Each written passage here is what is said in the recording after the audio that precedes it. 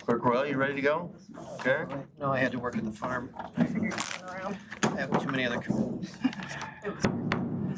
I'd like to call this Saline City Council work meeting to order at 5:31 p.m. Members present this evening are council members Delorco, Dillon, Gearbaugh, Hulsh, Harmount, Mayor Pro Tem Rice, and Mayor Marl. From city staff, we have the city manager, the city clerk, the Parks and Rec director, our aquatics manager, and our city treasurer.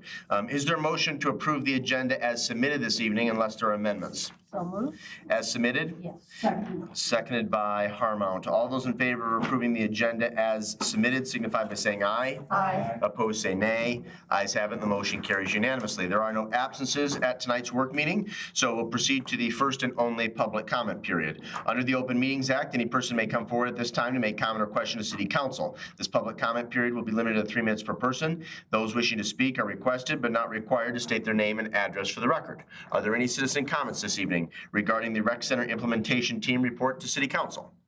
There appear to be no questions or comments from audience members. I would defer to the city clerk. Were there any written comments provided in advance of tonight's meeting in which the individual wanted their remarks read at this time? No, sir. Easy enough. Then we will transition to the first and only discussion item this evening, which is an update from our Rec Center Implementation Team. This presentation will include their comprehensive report to City Council that they've been working on for the past 90+ days.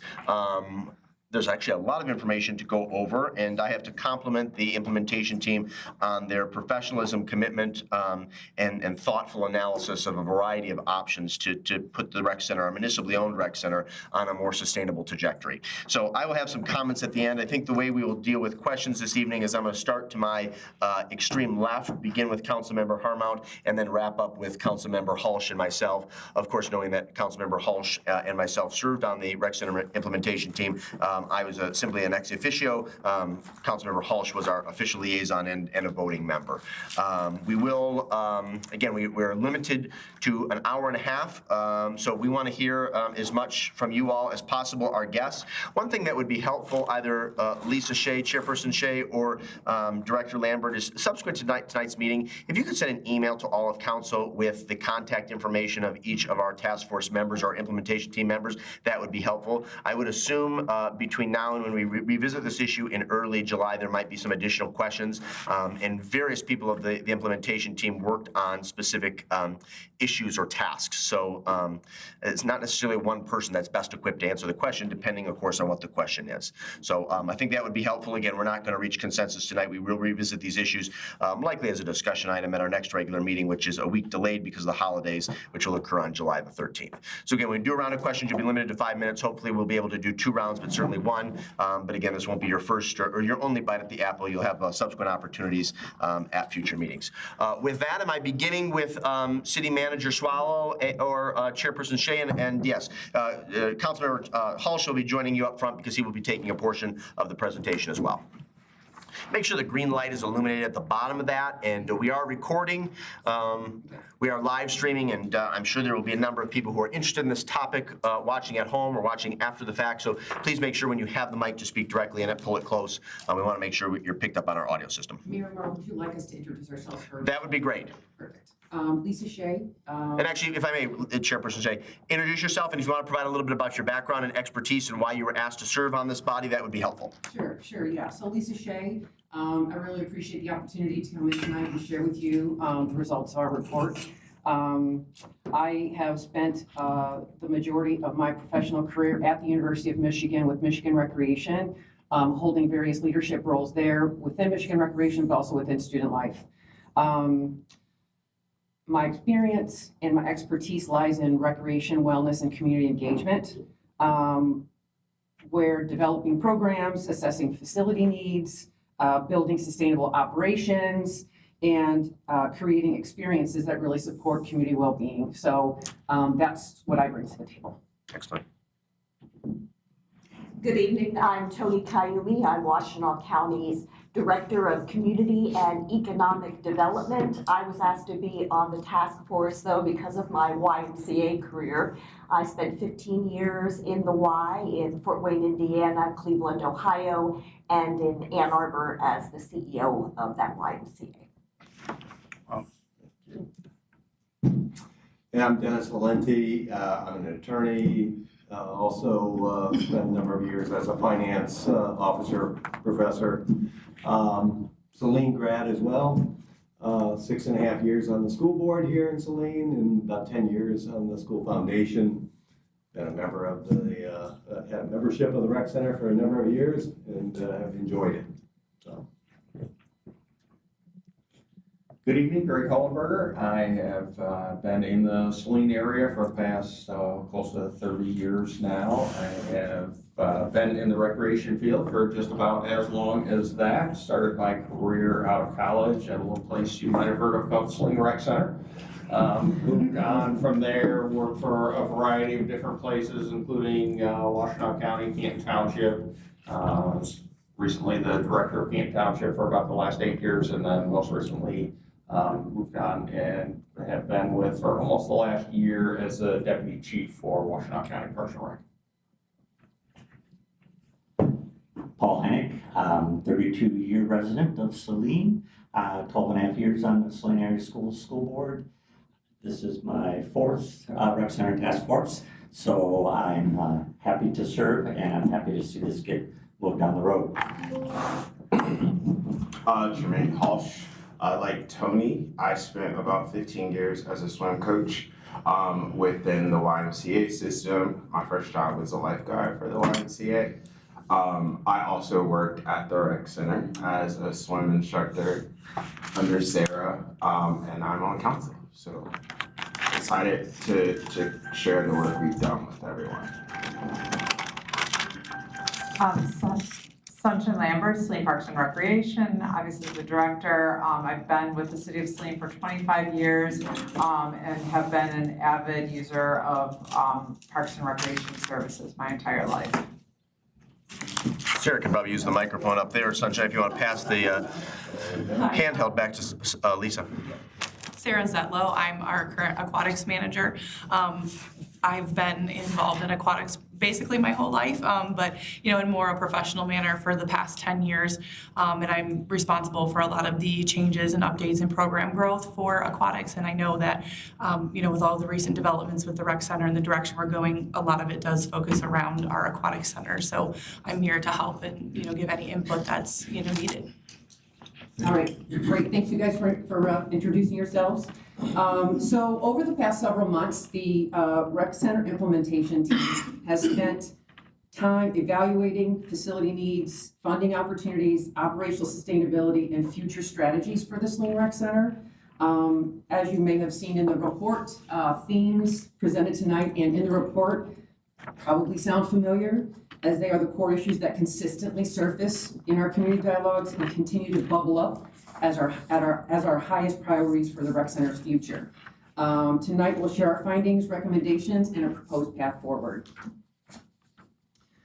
So the RCIT was formed following the rec task force to move from planning to implementation. Our role was not to recreate previous studies, but to build upon and the significant work that had already been completed. We were asked to review capital investment opportunities, evaluate long-term funding strategies, support operational growth, and provide recommendations that strengthen the long-term sustainability of the rec center. A key part of our charge was also to review the potential use of the $2.7 million in federal appropriations. So the RCIT was intentionally structured to bring a very diverse group together. We represent various entities: recreation, finance, community organizations, local government, and regional partners. And to be honest with you, I enjoyed working with these guys. Everyone showed up every week or every other week with passion and collaborative effort. So I thank you all for bringing your expertise and your commitment throughout this process. The recommendations presented tonight reflect our thoughtful discussion and collaboration among the entire team. I'm going to pass it to you. So the RCIT established two primary working groups. This is my second year on the task force.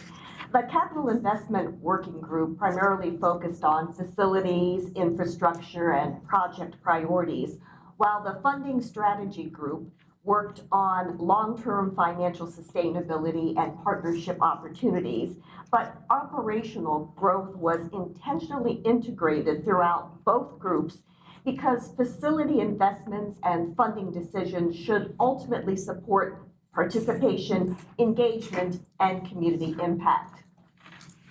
One of our goals was to avoid starting from scratch and build upon the work that was already addressed by previous task forces. So the RCIT reviewed several years of planning documents and community analysis. These included the Barry Dunn Needs Assessment and Feasibility Study, the Recreation Task Force recommendations from past years, the Plant Moran facility assessments, the city's federal appropriations request, and other supporting materials. We also reviewed recreation trends, partnership models, funding approaches, and benchmark communities, as well as drawing upon the experience of the individuals on the task force and their knowledge from real life. This report is built on a substantial body of work and research, not just opinions of the members of the task force. And one of the things we also really wanted to look at was a clear conclusion from the beginning that the recreation center truly matters to this community. It provides value that extends far beyond recreational programming. It's a place where community members of all ages can belong and can have the opportunity to grow holistically.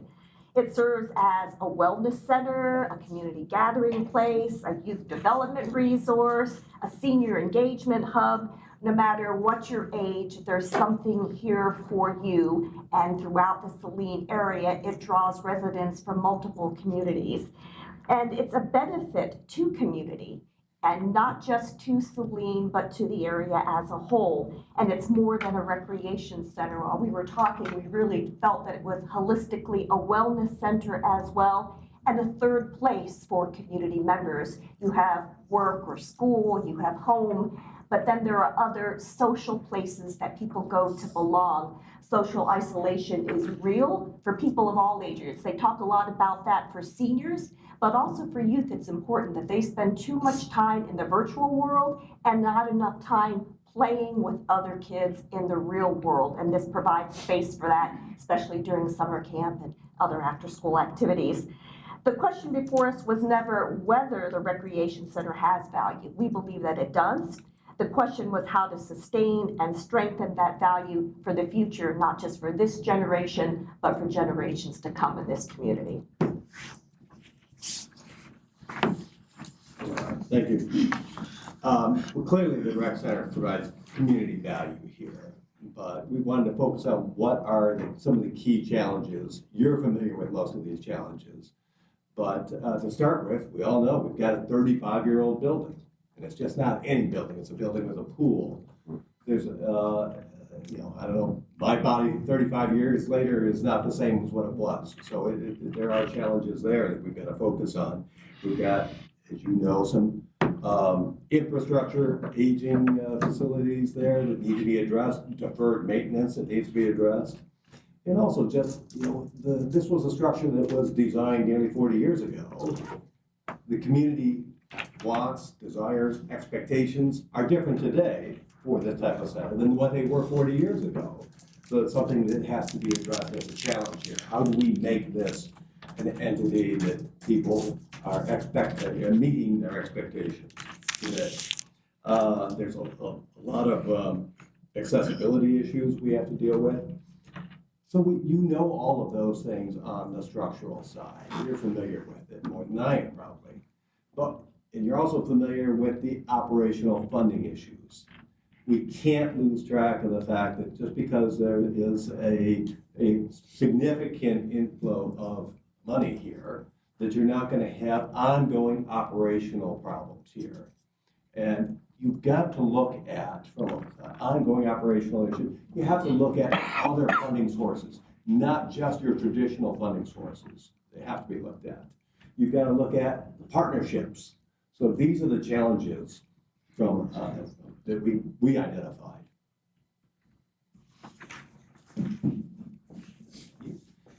So my role with this committee was to be involved in the capital investment piece of this and really helping to establish what the priorities are for capital investment, especially focused on the federal dollars that have been made available and looking forward beyond that, evaluating the needs of the facility. So really what we wanted to do is look at, as Dennis was just mentioning, there's deferred maintenance. So really looking at what are those deferred maintenance issues, prioritizing those, looking at our building infrastructure, also keeping in mind accessibility issues, making sure it's available and accessible to the entire community, making flexible spaces. Also looking for these improvements, can there be operational efficiencies, energy usage, or just overall building usage, lowering costs with the different investments that we make, and then enhancing the customer experience also. With overall the long-term goal, the big picture, as we know, for both the capital and the financial side, is looking at improving the long-term functionality, sustainability, so that we have long-term growth and success at the rec center. So we know that with the past committee, there has been an established long list. We had Plant Moran came in, did a CIP evaluation, came up with a list of capital improvements that they suggested. Barry Dunn had a list of more like bigger picture facility improvements. The maintenance staff and the staff at the rec center already had a list in addition to that of things that need to be done at the rec center. So how do we establish what of those things should get done? The resource that we utilized as a committee is a scoring sheet that is provided through the MEDC, Michigan Economic Development Corporation. Corporation. Thank you, MEDC. So they have a score sheet that evaluates capital items based on a variety of factors, and this was provided in the summary report to you all. And then it tries to be as subjective as possible with the evaluation, such as, is this item mandated by law? Yes or no? And if it's yes, you get 5 points, and if it's no, you get 0 points. So that helps prioritize some of your different items as you go through, and there's 9 or 10 different factors that it looks through. Not everything is perfectly subjective. We know in this world it's just our objective. Not going to be perfectly objective as we would like it to be, but it provides a framework for how we're evaluating, and we're looking at all of these different capital items the same way and through the same lens. And really the intent of this is to provide a summary and a lump sum score for all of your different capital items as a starting point. Some of those items, an item could score lower, but it's key that it gets done before the next item because they build on each other. So it's not an exact science that you can take. I've seen this form used very successfully in a variety of different locations, but it's a starting point with those scores. So really, these are some of the different factors that scoring sheet utilizes. It takes into account health, safety, welfare, your infrastructure. Is the project included in your city master plan? Are there fiscal and operational impacts?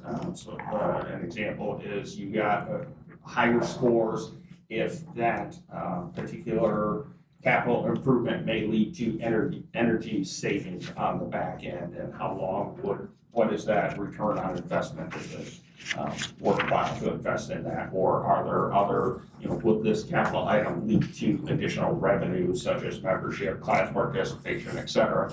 Those things factor higher, so you got a higher score for those items.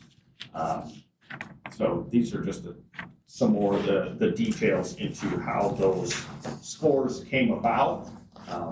And then the process was that each of the individuals on the CIP or capital planning subcommittee, we individually scored each of the different capital items on the list. There was probably, I don't know, 40 items, 35, 40-ish items on that list. We all individually scored those.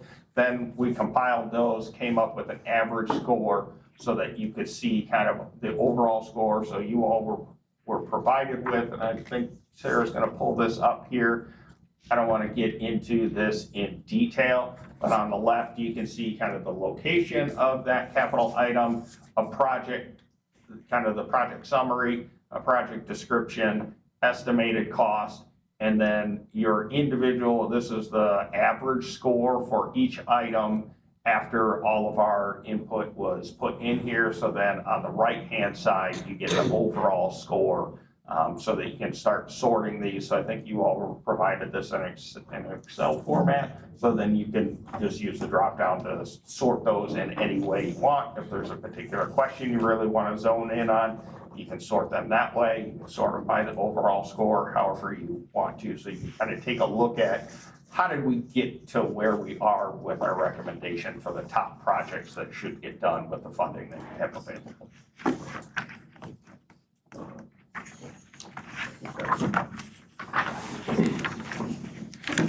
Funding, okay, no disrespect to elephants, but this is the elephant in the room. 35 years ago, we know that the rec center opened. I looked up the old Saline Reporter article from that day, and not one mention about how we're gonna maintain this facility for the next years. There is no recreation center in this world that can survive on membership dollars alone. Not operational, not maintenance, no improvements, nothing. So the first task force, Mayor Driscoll formed in 2010. So since that point, we've been on the radar, but not quite getting there yet. So we looked at all kinds of funding operations and opportunities, and I'm gonna talk about some millages and sponsorships, donations that we think are the best priorities going forward. So the older person's millage that passed in 2024 for Washtenaw County was a $500,000 bond, and that generates, the first year it generated $11.5 million. $2.2 million of that is dedicated to 11 senior centers throughout the county. There is other dedicated, I think they do some transportation. There's all kinds of stuff they do for older people that are defined as 60 years old plus. The RFI and RFPs for this millage open up, the RFIs I think opened up mid-June. The RFPs will open up soon, and then they will start to decide whose projects can use these funds. Things that are eligible are aquatic and exercise classes and capital projects that directly impact older adults' recreation. So those are things, I mean, we pay money into this fund. We should be putting in requests for things to get our money back.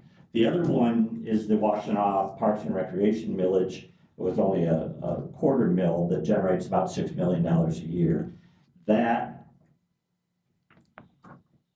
approval in the language that we voted on, and I'll quote, says, acquiring, developing, maintaining, and operating park lands and recreation facilities for the benefit of Washtenaw County citizens. So if you look at the map of what the Parks and Recreation Department of Washtenaw County has, below I-94, you're not gonna see a lot. Rolling Hills, some preserves.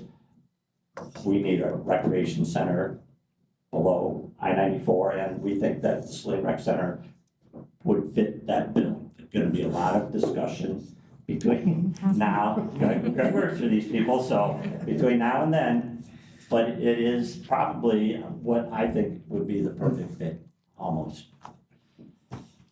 Sponsorships, donations, and corporate support. We all know that there's a pledge out there that needs to be addressed and apparently accepted by council at some point, but that I'm not turning down that money personally myself.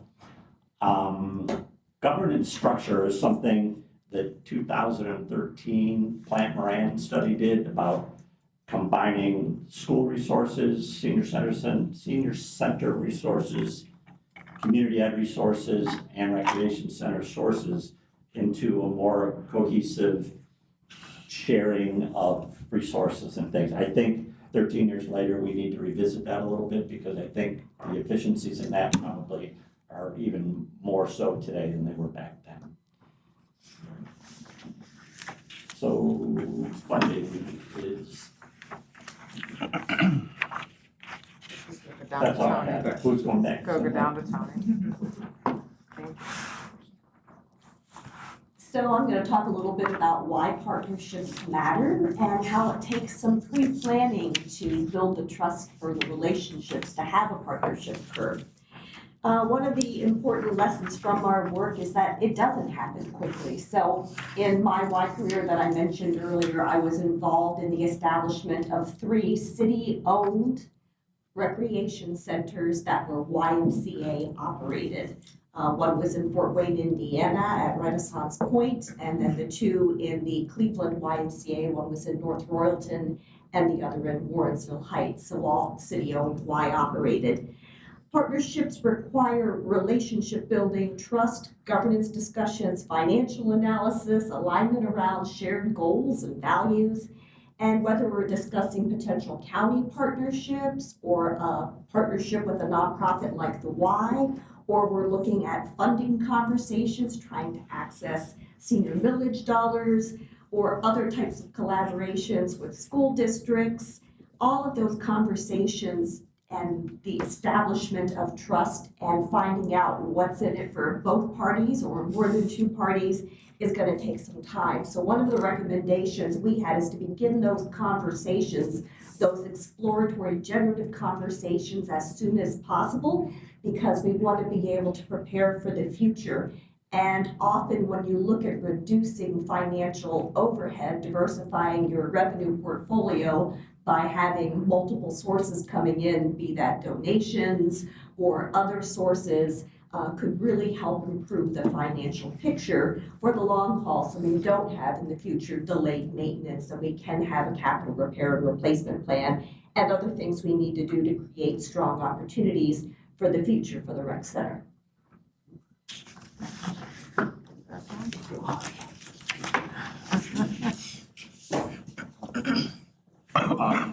This is like my favorite part of the presentation, not because I'm speaking, but it's the path forward. And this implementation team has not only, I think, identified that path forward, but I think we've done and made a lot of efforts to really quantify what that path forward looks like, especially in the amount of time that we've had to do so.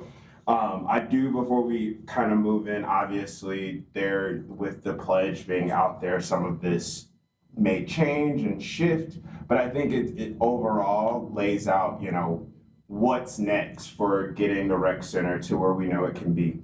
So in the short term, what we're looking at is continuing to look at our capital improvements list, the scoring sheet, and more importantly, lay out, you know, what are those projects that need to be completed immediately in order to do bigger work? What are those projects that need, you know, that can be deferred? What are the projects that, you know, are specifically going to increase operational efficiency? What are the projects that are going to, you know, increase that member experience? But ultimately, we know that within this first year, we want to prioritize and nail those down. As Paul here mentioned, I think pursuing the older person's millage for the county is definitely something that we believe should happen. When I worked there, but also thinking about the members of our community that the rec center serves, it's a lot of seniors. It's a place where a lot of seniors gather.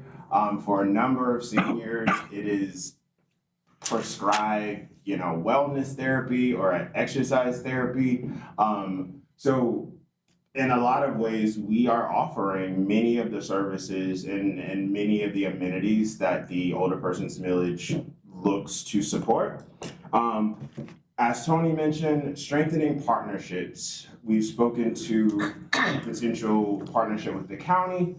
We've spoken about the schools. We've also spoken about the YMCA. I actually wasn't aware that YMCA's kind of had those partnerships with the city. I'm gonna always be pro YMCA. So that's, one of the many avenues when we think of partnerships that we wanna go.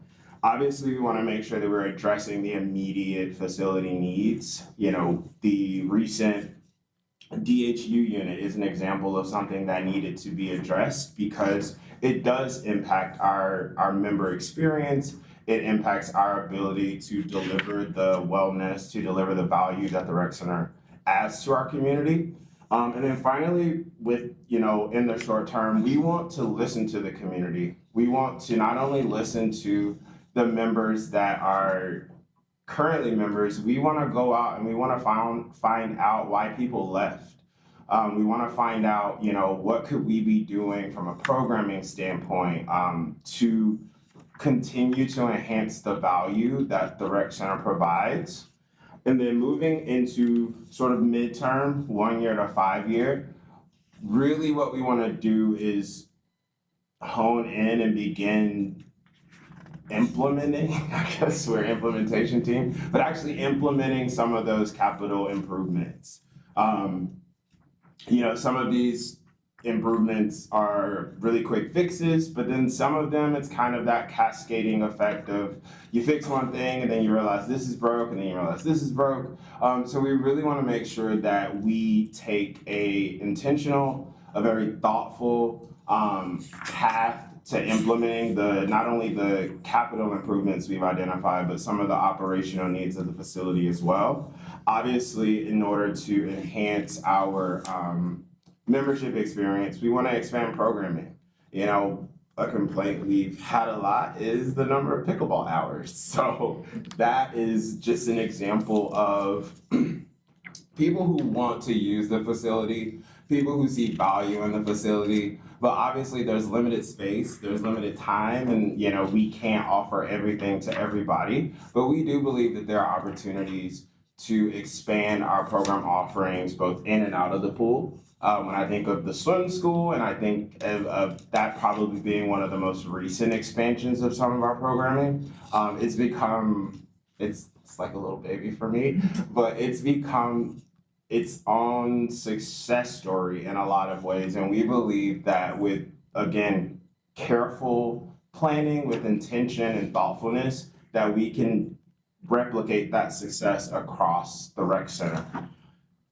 The most important thing, and probably what we're all here for, is we have to start advancing and really pursuing those funding strategies. It's no secret, the amount of financial support that has been provided to the rec center has ballooned. It's grown, and there is a need to get that number back to a number that the council, the community, and all of the stakeholders in the rec center feel is appropriate. And in order to do that, we know we can't go it alone. So really in that midterm, after we've identified, again, what capital projects to prioritize, what the extended programming looks like, some of those operational and capital needs, we really want to start pursuing and getting dollars in hand and getting commitments in the midterm. And then finally, in the long term, 5+ years, because, greatness isn't built overnight, we believe definitely modernizing our facility, looking at ways to expand and enhance our use of the entire recreation complex, make sure that every funding strategy and every partnership that we pursue is setting the rec center up for success. It's setting the city up for success, and it's setting our community up for success. This can't be a flash in the pan. This has to become core to the operational model and core to everything that we want this rec center to be as we move towards its next 30 years. And obviously, we want to make sure that we are growing capital, that we are not, that we're not caught flat-footed when it is time to make repairs. Obviously, things happen, but we want to make sure that the rec center has the capital reserves to handle those emergencies without being a drain or being any type of strain on our general fund as a city.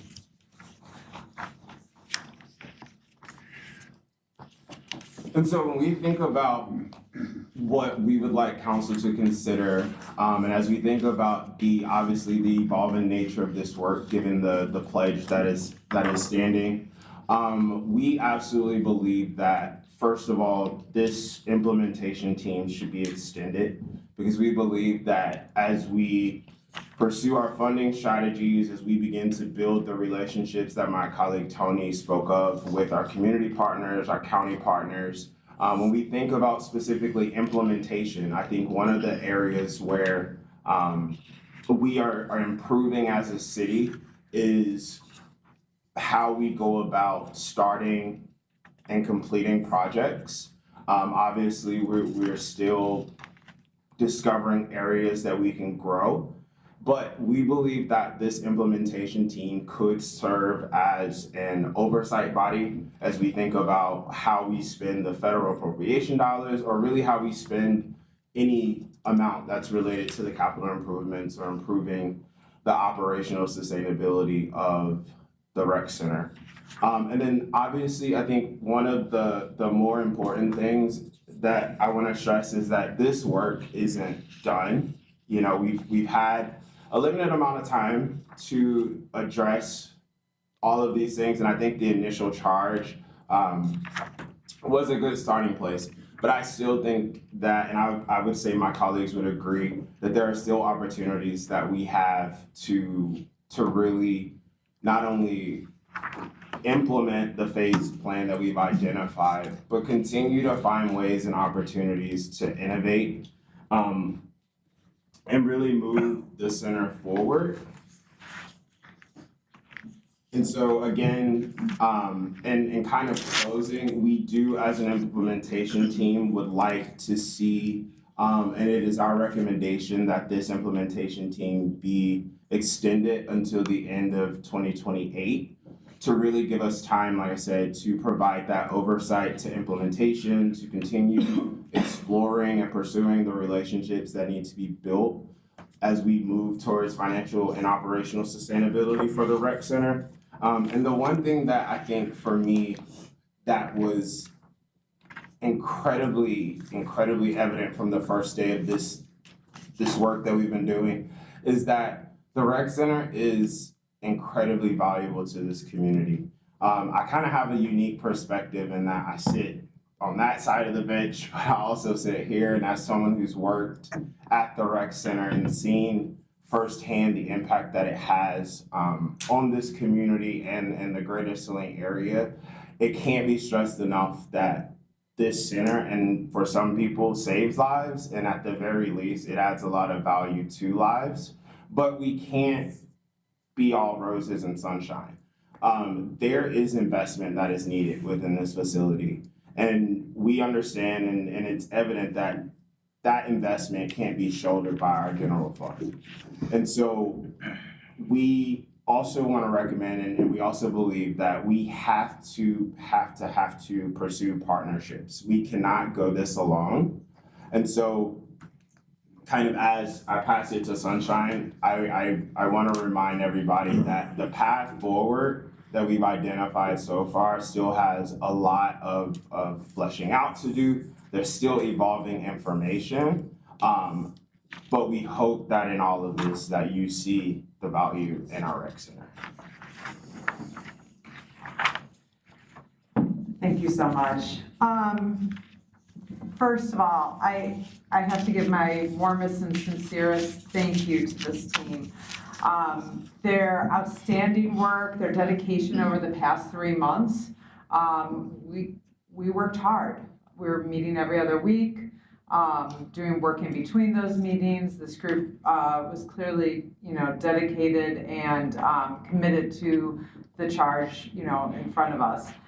These are individuals with unique experience and expertise, and they have a passion for serving the community. And I also want to give a special thanks, and I think on behalf of the entire implementation team, to Lisa Shea. I have to recognize Lisa because she put in countless hours above and beyond. You know, coming in and meeting with me in between, meeting with Dan, meeting, you know, talking to them, just talking to everybody, you know, reaching out, making sure that she was providing such a strong leadership throughout this process, maintaining the organization and the focus of the group, facilitating productive discussions, and helping the group, you know, navigate through complex issues, because this is a very complex issue. It's a very multifaceted issue. So I thank you, Lisa, and again to the entire implementation team. And, you know, again, I have the unique perspective. I've seen children go through our programs who now work for us. I've seen, you know, individuals who have gotten older, you know, over the years. Maybe they can't do everything that they used to be able to do, but maybe they're still in the pool swimming, right? Because that helps them. They've modified the way that they use the facility. So I have a very unique perspective, and I'm very passionate, and I'd say protective over our customers and our users. So we're more than just a building. I think this presentation, I hope you heard that. We're more than just a building. We are a vital community asset, okay? We're supporting health and wellness and connection and overall quality of life each and every day.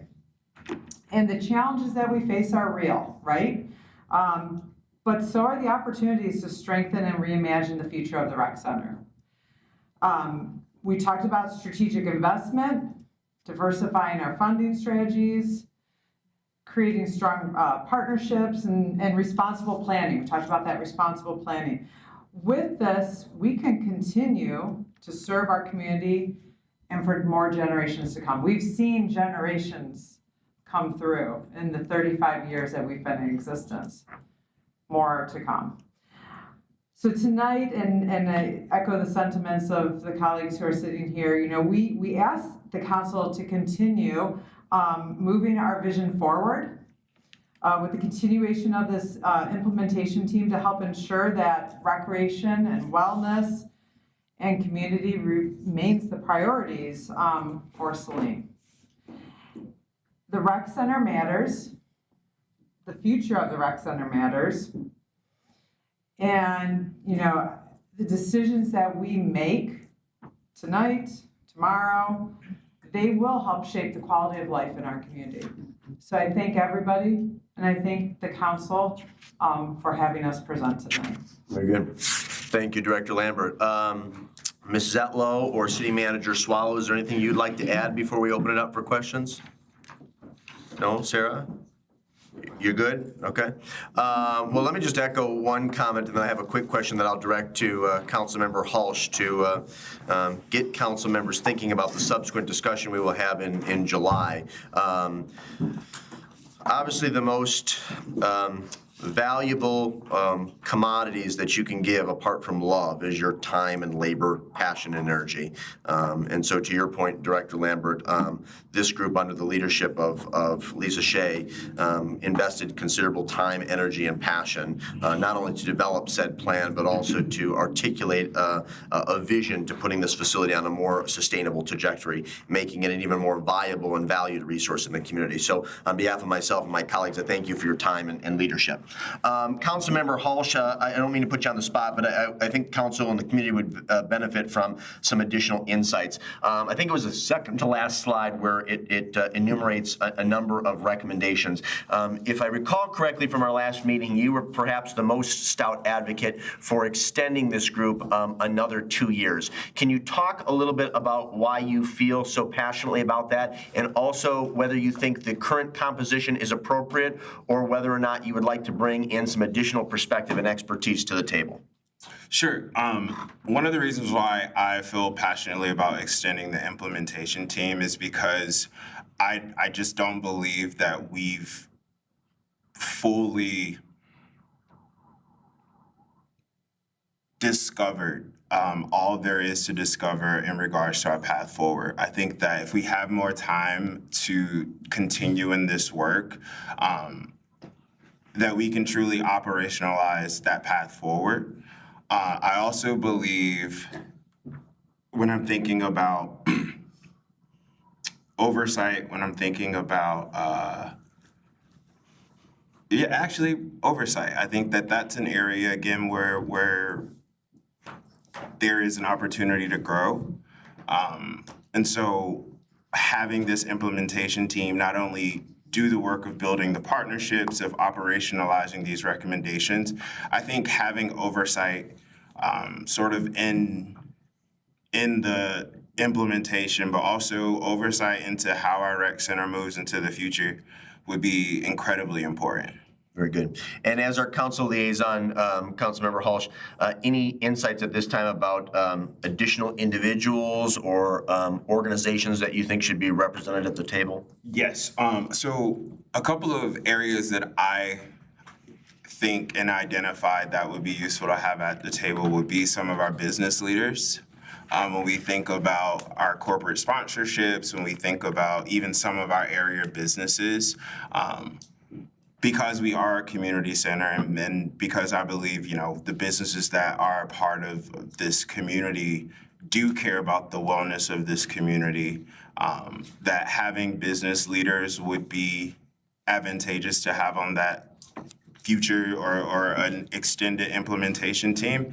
I would also like to see youth and teens. I think there aren't many spaces in the city where youth and teens have to go and unwind, or as Tony mentioned, get out of that virtual world. And I see the rec center as that place. We hire a number of teenagers, some of the most awesome teenagers I've had a chance to interact with are working at the pool and protecting lives. So I would love to see the rec center become a space where teens feel at home. And so we need that representation on our implementation team in order to know what that feels like for them. Very good. Thank you for letting me put you on the spot. I think that those additional perspectives and insights are valuable. Much appreciated. If this group is good, I think we're going to dive into at least an initial round of questions. I'm going to limit my colleagues to 5 minutes per person. We're going to start with Councilmember Harmount and then end with Councilmember Hulsh and myself. So Councilmember Harmount, you have 5 minutes if you'd like it. Yes, I do. Thank you so much. What a great, thoughtful presentation. I really like how there was a ranking and logic behind the projects that you're prioritizing. I do have a couple questions, though, about the dollars, and I couldn't do the sort on my phone. So what is the total needs number? Like, if you look at the things that we have that need to be fixed, and the people have complained about, like the bathroom privacy and things that are not to code or need to be brought to code, what is that dollar amount? Yeah, we want to make sure every speaker speaks into the microphone. So if you want to pass it to the city manager, that's fine. If you want to address the question, that's also fine, Director Lambert. Sorry. I think the most clear picture we have of the capital needs is specifically that you're referencing as the recent plant brand study that was part of the REC task force, and so they identified right around $10 million in needs. So that's excluded. That doesn't. I don't think that what we have here, if you look at just specifically what I'm trying to understand is what is our needs, what's the dollar amount, and then the follow-up question I have is what is our annual operational gap?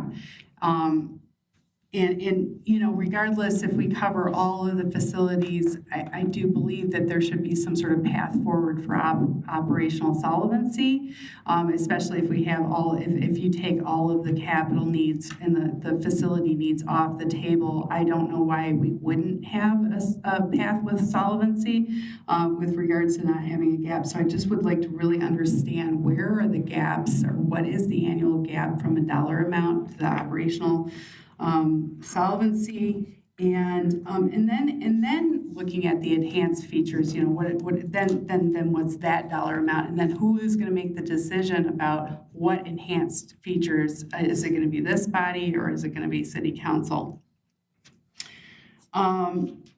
So with that being said, let's just say I don't know what that number is. You said 10 million. I don't think that it adds up to 10 million on this list, but On the sheet, it adds up to, Yeah, so as far as the total sum of everything, that if you implemented every improvement that was identified, was about 22. No improvements, just taking care of what's broken. You're talking about basic and needs. Basic needs, the taking care of what's, Yeah. okay, what's needed, what's broken, what people complained about, like what is that dollar amount? And then the understanding is if we did not get any money from the corporate, from the AI data center group for the corporate donation, and if we didn't, I don't know what the dollar amount we have actually in the bank or committed to being in the bank, but if we just didn't have anything further than that, what's the gap to what we actually need to keep, that's gonna be, if we don't handle it in the next 5 years, we really can't keep it open.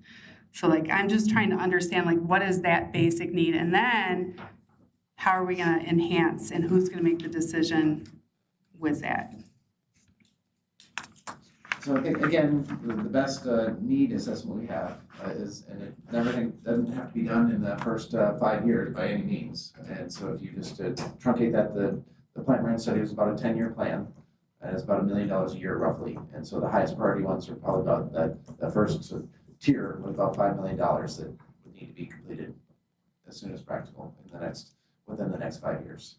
And then in terms of operating costs, you are looking at, been averaging about $250,000 to $400,000 a year for operating costs needs. Some of that is repair to equipment, things that would be potentially addressed by the capital improvements. So you don't have, if you have new equipment, obviously you're not, the maintenance costs go down. That was a focus of, is there a savings for efficiency? Is there a savings for energy as well as reduced maintenance costs? So I think at minimum, you're talking about $250,000 a year for operating cost gap. Okay, so if city council, we don't get any additional grants than what we've already had committed, and we don't accept it, I don't know if we've agreed to accept or not accept any corporate donations, what would be the path forward if we don't have, it doesn't sound like we have anybody willing to sign on the line for a partnership at this point, do we? We do have somebody willing to, okay, so we're still at that stage. And then and then Washtenaw County is not willing to take this on, or they haven't voiced a desire to take it on. So if we didn't have any additional funds, what would we be doing with the rec center? That's exactly 5 minutes. So if somebody wants to answer that last question, that would be great. And then we got to move on to my next council member. And there are partnerships that have been, moving forward. Both the YMCA and the county indicated they, had an interest in an operating partnership with the rec center. So we have not defined that as far as, all the details in terms of what those responsibilities would be, exactly what the contract would look like, potentially. So with that, those are still in progress. And I would argue that about $1 million a year was recommended for capital improvement, and about $250,000 in recreational or operational subsidies. So if no other resources were available, it'd be about $1,250,000 would be required. And let me address the latter part of your questions there, Councilmember Harmount. Accepting a corporate or philanthropic gift, approving the parameters in which that gift will be accepted, and deciding how those dollars would be spent would be a policy decision for this body. Okay. Thank you for your questions. Mayor Pro Tem Rice, you have 5 minutes if you'd like it. Thank you, yeah. So I made a couple of notes of point here that I just want to go through real quick, and then I have a couple of questions. So my first point is that we spent some time with Congresswoman Dingell on Friday at the 35th anniversary, and the first words that came out of her mouth were, these are such important services to communities, and there's nothing on this side of Washtenaw County. So we do have her full support. It was wonderful to see her show up. With that, Michigan is the third oldest state in the country. So as your colleagues mentioned, as Mr. Heineck mentioned, tapping into senior millage funds, things like that, really pointing out all the services that the rec center does, and whatever's out there, we need to get our piece of the pie. We're not getting our pieces of the pie in a lot of different circumstances. So thank you for pointing out that they are having RFPs open up. Wasn't really clear on how that all worked, which brings me to, well, let me get back to something real quick. and speaking of being at the event on Friday, I think the fact that pickleball groups or really any groups come to you all and ask for additional services highlights the fact that this is a service to the community and they do value it. So, you know, we may have to adjust according to, you know, what the needs of the community are. And I thank you for being, you know, flexible enough to do that and trying to figure that out. But again, it just shows that, you know, so long as we kind of continue to keep up with the times with programming and stuff like that, you know, it maintains itself as a appropriate service for the community. And then lastly, to my council member Halsh's point, and it actually kind of leads into answering Ms. Harmout's question, Councilmember Harmout's questions. We have the right people in the room right now. I do appreciate the added additions of like kind of looking over and saying, you know, we could use these viewpoints too. But in extending this task force, like we have all, these are the people. Like I can't pick a better dream team than these folks that are in the room. So I am fully on board because I think there's a couple of things that we would need to address still. And it's very obvious, and I know where you are in this process. So I'm not saying where are these things. I'm just pointing out the fact that we are all well aware that when you talk about the path forward, we need to identify the who, how, where, when, and why, and put some deadlines on things. You're just identifying like the things that need to happen. But then if we extended your terms, like the implementation, putting dates on things, that's the next step, right? And then to the public-private partnerships, I just, as I was sitting here, had this like vision of like, and this was to Councilmember Hirsch's point as well, is like get the businesses at the table, but just like have more business meetings, bringing people in, like a business open house, like not only here's how your employees can use this service, but oh, by the way, we need some help, and could you philanthropically spare some cash for us? And you know, that's just how the world works. As the government uses our taxpayer dollars in other ways, we have to find other ways as municipalities to get those taxpayer dollars back into our pockets, so that we can do these services. The question that I do have, though, is if we did extend to this team, what do you need from council or from the city to continue to do the work you want to do? Were there any kind of stopgaps where you were like, well, we would need to discuss this with council before we went forward? So that's the only thing that this group could address. Otherwise, that was just me blabbering. Yeah, so I think with that, what we would want to make sure is that we are providing benchmark reports to council, making sure that we're on the right path, seeking guidance on those things, but then also what are the things that council would want from us, so that we're ensuring that our due diligence of work is actually happening and we're sort of in synergy working together. All right, thank you. Thank you, Mayor Pro Tem Rice. Councilmember Giroval, you have 5 minutes if you'd like it. Thank you. As you know, my issue isn't to kill the rec center, which everybody seems to think that it is. My goal is to make sure that our city isn't the one funding the whole operation for the community. I guess for myself, my couple of questions is some of the things that haven't been addressed. I don't see any pro formas in terms of what would be the continued support that's going to happen. As you'll see in our next meeting, the subsidy for the rec center is going to increase by at least another $70,000, if not additional another $130,000, because some of the costs that are being allocated are being removed and not being allocated to the rec center. So for me is understanding, and when we look at this, we're going to be doing major repairs. There will be a time when the facility will be closed. What is going to continue to be the support in the facility and what money is going to be needed to it? The other aspect I'm looking at is trying to understand the membership trend. As you look at the membership trends, in 2019, we had 2,539 memberships.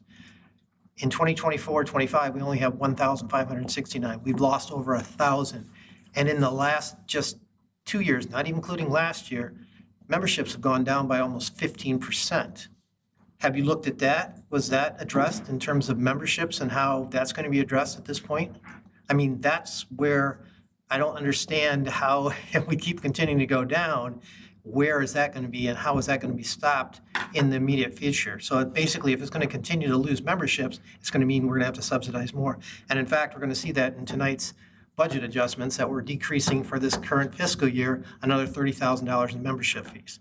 So those trends weren't addressed in this approach, and I'm kind of trying to understand that. My other concern is I don't see CARES mentioned at all in this. Did I miss that? That's the funding that's supposed to be supporting this community, and we're not seeing any money coming to us from that perspective. Lisa, would you mind passing the microphone down to Paul? Paul may be able to address the CARES issue and Director Lambert as well. So CARES is up for renewal this year. CARES, the allocation of money from CARES is solely up to the Saline Area Schools Board of Education. So last cycle, CARES passed by 150 votes. I think it was narrow. So what we need to do in our partnership talking is discuss with the Board of Education how they allocate those funds. Because now the senior center is getting $200,000 from the older millage. So in their new facility, do they need $200,000 more to operate that? I don't think so, but I'm not sure. Yeah, and I agree with you. And I think that's where I'm looking as, we keep talking about a community facility. The community's not supporting it. It's the city of Saline that's supporting it. There's individuals that are going there, but it's not. And so we're having to deal with that. I'm very glad that you're looking at these other partnerships and everything. But my concern is that any of these are 3 to 4 years down the road, and we need to understand, and the city's got to understand how we're going to come support this. I don't see a commitment for a millage, a separate millage. I don't think this has been discussed. We discussed this separate millage several times, and we just really don't think it's feasible. Because we don't feel there's going to be a support for it, or? Well, not even support. I just think that there's other villages coming up along as we look forward. The fire authority, we talked about a rec authority, and that could bond, schools could bond and do things, villages, but I think the partnerships was easier and a quicker path. I could see partnerships forming in a couple of years. I don't think it would take 3 or 4. Okay. And then. Go ahead, Tony, if you'd like to. Yep. Just be mindful of his time. He's got about a minute left. In regard to the increased membership situation, with increased partnerships and improvements to the facilities and improved marketing efforts, that will assist in increasing membership. We also talked about the different types of programming opportunities that we would like to offer as we look at being not just a rec center, but really starting to emphasize the holistic aspect of being a wellness center as well, and addressing with the potential opportunity for the older adult millage some more senior activities, particular workshops that might be able to be incorporated into it, and things that go above and beyond recreation. There is also a desire from the senior nutrition team at the county to have a senior nutrition cafe in Saline, which we do not currently have operating through the county's program. And there's potential opportunity, should that be available through space at the rec center, to be able to be a cafe site as well if there was that type of desire. So just looking at expanding programs, drawing more people, additional partnerships, increasing the demographic approach to bring in more members. And I guess my last thing with that is, as we talk about expanding programs and more offerings and that, all the incremental costs that are associated with that, will we be able to draw enough memberships and other support to offset that, when right now we can't even seem to support what we currently have in terms of what's happening? Some of those costs could be driven by grants from the older person millers. I mean, they support programming, they could pay for the programming. So that's, a way to get members in without the members themselves having to pay for that. Is there any concern, and this will be my last question, any concern with the fact that now that we've redesigned the senior center to provide for rec facilities and the kind of exercise equipment, that transfer, and because they're getting more support from this, we're offsetting and losing that? That's a discussion we haven't had, but we need to have. So when Jermaine talked about other people in the community, we do need a schools representative for sure on the committee if we're extended. Okay, that's my biggest concern is competition and what's happening, and how have you addressed that? So thank you. Lisa said that the instructors from the rec center are the ones that are running the programs at the senior center. So that's part of that whole governance thing, to get everyone kind of coordinated and not keep in our silos. Right. Okay. Thank you, Councilmember Gearbon. Thank you to the panel for the excellent answers to those questions. Councilmember Dillon, you have 5 minutes. Thank you. Sorry. Thank you. Thank you, everyone. This has probably been the most thoughtful, concise report that we've gotten out of any of the task force over the years. It's obvious that a lot of time, effort has gone into this, so thank you very much for that. I feel like today we're still at the same place we were 2 years ago and 5 years ago and 10 years ago. And it's, well, we could get a partnership. We've been talking about getting a partnership with the county for almost as long as I've been on council, and it hasn't happened. Do we have the wrong people in the room? Are we asking the wrong questions? Or do we just need to move on and say they don't want to partner with us? I think we need to figure out and kind of like, okay, and cut ties and say move to the next thing. And same with the schools and that sort of thing. I think that we've got to get to a point where we just stop hoping and wishing for things. That's my biggest concern right now, that we talk about, you know, there is the opportunity for the older person's millage. And when we talked about that initially, when it first came out, apparently the rec center didn't qualify. We tried to like go halves with the schools on it, and they were like, no, the school's getting it all because they actually meet the criteria better. So I guess I just would like to understand that a little bit better. And I'm 100% would like to see if we can get our piece of it. So the first BOC allocated dollar, Board of Commissioner allocated dollars of the older adults millage were directed to the senior centers in particular, with them each receiving $200,000. We also did some transportation grants as well, related to bus service for seniors throughout the county. And then in addition to that, there was supplemental dollars because Ageways doesn't pay enough for the senior nutrition program via cafes or Meals on Wheels. So there were dollars to supplement senior nutrition. So those were the first allocations that went out, very specific and designated to those types of services. The RFP situation that is opening up soon is the broader expanse of having access to senior village dollars. So since the rec center was not the official senior center, they didn't qualify for the $200,000 per senior center that went out with the initial allocations. Thank you very much for that clarification, Tony. I have a question for Mr. Swallow. So if we were to continue on with this group, would they then take on that responsibility and role of applying for these things and having these discussions? Are they, I guess I just want to understand who's going to be doing the work of applying for grants, who is going to be doing the work of soliciting for information, whatever it is, or looking at millages. And this group would be basically the think tank, if you will, to identify the sources that we know are available, and that to broaden that scope not beyond just the senior millage, but other sources as well, and to help draft the initial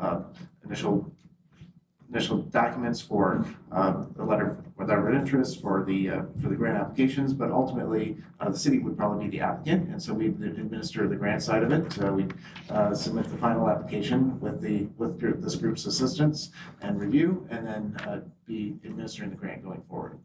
Okay, just kind of understanding that who's got the roles is, I think, very important to understand. Similar to how our other committees and commissions operate, is they provide a supporting role and provide some of the expertise, outside expertise, and then the city as the actual day-to-day administration. Okay, I thank you for that. I think Mr. Gearbaum may have said something similar to this, but I would be remiss if I didn't. Over and over, we heard this is a community asset, and it is.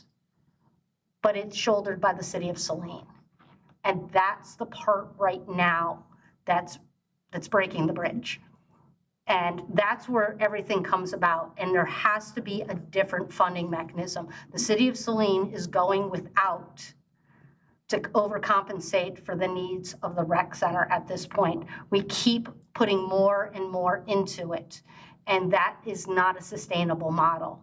And it's not fair to the citizens of the city of Saline when it is a community asset. I do think it's ironic that as we talk about a millage, that would be more of a school district millage, there's a fear that it's not going to pass. Well, that's realistic, but those are the people that use this asset. And if they don't want to pay for it, then they either have to pay as part of a millage or they're going to need to pay at the point of entry. And there's going to have to be some sort of, excess fee that they would have to pay to utilize it, to offset for the city. I mean, I think fair is fair. And right now, and as it was mentioned, we're going to be looking at our next meeting at more dollars going into the rec center, more expenses being shifted off. This is not a sustainable model for us. So I want to make sure that we kind of figure that out. I'll stop you there. I'm sorry, we're at 6 minutes. Thank you for your comments. Councilmember DeLorco, you have 5 minutes if you'd like them. Thank you, Mayor. First off, I want to thank the committee and the working group for their hard time and effort and hours put into this. I can see that a lot of work has gone into this, and I'm certainly grateful for that. I also want to acknowledge the congressional leadership on the work in getting us the appropriations that are desperately needed to launch some of these capital improvement projects that are long overdue, as well as a corporate sponsorship potential pledge out there that could also help us with some of these capital improvements. And I think it's important to recognize, as we have an open and honest conversation about the challenges we face as a community in supporting the rec center, is the difference between the capital improvements and the operational day-to-day sustainability. I think we're in a good position now to take care of some of these capital improvements that are long overdue and desperately needed deferred maintenance. And that's certainly going to help bring back some members to the rec center. But as you've all stated, no community can support a rec center alone on the memberships. And what this conversation is really about is identifying either partnerships or millages that will provide a blended funding model to help us move this thing forward. I don't think there's any debate that it provides a valuable service to the community. But the criticism we face on this side of the table from our constituents is that a fair number of resources are being siphoned away to support what they view as a luxury. Not all communities have a rec center, and we're fortunate that we do, and I'd like to see that continue. But we have to be realistic about how we can lessen the burden on the general fund and how that can be accomplished. That being said, I want to learn a little bit more about the older person's millage. I think it was stated that $11 million was generated in revenue for that millage. And with 8 other senior centers cited in the materials provided this evening, where do we stand in line to viably compete in an RFP for some of those funds when we have to get behind what seems ostensibly like a senior center that would be at the front of the line ahead of us to access those funds? Tony, do you want to take that one? Don't mean to put you on the spot, but you're going to have the most expertise. I work for the Office of Aging Services. I'm the Director of the Community and Economic Development, but I'm familiar attending many Board of Commissioners meetings. So there are the dedicated allocations that are non-competitive, that the BOC decides to allocate, as they did with money for senior nutrition, with money for transportation, which was an RFP process for the transportation, so that was competitive. And then for the community centers, those are direct allocations. The RFPs that are opening up will be competitive. And so that is an opportunity for you to look at the senior millage resolutions, the types of things that BOC prioritized that they would like the senior millage to serve.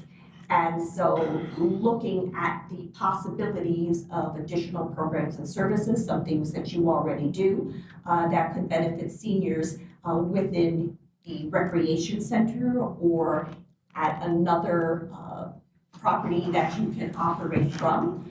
And that's a way to apply for it in the competitive fashion that exists. Relationships are also important.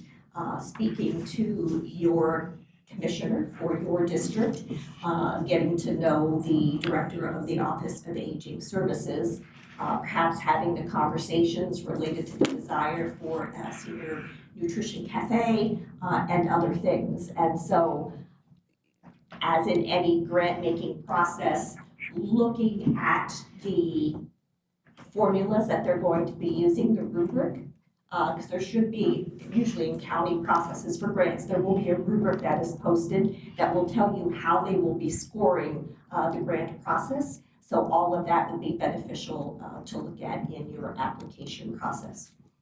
Very good. I would love to see some regionalized support for the subsidies in the rec center, because I share some of the criticisms that my colleagues have leveraged this evening, and that it's being supported squarely on the backs of City of Saline taxpayers, and it's accessible to the district-wide. So if we're not going to be able to move, or you're not recommending we move in the direction of a regionalized millage at this time, it would be great to see some support from Washtenaw County to help us overcome these obstacles. And related to, if I may, the Washtenaw County had a commitment first to the east side of Washtenaw and had made a prior commitment for the east side rec center. So county administration and the BOC have actually, are going out to secure funding to complete that recreation construction process. And so that has always been the thing that they said that they need to address first before they can make any other additional commitments throughout the county for other rec centers. And Greg, of course, could speak more to that. We're at the end of Mr. Delorco's 5 minutes, but Greg, you want to provide any additional insight on that?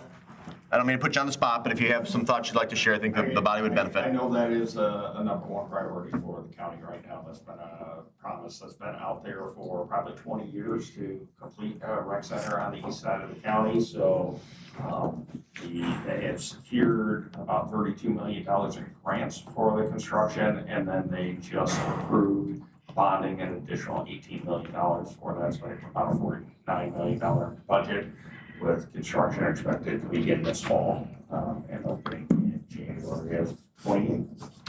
Hopefully. Very good. Thank you. Thank you, Councilmember Delorco. Councilmember Hulsh, you primarily spoke as a representative of the Rec Center Task Force, but is there anything you'd like to add at this time in your capacity as a council member?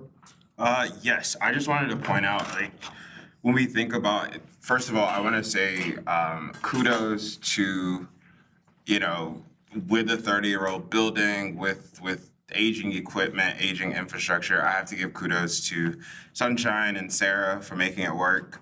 We often hear about the challenges within the rec center, but I look at the swim school as a perfect example of the scrappiness and the innovation that is in that building. I was there from the planning stages when it was 0 students, and in a year it's grown to 200 plus. So has the same challenges, has the same money issues, but they're making it happen. And so I think that if we can continue to have people at the table who can be innovative and who can continue to find ways to get it done, that we should take those opportunities. So I have to give kudos to you for that. I did have a question. Specifically to Tony. I'll let you take it straight. But one of the things that I think of when I think about economic development is, and I think it's a part of our strategic plan, is developing a skilled, a healthy workforce. And we've spoke a lot to how the community building and community development aspects of our rec center. Do you see, not just in our rec center, but in rec centers across the board, how they are an engine for economic development within a community? So one of the things when I worked for the Cleveland YMCA that we really emphasized was we had a strong membership department that also went out trying to secure corporate memberships for employees. because companies know that if their employees are healthier, their insurance rates go down. Statistics prove that regular working out can make you a healthier individual, whether that's losing weight or whatever, improved cardiovascular condition, et cetera. And so that could also be a way to increase membership, and it's an economic development engine, is because it's working in collaboration with companies for the benefit of their employees. Having a rec center is a draw for companies located nearby because it's about the quality of life for their employees. People look at school districts, they look at, is there a place to work out? They look at the park system, they look at a number of things related to quality of life. And so all of that combined is part of economic development. You could also look at those types of workshops related to the facility. Everything doesn't have to be about recreation, spirit, mind, and body aspects of the types of things that people can learn and do here at the Recreation Center. Thank you. That's all my time. Thank you. I've got a couple questions. It's kind of an eclectic mix here. My colleague, Mr. Gearbaugh, inquired about the number of memberships. I think this question is best directed to Director Lambert. And it's true that memberships have declined from their high in the first quarter of 2020, fourth quarter of 2019. And obviously we should be working to grow our membership packages. I use the plural specifically because I want to see growth in families and individuals and in seniors. But membership packages alone don't paint the entire picture. You might not have data available this evening, but I think it would be advantageous to disseminate it to City Council. I'm interested over the past 5 years to look at membership numbers if they're tracked in terms of day passes, rentals, participation in programs like swim school, league sports, of course, our kids camp, which operates in both the summer and during the winter holidays. I think understanding the full usage of the complex, the facility, and the property would be beneficial to City Council as they make policy decisions long term. I don't know if you want to address any of that now or just follow up subsequent to tonight's meeting. Yeah, I can go ahead and make sure that I provide that information. We do track those numbers as part of our budget planning processes, that we're tracking trends from year to year. If I may, can I interrupt if I venture such impertinence? I would also add to that list special events and activities, and if we track the number of participants. So I'm thinking of like the Mom to Mom sale. I was there with Chief Radzik this past winter or fall for, was it an American Girl thing? Yeah, events like that. Absolutely. Yep, we can go ahead and provide that information. And if I could just touch on the membership, we look over the years. In fact, I have data trends from, I think, back to 1998, even though we've been around since 91. And we can see some areas where we've seen dips, and we can also see areas where we've had spikes, So coming out of the REC task force, I believe it was 2013, 2014, we saw a spike when we repackaged what a membership looks like, okay? So we saw some growth there. We obviously saw the big dip during COVID. We started to see some growth, and then we saw it dip again, and that was around the time of the DHU issues. So we were having shutdowns a little over a year ago. The pools were not operating consistently. Even as part of that, when you look at the lifeguard shortage that we faced for that period of time, that the inconsistency in services came back to bite us, right? When we're constantly closing the pools of the facility because we're having mechanical issues, that has been a challenge. So, we truly believe that investments, and I know Greg can speak to it, having been a director and working in several different facilities, that when you put the dollars in to improve the capital, it provides for consistent services, which then gives faith in the customer base, and they're here for the long run. Very good. I want to be mindful of time because I got to break down these tables and chairs before our regular meeting begins promptly at 7. So these next 2 points are mainly rhetorical, but if somebody wanted to address them in a very abbreviated manner, that would be fine. We've heard in the past concerns about the general fund contribution to the rec center, specifically to operations, and that is obviously a legitimate concern, and the trend is concerning. If this group were to continue, I think council would benefit from some benchmarking and perhaps a recommendation in terms of what our target should be. Because if we don't have a target or a policy established, I think we're just going to continue to spin our wheels. I think we ought to have a goal and then work towards that specific goal. And then I think this was addressed early in the presentation by Tony. But again, if there's consensus to continue this important work, and I hope that there is, I do like the idea of continuing to focus on the rebranding of the facility from beyond a rec center, how it was conceived in 1989, 1990, 1991, and see it more as a community center. And in the process, we might need to expand and diversify our programming to meet that definition. But I think it would be advantageous, and I think changing the nature or the premise of the property, not fundamentally, but in some significant ways could attract new members and make it more viable, more appealing to the broader Saline area.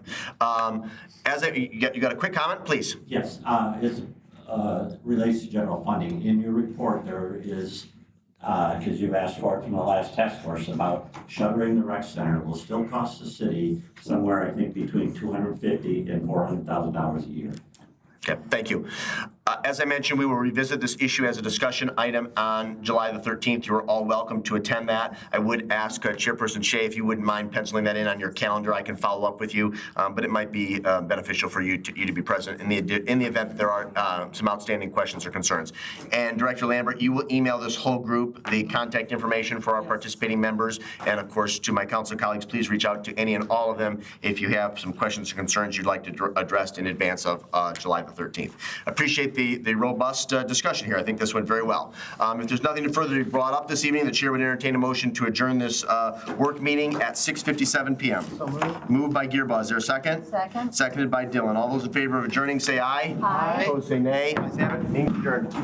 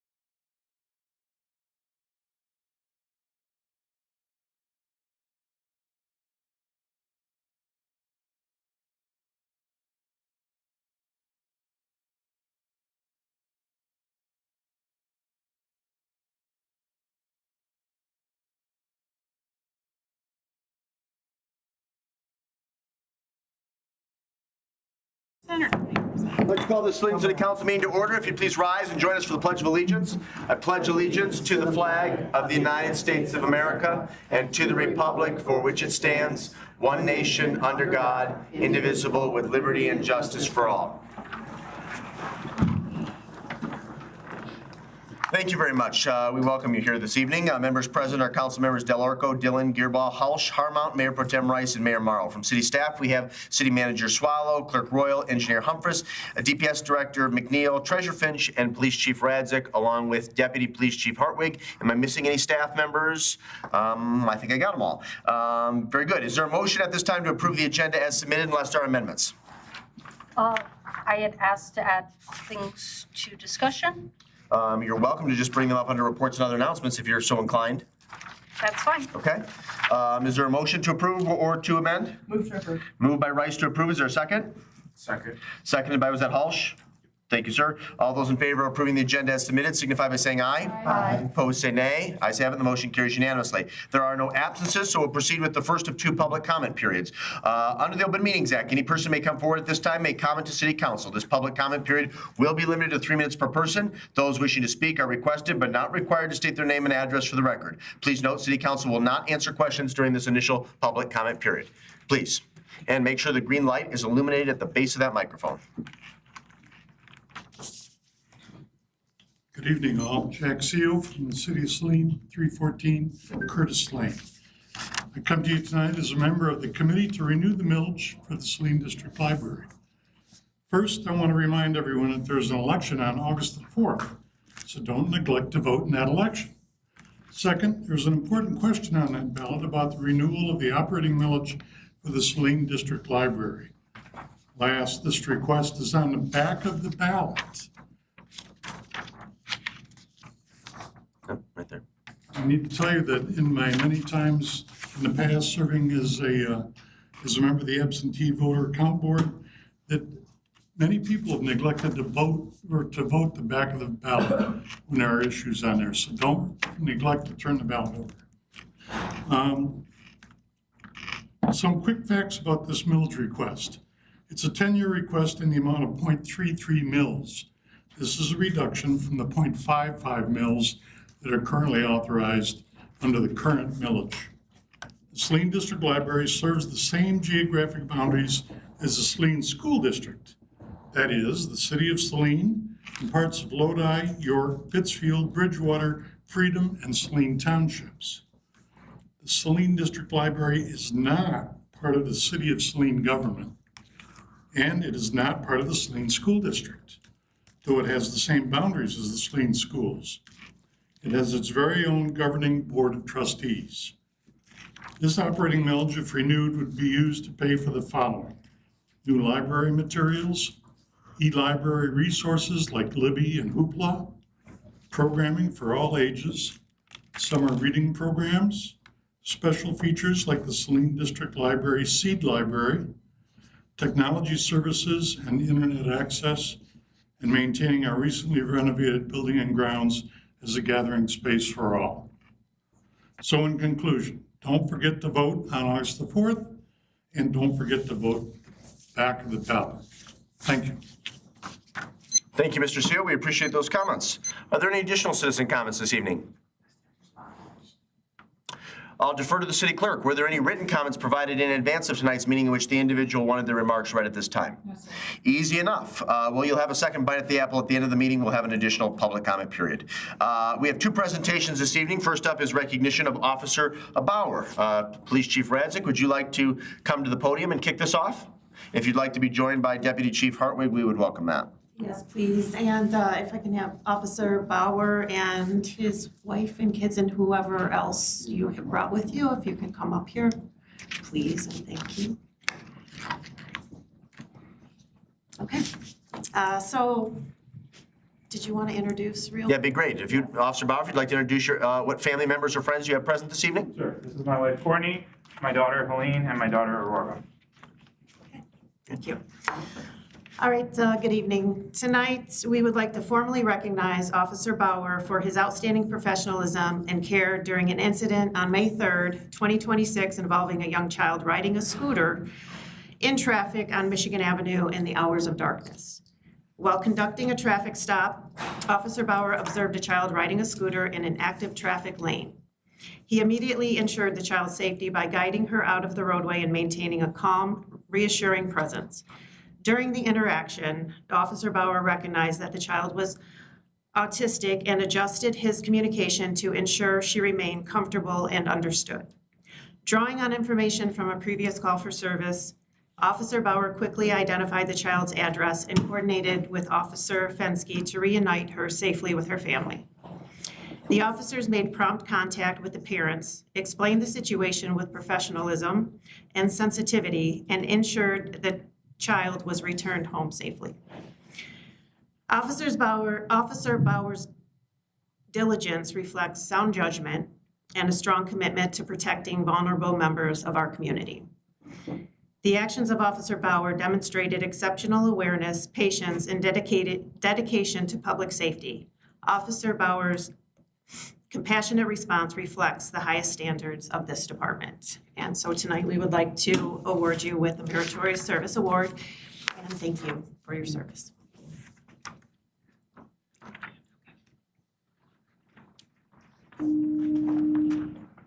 Congratulations.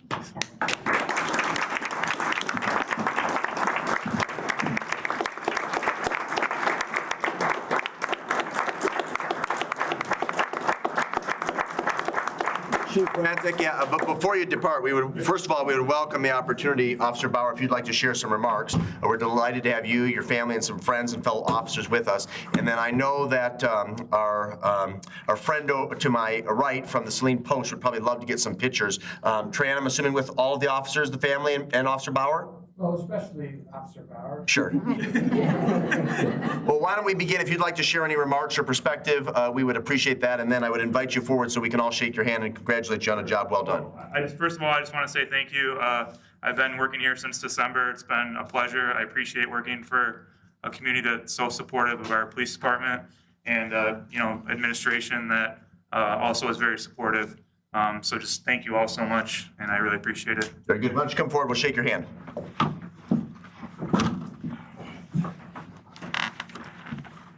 Thank you. Thank you so much. Thank you. Thank you for saving the individual. Thank you. Congratulations. It's a pleasure to finally meet you. Yeah. Thank you very much. Thank you. Thank you so much. Thank you.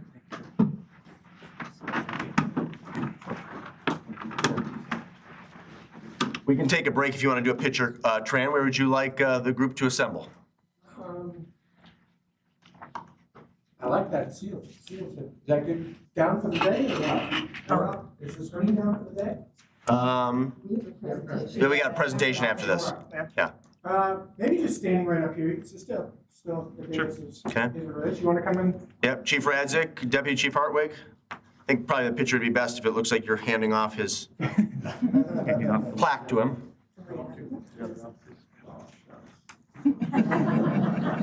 You're okay? Heads in the background. I know, I was just saying the same thing. We should move out of there. Need to photobomb this. No, I don't like the heads in the background. Squeeze it. Yeah, the TV kind of looks a little bit on that, the screen's a little funny, but. Thank you. Thank you. Thank you, everybody. Thank you. Congratulations. Thank you so much. Appreciate y'all being here. Thanks.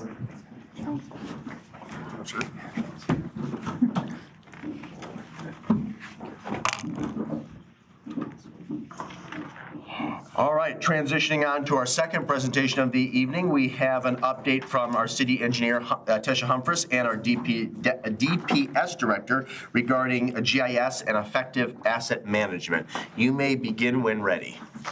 I'm just gonna hook up here my computer. Let me sign in and share my screen. Pull that microphone just a little bit closer to you, Tesha. Yep, okay, can everybody hear me and see? Okay, yes, I'm city engineer Tesha Humphries. I'll let Brandon introduce himself. I'm Brandon, Public Services Director.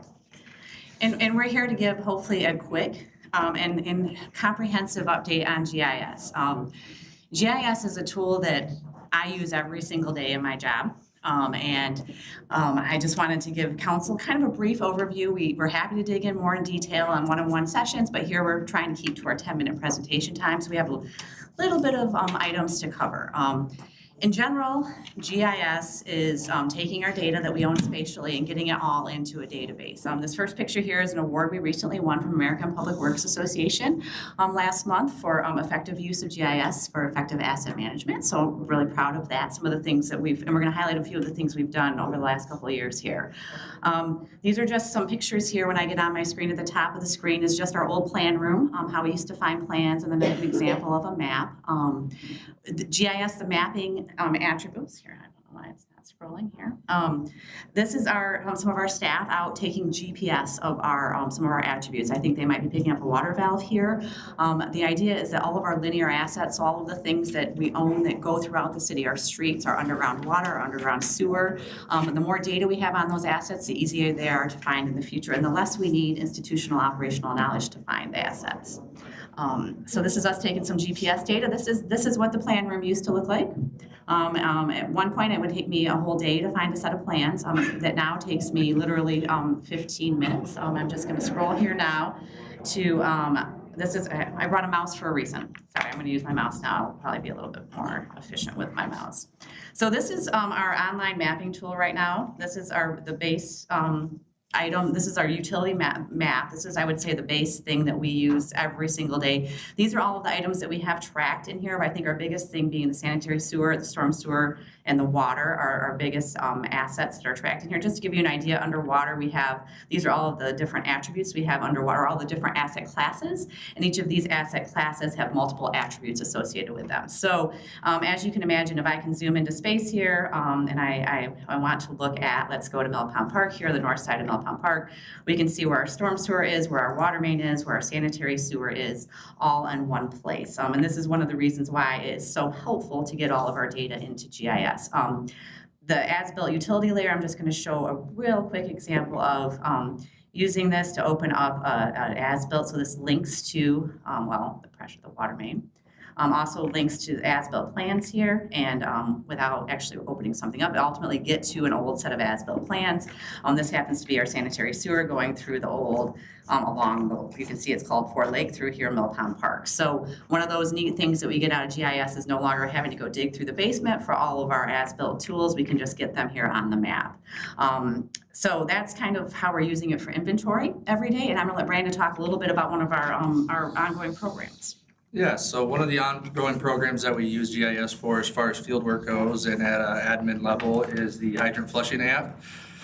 This is a very welcoming app to the city of Saline here. So basically each year the assets or the hydrants are turned to a different color, and as staff completes hydrant flushing and answering questions related to the hydrants, maintenance questions for the most part, those hydrants turn to a different color, typically green, and we can track how far the field workers have made it on a given weekend for hydrant flushing. And then the other really nice aspect of that is the maintenance portion of it, which is really what I look at the most with the DPW director is the maintenance portion of this, which we are going to heavily get involved with. I got with IT director Chris Schwank, we got tablets coming in. We'll be utilizing those tablets in the field every day to update what we're doing as far as GIS work. So as you can see, we are tracking the various maintenance things that we have to get done regarding our fire hydrants. So it gives you a breakdown of exactly what needs to be fixed.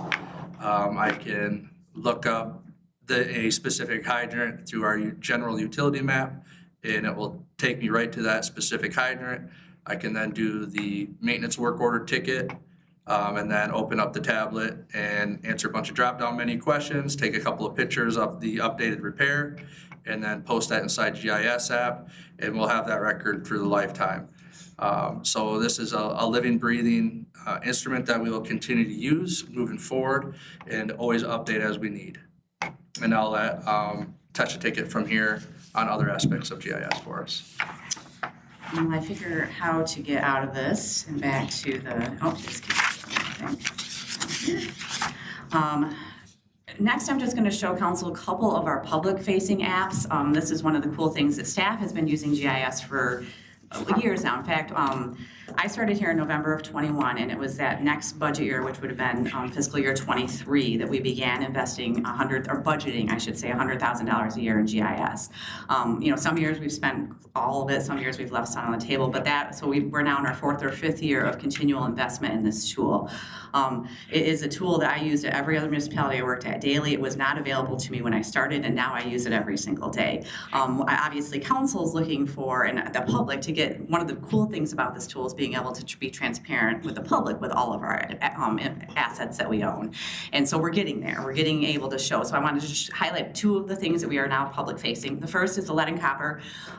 We have gotten a big grant. I think we've talked a lot about the $600,000 we got to investigate water service leads. This is us, an example of GPSing. This is us actually digging down and verifying the material of various water samples, water service leads throughout the city. And what we've been able to do with this is, why is that? Oh, here we go. Go to,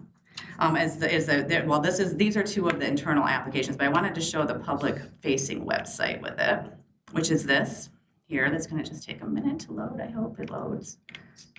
Apologies, it's a little slow.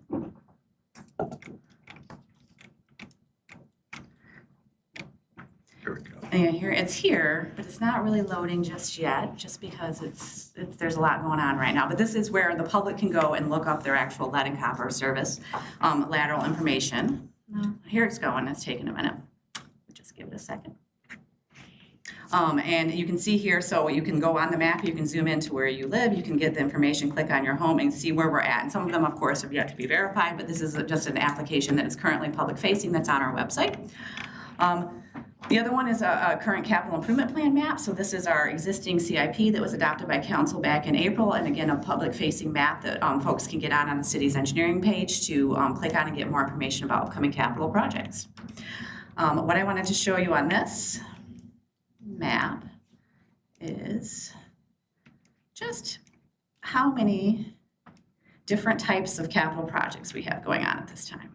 These are the categories we have: non-motorized, parks, the rec center is its own separate category, stormwater, streets, wastewater, water, citywide, facilities, and bridges.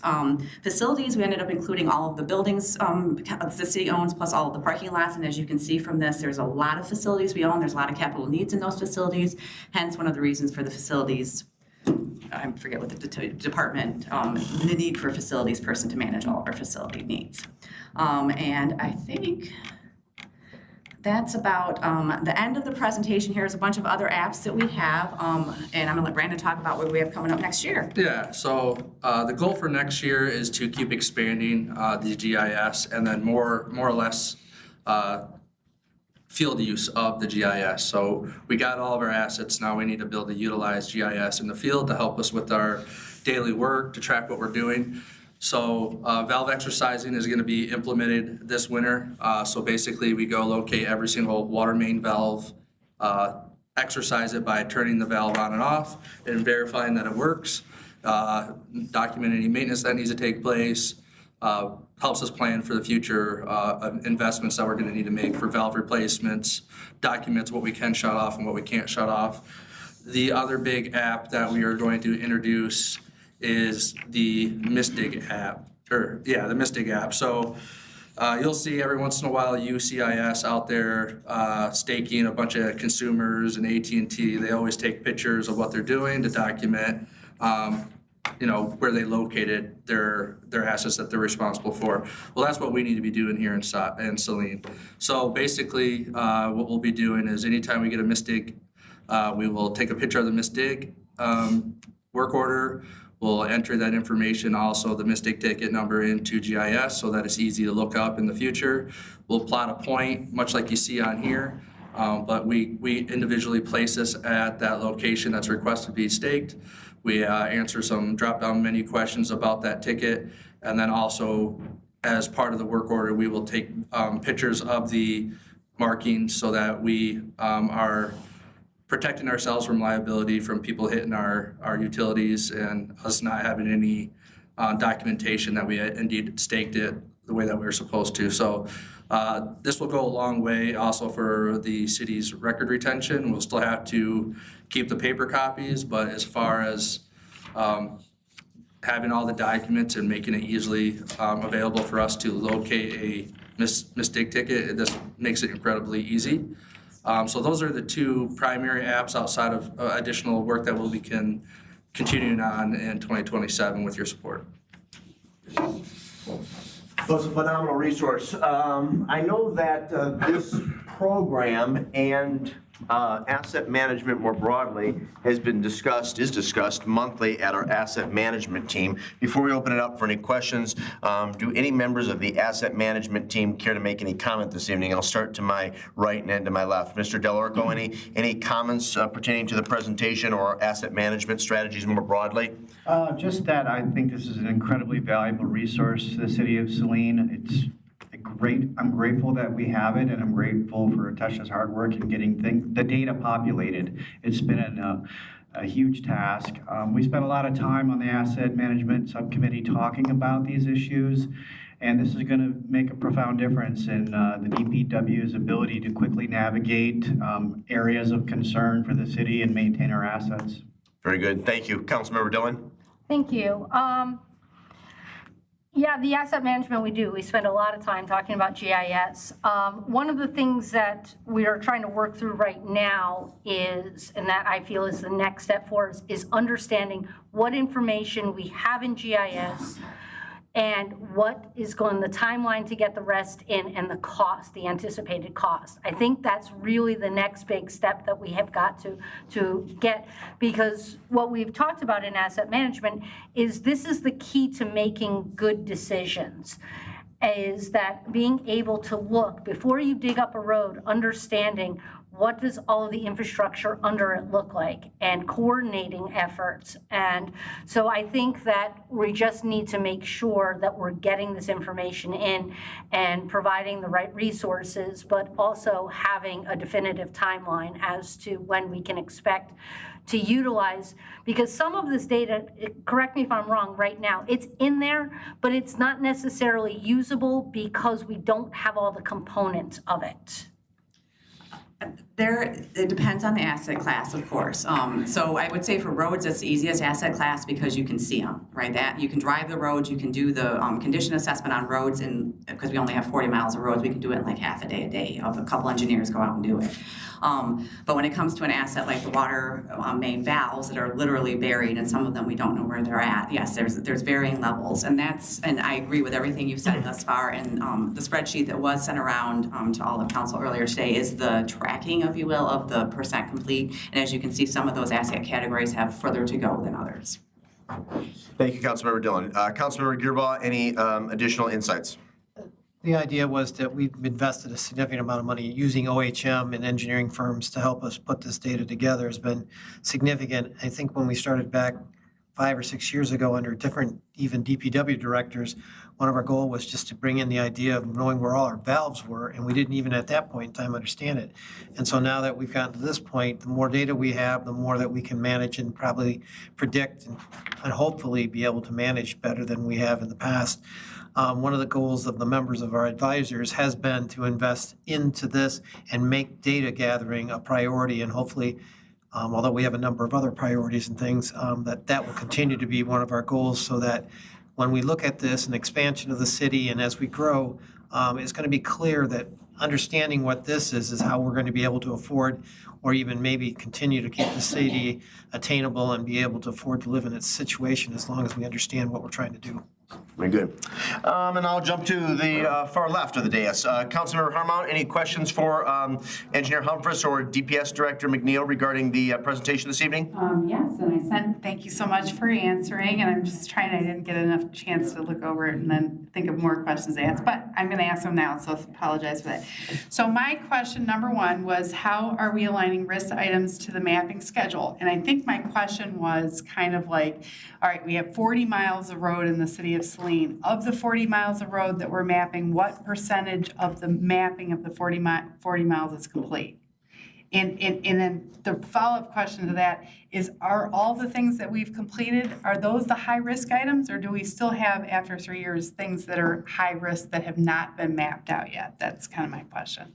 And I'm gonna transform, I guess, high risk with essential, because the Asset Management Committee has classified all of our assets as essential, safety, or community enhancement. So we're not the Risk Mitigation Committee, though they have a different set of metrics that they're going off of. But when it comes to the Asset Management Subcommittee, we've definitely, and so I'm kind of taking what you're asking to be essential assets that we own. Yes. And so the spreadsheet, so what we are tracking in the spreadsheet is what percentage we have in GIS, first of inventory. So asset management, effective asset management starts first with inventory. What do you own and where is it at? So what percentage of inventory do we actually have of each of our asset classes? I'm going to start with just 3 simple ones: sewer, water, and roads, just for examples, even though our asset list is, I think, 34 total asset classes.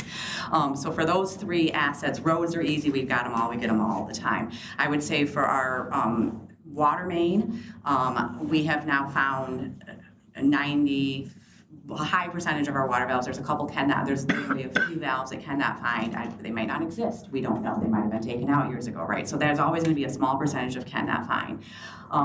With our sanitary sewer, we have found all of our manholes, so that's inventory. The next thing we track is condition assessment of each of those assets. So do we have those assets, do we have a condition of every single piece of those assets?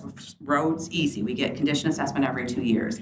For the sanitary sewers, we're spending $250,000 a year to CCTV.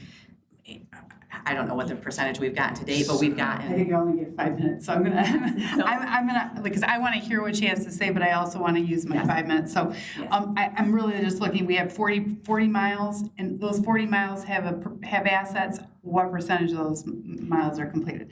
How much money have we paid so far for the mapping of GIS? You mentioned it's $100,000 a year. That's a great system. It's super needed for the city. Once we finish mapping all our assets, does that dollar amount drop? So that's another question. Yes. Okay, what percentage, and my third question that you had answered, which, thank you again for your answers, what percentage is completed, or how many more, that was a question I asked. And then, do we own information that's been mapped regardless if we're ongoing agreement with them? And your answer to that was yes, but we might need to have a consultant to, your response specifically was yes, we own the data, but we need a consultant's technical support to manage the query of the data. In-depth use of the system is beyond our in-house capabilities. So we would have to come up with some solution. So thank you for answering those questions, and I don't know if I want to, give you the rest of the time to answer them, so sorry. So I'll be quick. I do think that eventually, yes, the goal is to decrease the investment in GIS as we are using the tools more in-house, but I never envision that we're going to be able to, we'll never have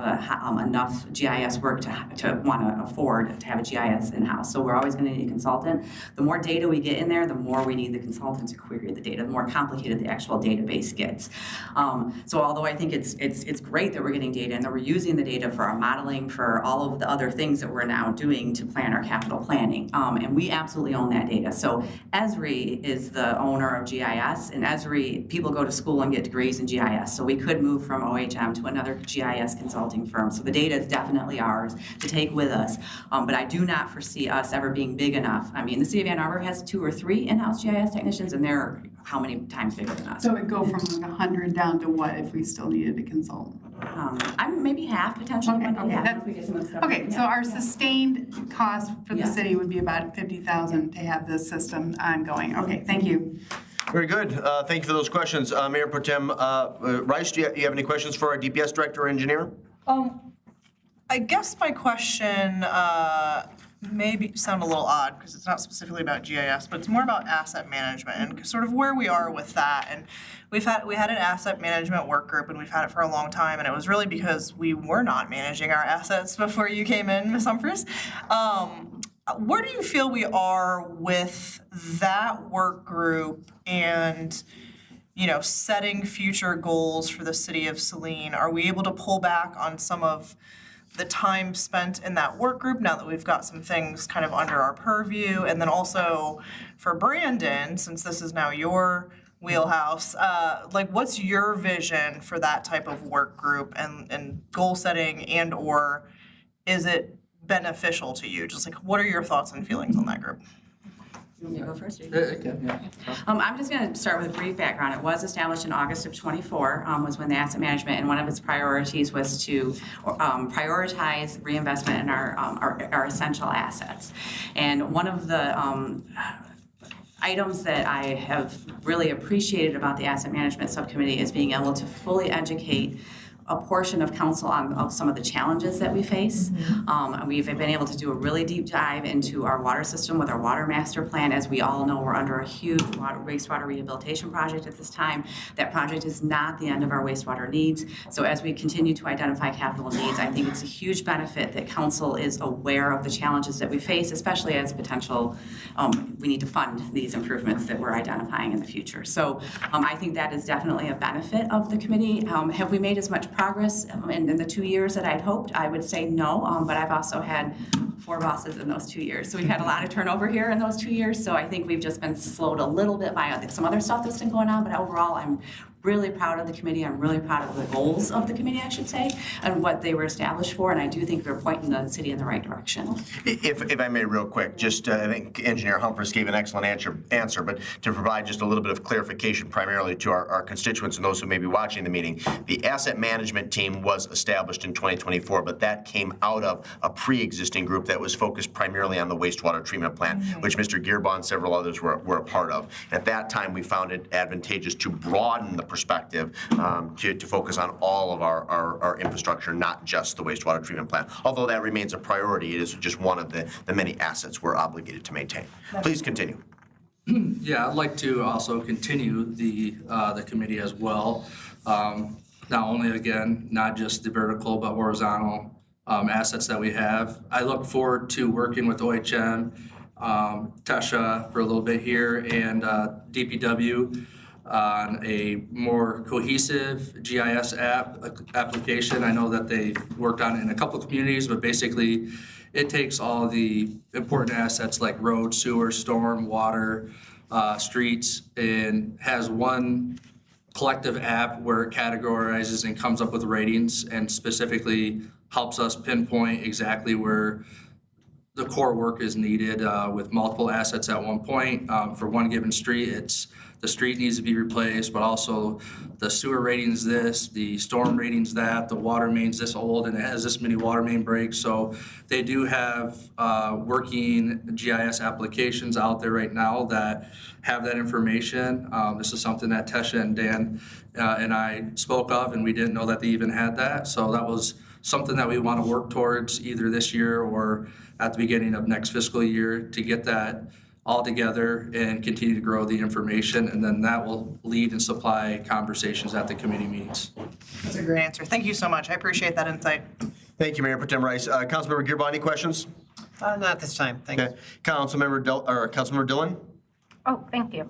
No, I think the only question I would have is, do we need to invest more dollars to expand the program or to ensure that we're doing things at a faster rate so that we have the information at hand?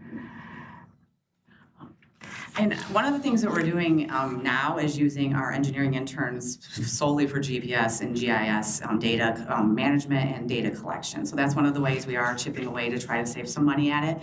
I do think that some years we have actually struggled to spend the $100,000 just because of sheer workload, and other years we've gone and done a bunch of field work and burned through it. So it seems to be a good number that we're hitting consistently and continuing to make progress. At least that's my observation at this time. And my follow-up to that is, we've looked at different approaches, and it's, do you recommend a zone approach or just we've talked about different things, like while you're in an area working on, say, redoing a road, do you inventory everything that's associated with that road, the trees, everything like that while you're there, and cross that off like, okay, this block is done? Or do we break up the city into quadrants like we tried to do with the sidewalk program and say, okay, well, this portion we feel like we have a really good handle on? Because I feel like we've got pieces all over, but I don't know when we're gonna actually see the vision of the picture. And I agree, we do have pieces all over, and I think it's always going to be a little bit of pieces all over because this is a living document. Now, my recommendation as far as zone or all in would be all in on the essential assets. Because like signs, for instance, is one thing we don't have any data on, but that's not essential. Sure, it makes it look prettier. Sure, it's safety. It's definitely in a category that's worth looking at, but I would recommend that first we focus on the essential assets first, and that would be my recommendation on it. Yeah, just to expand on that a little bit, to give a more understanding of why that is the case, let's just look at sewer mains in general. The investment of money that it takes to CCTV and clean sewer main is extremely costly. So we couldn't just focus on trying to get just that asset taken care of. You'd be in millions of dollars that we would ask for you to approve in order for us to take care of that in all 1 year. And then having all that information means that we also need to allocate funds to repair those things that we know are existing at that point in time. You only really get a certain amount of time that you really should act on repairing those things once you understand that they're out there. So that's why certain assets take time and years. Sewer mains should have been started years and years ago, and you keep working on it. And so that's just one example of why, sometimes they seem hodgepodgey, but that's just for the funds that we have to work them that way. No, I understand that. What I'll look at is the Northview neighborhood right now. We were able to leverage a SEMCOG grant because we had already inventoried the sidewalks, and then we were able to get a grant to do the ADA. So I guess because we were able to do that whole area once and sort of looking at chunks, if that's something that we should be more in line with trying to do. Yeah, the only follow-up I got with that is, again, when it comes to sewer main TV work, we prioritize the areas with OHM on the roads that need the most repair, so we can try to correlate that information together. So that's something that we do try to correlate so that we can come up with projects that make sense of we have to wait until we can do a full rehabilitation on this, opposed to just focusing on sewer main repair or just water main replacement. So we try to group those together when we can, if that kind of helps explain it a little bit better. No, I appreciate that because coordination is always a great thing. It's very difficult to see a road that was just redone that has that has big holes in it or steel grates over it, as we've seen in the area here.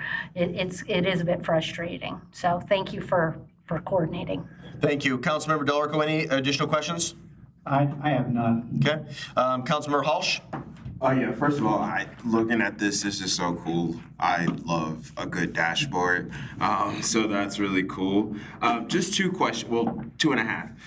You mentioned public-facing modules. Are there any additional ones that the engineering or Department of Public Works plan to roll out to the public beyond the ones you've mentioned?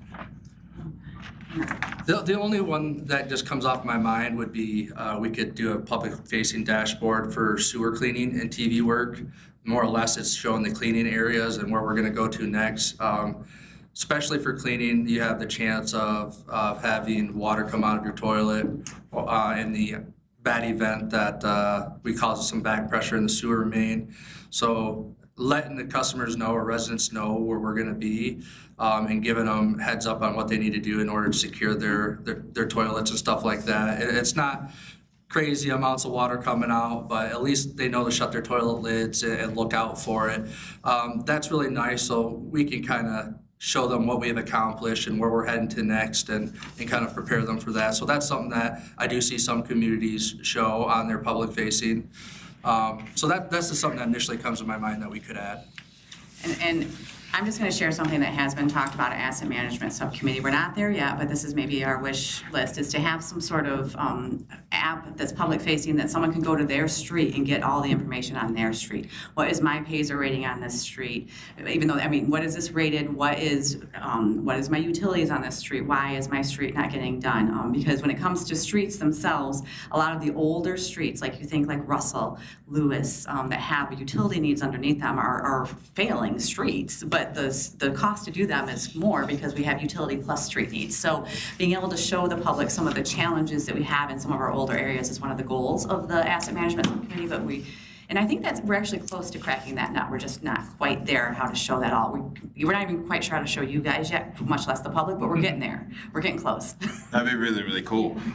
Where do those current public modules live on the city's website? Yes, the capital improvement plan is on City Engineering's website, and I'm honestly not positive where the lead and copper falls on the city, but if you type in City of Saline lead and copper map, Google takes me there anyways, but because it's ultimately on our website, but it's redirecting to Esri, because it's an Esri, it's really not something we're hosting, Esri's hosting. So you go to our site and you get redirected to Esri anyways, which is the GIS database. Awesome. And then you mentioned modeling. Are there any predictive or forecasting capabilities within GIS? Well, I think it's more when you have accurate data in GIS, then you can use that data to do the modeling, and that's where all the predicting and forecasting comes in. And we have absolutely done that. One of the very cool things we've done this year is converted our steady state water system into a time extended period simulation, so we can look at our pressure in different areas of our water distribution system. It's helping us to optimize our pumping rates out of the plant. It's helping to identify issues so that we can help invest in our water system. So being able to develop this straight comes from having accurate data from GIS and using that. And we're also using OHM's modeling team, which is nice when all the data is interconnected in here. And then just one last question kind of on that same note. Does GIS, or do you think it will get to a point excuse me. Do you think it'll get to a point to where we can start to maybe predict the life cycle okay, because I think that would be really cool. Once we have enough data, but we have to have all the data. And like Director I apologize. McNeil was describing is that it's going to take some time to get all of that data though, because some of that data is very expensive to get when you're going with the underground stuff. So I absolutely think we'll be there someday, but we have to have all that data to do some of that analysis. Awesome, thank you. Very good. Thank you both. Appreciate your leadership. Oh, I'm sorry. Mr. Mayor, Yep. while we have you here, you just mentioned the sewer cleaning and the pipe lining. We, I think, might have been the first area this summer to have that done, and the pamphlet that was left on our door didn't even mention any of the things that you mentioned until the very back. It was way too much information. I just needed the information about what you needed me to do in my household. So if you could talk to our contractor. Absolutely. I can't imagine we were the only ones. It was a small area, so I don't know how many homes were affected, but I literally had to sit down with it and go, what is this telling me? What am I supposed to do in my own home? So, and we didn't understand. It meant like low water usage, closed toilets, things like that. So Absolutely. if you could just check on that. I'd never reviewed that because we started it like a couple weeks ago, and so I will get the pamphlet. I will sit down and review it with Ryan and Tesha if we got some time, and we can ask for it to be updated, and we can use those going forward. Yeah, it was like, it was just too much information. It was cool, I get it, like I understand what's happening now, but like the point of what I needed to do in my house needed to be right up front, and it was literally the last thing. Don't use as much water as you typically do while we line. Thank you very much. Sorry about that. Sorry about that interruption. No, you're good. Thank you both. Appreciate your leadership and your time this evening. Have a wonderful rest of your night. We're going to move on to that wraps up the presentation portion of tonight's agenda. We're going to proceed to the consent portion. The following consent agenda would normally be adopted without discussion. However, at the request of any citizen or council member, any item may be removed from the consent agenda for discussion. Move to approve as submitted. Moved by Rice to approve as submitted. Is there a second? Second. Seconded by Harmount. Hearing no discussion, all those in favor of approving the consent agenda as submitted signify by saying aye. You just went through that. I do actually have a little bit of discussion that I wanted to make mention. Which item did you want to pull? I'm not necessarily pulling, I just want to have discussion. Regarding the sewer charges, I just want to make a statement that we do have a policy at this point in which people can either, when they, let me look at the name of our actual policy, excuse me, the sewer credit relief policy. I do think at this point that council should look to revise that. It has been probably 4 years since we put in smart meters, and there is access through an app, through their website, to get live information. And so I do think that we should now put that on our residents, that this is on their responsibility to have that, and then we can look to relief beyond that if there's an issue with that. But we do provide that, and I think it's important that residents have some buy-in when it comes to their water meters. Fair enough. Mayor Pro Tem Rice, would you mind adding that to the laundry list of items to be discussed at your upcoming policy subcommittee meeting? While that might not be an ordinance, I do think having your group evaluate that further before a formal request is made to council would be appropriate. If there's nothing further, there's a motion on the floor moved by Rice, seconded by Harmount to approve the consent agenda. All those in favor say aye. Aye. Opposed say nay. Ayes have it, the motion carries unanimously. We move on to unfinished business. Agenda item 26-54, proposal from the Saline River Dam race stop log repair. This is simply a motion to acknowledge receipt of the memo from the Spicer Group reviewing the two proposals the city has received from Fisher Contracting and O'Neill Construction for repair of the Saline River Dam mill race stop log repair. Is there a motion to acknowledge? Move to acknowledge. Moved by Dillon. It is seconded by Rice. Engineer Humphries, are you kicking this one off? Actually, we're going to start with the city manager, please. Thank you, Mayor and Council. As you were aware, back in March, we had brought forward a proposal from Fisher Contracting for basically constructing a repair to the stop logs, which are in deteriorating condition and partial failure of some of the stop logs. Since that time, it's been further evaluation by Spicer Group, reached out to a total of 5 contractors in an effort to obtain some guidance as well as proposals for cost on what it would cost to basically repair the stop logs in place, as well as some other alternative methods to look at how we could make those repairs. With that, we, as you are aware, the proposal from Fisher was significantly, was very expensive, $580,000 roughly for that proposal. A large portion of that was to construct a cofferdam around to basically isolate the stop log structure in the mill race as well and be able to repair that in a dry condition. Looking at ways to, and the cost of the cofferdam alone was about $300,000. So looking at ways we could potentially reduce that cost, value engineering, if you will, to take a look at different methodologies for repair of the stop logs. We do have a proposal that was in your packet this evening from O'Neill Construction for significantly less, about roughly a little over $50,000 for that. However, there are several omissions, if you will, from that proposal.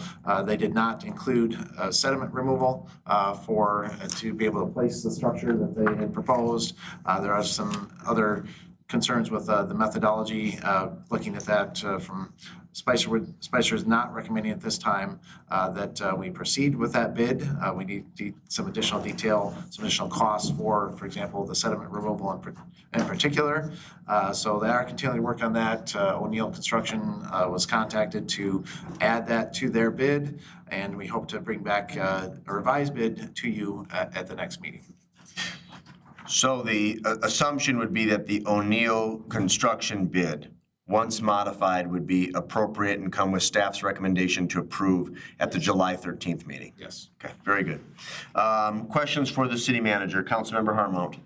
Hi, thank you, Dan, for answering some of my questions. Just to clarify, so the one quote, the original quote that we got from the first company was $580, and the second quote we got was from the other company was $51,000. And the $51,000 did not include a lot of other things, so it seemingly even after we add in the sediment removal, there's still a really large gap between the two different companies. Can we get like maybe both of them in to clarify the scope of the work and make sure they're quoting accurately? the main difference in the scope of work was the cofferdam, so that was about $300,000. I know there's still a gap there relative to some of the other work. So we can certainly detail that out and have Spicer Group probably review both proposals, exactly what scope was included.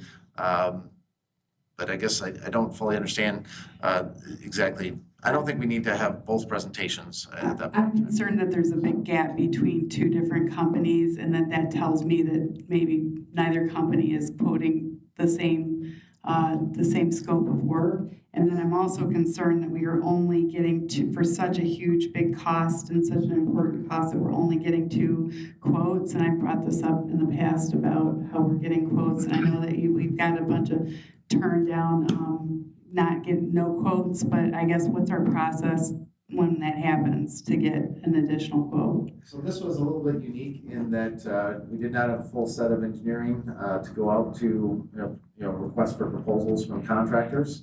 The reason for that is because we wanted some input from the contractors to work with them on how, what methodologies would work, some additional details from the site. And so with that, we did not bid this out in a formal bid process. We actually solicited quotes from contractors. And so this was unique in that we felt that was the best approach for this particular repair, because it was not a clear picture as exactly how to move forward with the repair. Okay, so now we know what the scope of the repair that's recommended. Can we have that scope communicated to both the companies so that they're aware and they can re-quote? We can ask Fisher if they would re-quote with this design, but the proposal that they had submitted, they would prefer to do the cofferdam, and that was something that we specifically talked about, trying to look at other methodologies for avoiding the cofferdam. Okay, and so they were not willing to provide another solution? Fisher was not at this time, no. If I may, assuming that the proposal from O'Neill Construction, it comes with staff's recommendation on the 13th.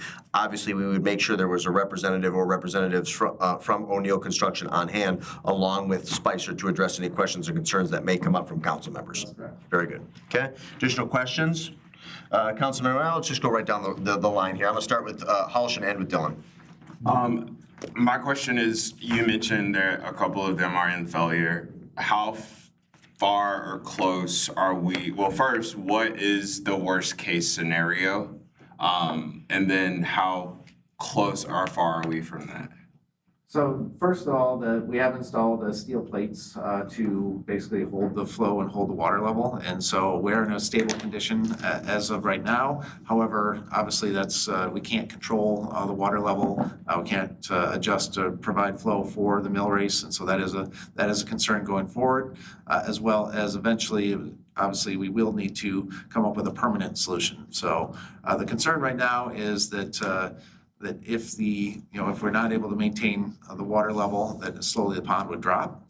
And so that is, at this point, it's been stabilized with the steel plate measures, and we don't have an urgent situation, but there is concern going through another season, another winter with those temporary steel plates in place. So I think the short answer is we need to try and effectuate a repair this season. And get away from the temporary measures that we've used to provide for the water control. Okay, yeah, I think the biggest concern from when we first started having this conversation is I hear the word failure, or that we're in a state of failure, and I kind of always think worst case scenario. So hearing that we have found a stopgap of some degree to kind of stabilize does make me feel a little better as we continue to get more accurate information with the bids. So thank you. Thank you, Councilmember Hollish. Councilmember Del Arco. Thank you. Just a couple questions, Dan. When I review the original bid, first off, I'll say I'm relieved we're getting a bid where there's not a $300,000 cofferdam. The original bid we got from Fisher was actually $703,000, and the reason it came down to where we were talking about was it states, in order to reduce costs, city staff will complete most of all the sediment and debris removal and site restoration. But why are they not willing to do that with the O'Neill Construction proposal? So with the, as I mentioned, with the cofferdam, you'd be in a dry environment. So there'd be no, right now the sediment is basically under about 4 to 5 feet of water. And so when we asked the DPW staff to evaluate the Vector truck and the ability to complete the sediment removal underwater, our equipment is not really set up for that and would not function under those conditions. Whereas previously, if you had the cofferdam, then it'd be dewatered environment. Okay, I understand. And then secondly, the proposal from O'Neill came in at $51,975 with the with essentially the concrete barrier with stop logs on top of that model. But there was also another alternate provided where they just would go in and do what we were hoping to do originally, was replace the stop logs in the existing channel. And that bid came in at $19,500. Is there a reason why that was automatically ruled out? So that alternate, my understanding is that once the other structure was in place, so you'd have to place the concrete structure, provide for the water level control, and then replace our existing stop log. So that would be in addition to. Oh, so this was on top of the $51,000 proposal? That's correct. Okay. So the other thing that concerned me was the assessment was that after you add in the debris and sediment removal and then the engineering cost, that we would be looking at a projected amount of about $160,000. And I don't have a crystal ball, I can't predict what sediment removal is gonna cost from O'Neill's side, but from the engineering documents from Spicer that have already been provided, they quoted us at $70,000 for their engineering cost with the cofferdam. And when I back off the $34,000 for the cofferdam design features, developing plans and specifications necessary to install the sheet piling, and then I back off the $42,000 for the field engineering that would be in connection with detailed structural analysis of the mill race in a dry environment, I don't see how we're getting to a number that is as high as $160,000 when they quoted this at $70K and I backed that all up. Their engineering cost should be significantly less than $70,000 if we're doing it to the scope of work assumed under the O'Neill construction bid and not the Fisher bid. There's still some upfront permitting costs from Eagle that will. Right, that was in their quote. Okay. Yeah, that's all in their quote. So it's detailed in this information provided in the March 16th packet. Cofferdam was task 1, structure survey task 2, administrative as-built drafting task 3, task 4 is field engineering allowance, and they have their Eagle permit applications in here too. I just don't see how they're gonna tack on another $50,000 if this was their bid for the other plan. We haven't seen a proposal from Spicer Group yet. And Okay. So I'm gonna give them the benefit of the doubt. And it'll be tied to the scope of work for O'Neill if that's what we ultimately choose. All right, I look forward to seeing the future proposal from Spicer and from O'Neill. Thank you, Councilmember DeLarco. Councilmember Dillon? Thank you. I asked one of my questions earlier today, and that was regarding the inflatable cofferdam. And Mr. Swallow, you had said that that's not an option for us? At this point, based on the review from the contractors we spoke to, as well as Spicer Engineering, they feel the inflatable cofferdam would be a problem for a couple of reasons. One, the sediment on the bottom, it would be undermined, would be difficult to set up, as well as this is a very, typically you'd be looking at blocking off like a stream channel. This is a very narrow, confined structure, so they did not feel it was applicable in this standpoint, or for this project. Okay. And then kind of just going back a couple of steps, at one point we had talked about putting a barrier on the other side. Is that now off the table? Like, so that instead of, right now the water is stopped, going on the back side of it, either under US 12 or on the Weller's property, and putting a barrier there that's dry. Not on the other side of US 12, we've never discussed that. I mean, we discussed the possibility of, because where the trash grate is and the steel plates are currently controlling the water flow, is possibly working on the backside of that. But the concern with that is that is all supported by the trash rack, and by the time you start altering that and removing sections, that could cause a stability issue. Okay. I just want to kind of understand, I mean, this issue's been carrying on for more than 6 months now. We haven't made a decision.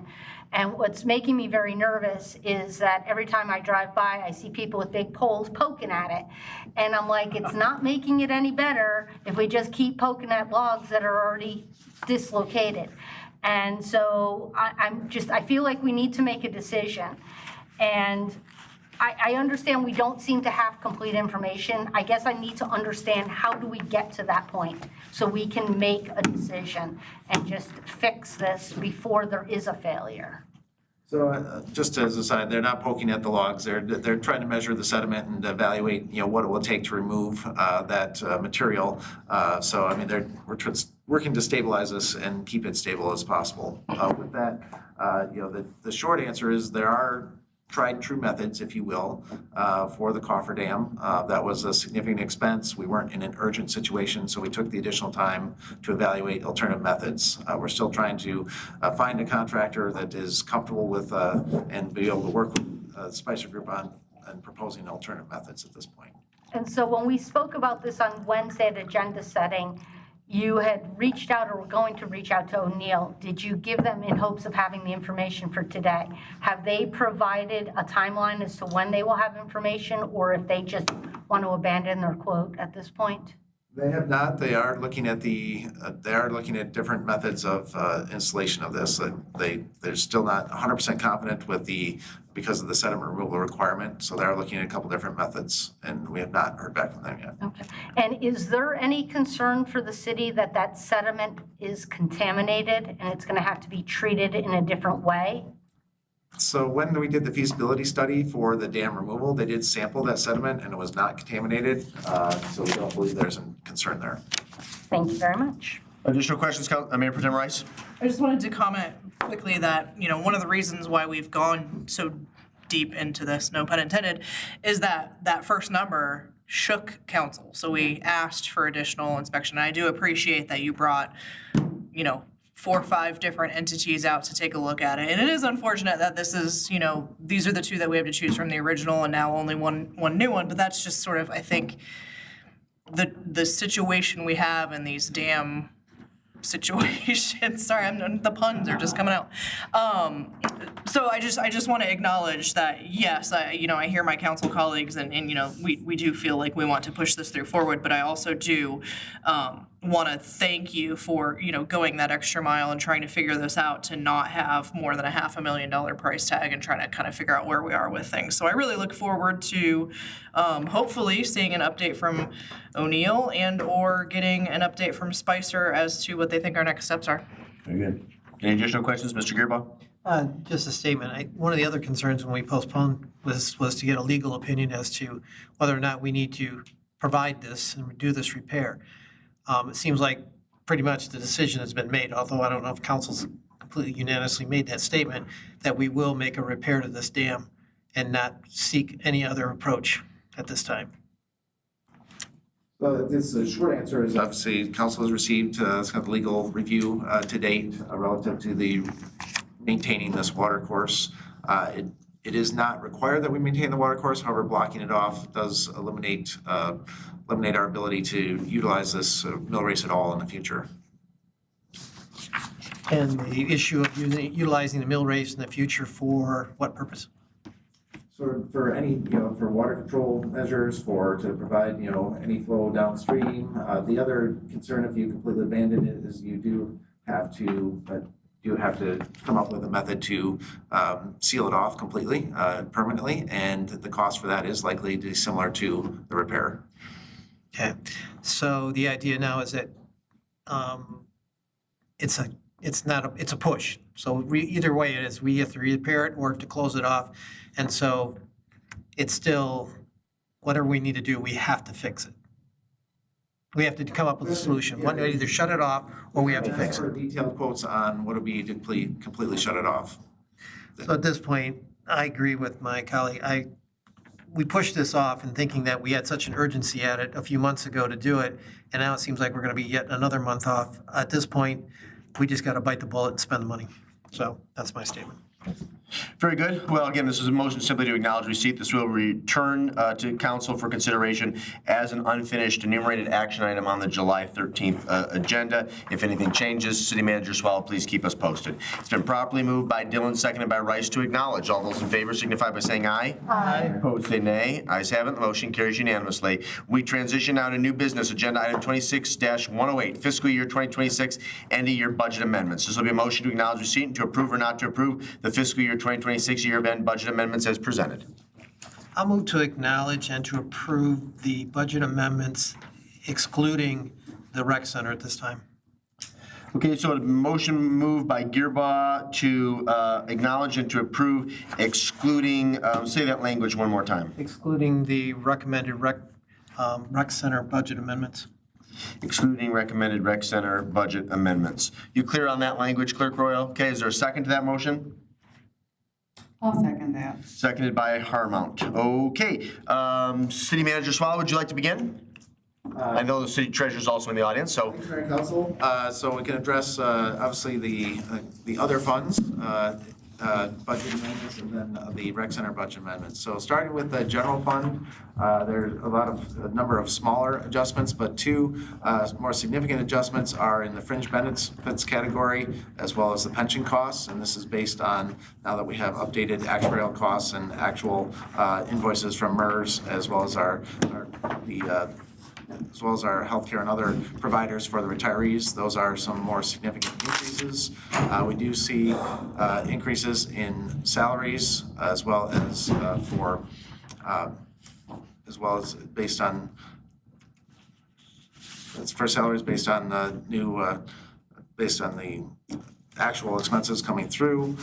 We also see some attorney costs where we've seen some increases there. But overall, I think that there are some smaller adjustments throughout the general fund. And we also, looking up at some of the other funds, namely the major road fund, those are mostly small adjustments to deal with small adjustments relative to supplies, relative to some small increases in salaries, some small increases in overhead. So most of those are smaller increases overall. Local roads, there are some changes there as well. And then finally, the fire special assessment, we see now the Board of Review has reviewed that. And then on the sewer side, this is catching up really with wastewater treatment plant rehab expenses, identifying specifically what has been spent on the wastewater treatment plant, as well as the bond revenue that we're seeing for the wastewater treatment plant improvements. And similarly, on the water side, we have some adjustments relative to the well rehabilitations that we've done, as well as some the TMF grant identifying the lead and copper lines that we've talked about throughout, and the grant revenues coming in from that. So with that, take any questions you may have, and then obviously Treasurer Finch is available as well. Before we take questions, Treasurer Finch, was there anything you wanted to add? I do have just a couple of notes that I wanted to point out. Specifically for the water and sewer, there's a couple of pretty significant amendments there. I just want to highlight that there's no change to the overall authorization or cost for those projects. These are simply capital projects that span multiple years. So we're adjusting to make sure actual progress with construction in this year is aligned with what we have budgeted. There will be a corresponding amendment in 27 where we'll probably reduce how much we're spending at the wastewater plant, since we've obviously made significantly more progress in 26 than was originally budgeted. So I just want to highlight that. They've also got that corresponding revenue there for the revenue bonds that are coming in. So that's a net zero between those two items. Same for that TMF grant. That's something that's spanning multiple years. So here at the end, we're just looking to clean that up and align that with actual construction progress. I think the only other statement I wanted to make is while we have several amendments tonight that are increasing and allowing for more expenditures, we have a lot of items that are going to be coming in significantly under budget. So the overall impact on fund balance is going to not be much different than what was presented during the fiscal year 27 budget discussions. I still anticipate we'll be unassigning about $900,000 from the legislative changes line to restore us to that 15 to 18% mark. So the overall impact of these is not going to be material at the end of the day when we consider the line items that will come in under budget. It's like 129,000, right? They ask and change. 129,000, I'm sorry. So for the rec center, Oh, that's the rec center. Yes, speaking, I know your motion is not for the rec center, but I assume we. I was looking at the net change in green. Yes, that's specifically for the rec center Okay, fund. It's a And that's positive. been removed from by the motion. Okay. Right, I'm not sure if it's appropriate to discuss that. It's probably worth mentioning that it's an amendment I'm recommending so that that fund does not have a deficit.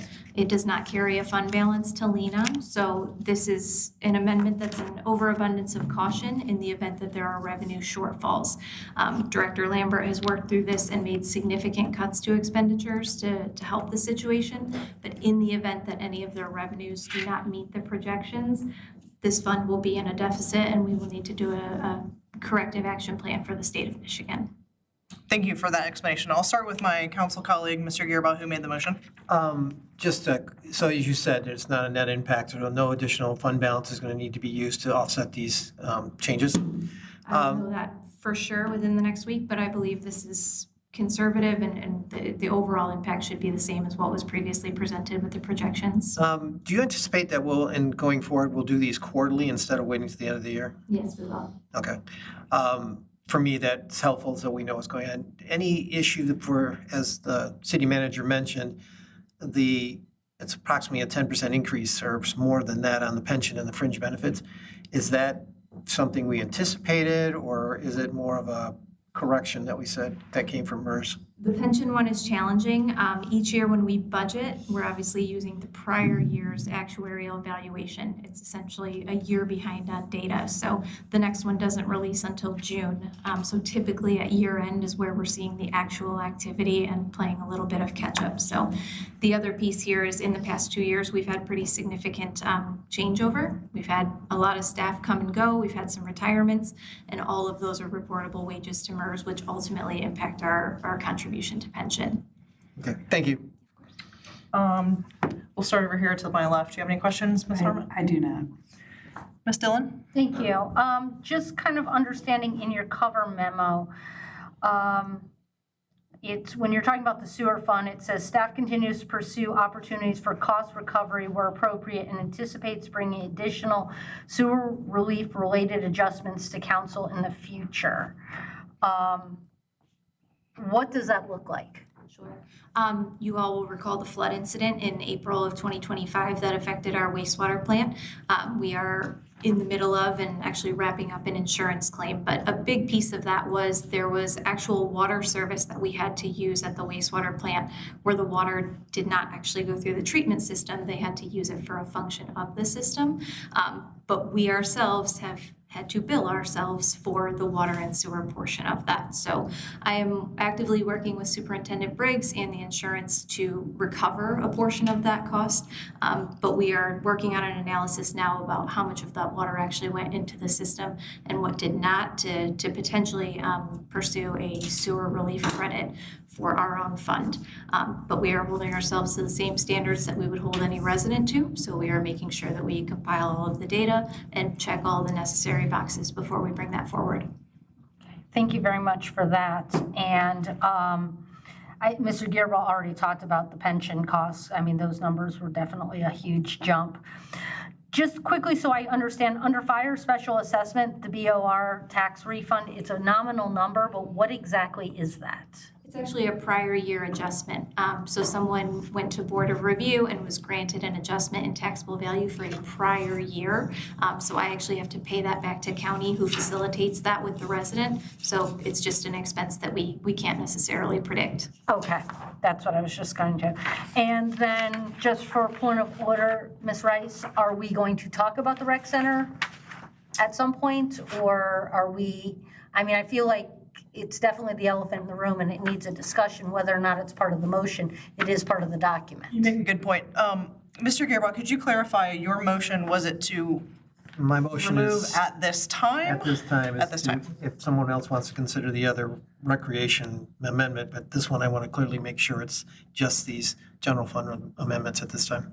So just, I'm sorry, just so So if someone clarification. wants to make a me. motion in terms of supporting the recreation in a separate motion, but this motion right now But is. where would we have discussion about it? Under the Because- second motion. Under the second Under motion. second We have to motion. just have a second motion to just Yeah. acknowledge that part of it? Okay. So, yeah. Just understanding, thank you for the Yeah, thanks for the policy and question. procedure. Mr. Delacroix? I have no further questions on this issue. Mr. Halsh? Janet answered or asked my question and had an answer, so yeah, none for me. Okay, so for this motion, hearing no additional questions, we have it moved to acknowledge and approve fiscal year 2026 year-end budget amendments without recreation at this time, and the rest as presented. That's moved by Gearbow, second by Harmont. So we will take the roll. All those are in favor, say aye. Aye. All those against, say nay. Nay. So the motion passes 6-2. Speaking of the rec center. No. The You got math. the wrong math. Yeah, that's. Oh, I'm sorry, because we have one absence. I apologize. It's 4-2. 4-2, sorry. Thanks, y'all. You know I do this like twice in my entire tenure. So is there a motion to discuss, to acknowledge or I will make a approve? motion to acknowledge the fiscal year 2026 year-end budget for the rec center. Is there a second to that to acknowledge? Second. All right, so motion to acknowledge, City Clerk, do you have that motion to acknowledge the budget amendments for the rec center for fiscal year 2026? Yes. Acknowledgement only. So let's discuss the rec center. And you did just present us with a little bit of information. Was there anything additional you want to say before I get to my colleagues with questions? No, I would just reiterate my statement earlier. This is an overabundance of caution in the event that revenues do not meet the projections that we have laid out before you. Director Lambert has done a significant amount of work throughout the year to lower expenditures. I would remind you too that previously in the year, we reduced, I think, another $45,000 in expenditures related to operations to accommodate the capital expenditure related to the additional work for the DHU. So we've done a lot of work here to accommodate the ongoing equipment and facility needs. And operationally, they're really putting pen to paper to limit their spending where they can. So I think it's incredibly critical to approve this amendment so that we do not find ourselves with a fund that has a deficit at year end. I would note that while I'm recommending $70,000, we will only transfer the additional amount needed for revenue shortfalls. So in the event that, we're $20,000 short, that's the only additional transfer we'll do. This just allows us to do that transfer up to $70,000 in the event that we have any shortfalls. Great. And Mr. Swallow, did you have anything to add to that? I think it's critical not to incur a fund deficit. There's obviously a number of changes throughout here that, but for the most part, I think the rec center has done a great job at reducing expenses where they can. And I think that, this is a reasonable approach to go forward, even though I know there's a concern about providing any additional resources relative to supporting the rec center. I think it's a reasonable ask to provide for some additional resources on the revenue side so that we can balance the budget and not incur a fund balance deficit. So Ms. Dillon, I'll open the questions with you since you were the mover. Thank you very much. I just want some clarification to kind of understand. So, just sort of starting right at the top, we've got a $30,000 deficit for membership, correct? So. We don't have a deficit, I'm just You're projecting $30,000, okay, yes. And then there are several other, unfortunately, there's several other things that are coming up here that are in parens. What I'm trying to understand right now is things like IT allocation, salaries.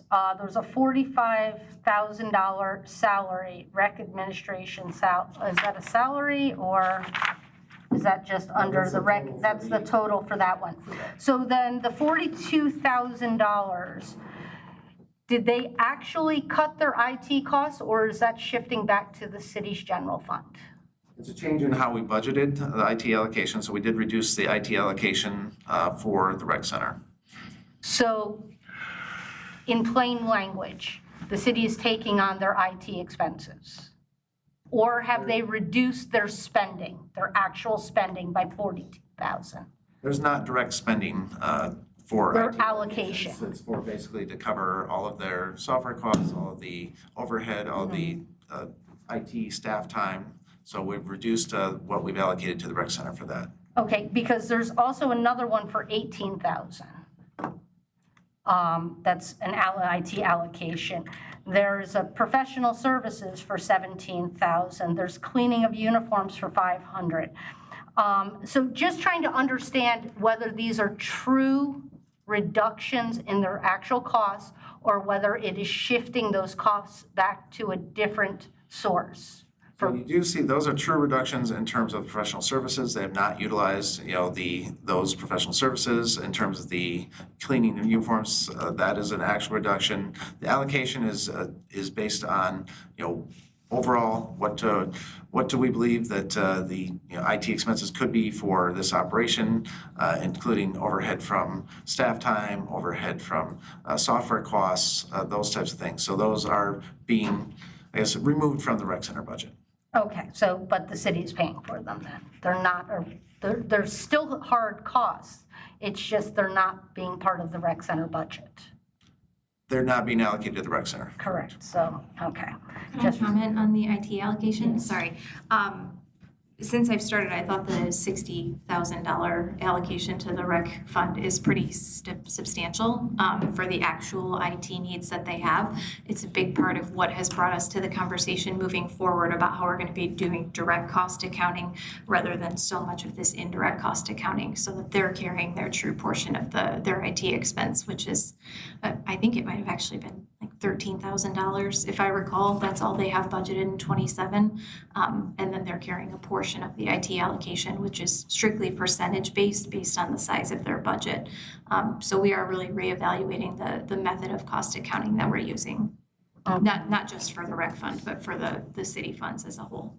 Okay. And then there's some reductions for programs, and these were things that, just trying to understand, is this that there were fewer of those programs? Or did you over anticipate the number of programs that there were going to be and you're reducing it? Or just trying to understand how these numbers are working here? I admit that Sunshine would be more of the expert on where some of these adjustments come from, but program specific, typically there is an adjustment to the revenue and the expenditure. If there's going to be less people involved and less money flowing in, then we're obviously going to have fewer expenditures related to that program as well. So they don't always net zero, but there's typically a revenue and an expenditure effect when there's less participation in the program, or vice versa. If there's more participation, then we see increased revenue and expenditures. So one of my biggest concern is, you had made a statement, and it's something that's come up a couple of times over the years, which is we don't want to have to file a corrective plan with the state. So the city jumps in and saves the day. We keep doing that. At what point do we say the system is broken here and they have to, I don't want to see them fail, but the city cannot keep constantly bailing them out. I just don't understand. We're creating budgets, and maybe it's because we're going all the way to a year-end amendment schedule instead of quarterly, to sort of see where sort of the wheels are coming off the bus, and kind of because I know that some of their numbers were down because the pool was closed. Well, that's gonna be an ongoing issue. You look at all these projects that they're gonna do, that pool is gonna again be closed, and that's gonna be a revenue source. So at what point do we say we can't keep doing this? And I'm not looking for an answer, it's just a matter of, we just can't keep giving them money in this context, in my opinion. Mr. Gearba? Councilmember Dillon is basically identifying my concern. The reason why I took this off is if we're going to properly do cost accounting, changing an IT allocation the 11th month into a budget year has a big question for me. And the concern is, we've done this in the past to avoid corrective planning. Doing it at this time, for me, seems to be very much a concern in terms of how we do our accounting for our city. I would much rather have that in there and have you identify another $60,000 in allocation required to support it, so that we're moving in $130,000, than to change our accounting midstream. And this is a concern for me right now, to say that all of a sudden our allocation approach is wrong after we moved into a budget year and an 11th month. I mean, if it's a major problem, then we're gonna have to go back and change it in every single one of our fund balances. That's the issue. And did we do that? What we are doing moving forward, we're reevaluating all of our cost allocation. But moving forward. But in this case, we're doing it specifically for this fund balance. Have we done that for every other fund at this point? You haven't proposed a change in the allocations for anyone else, have you? No, I have not.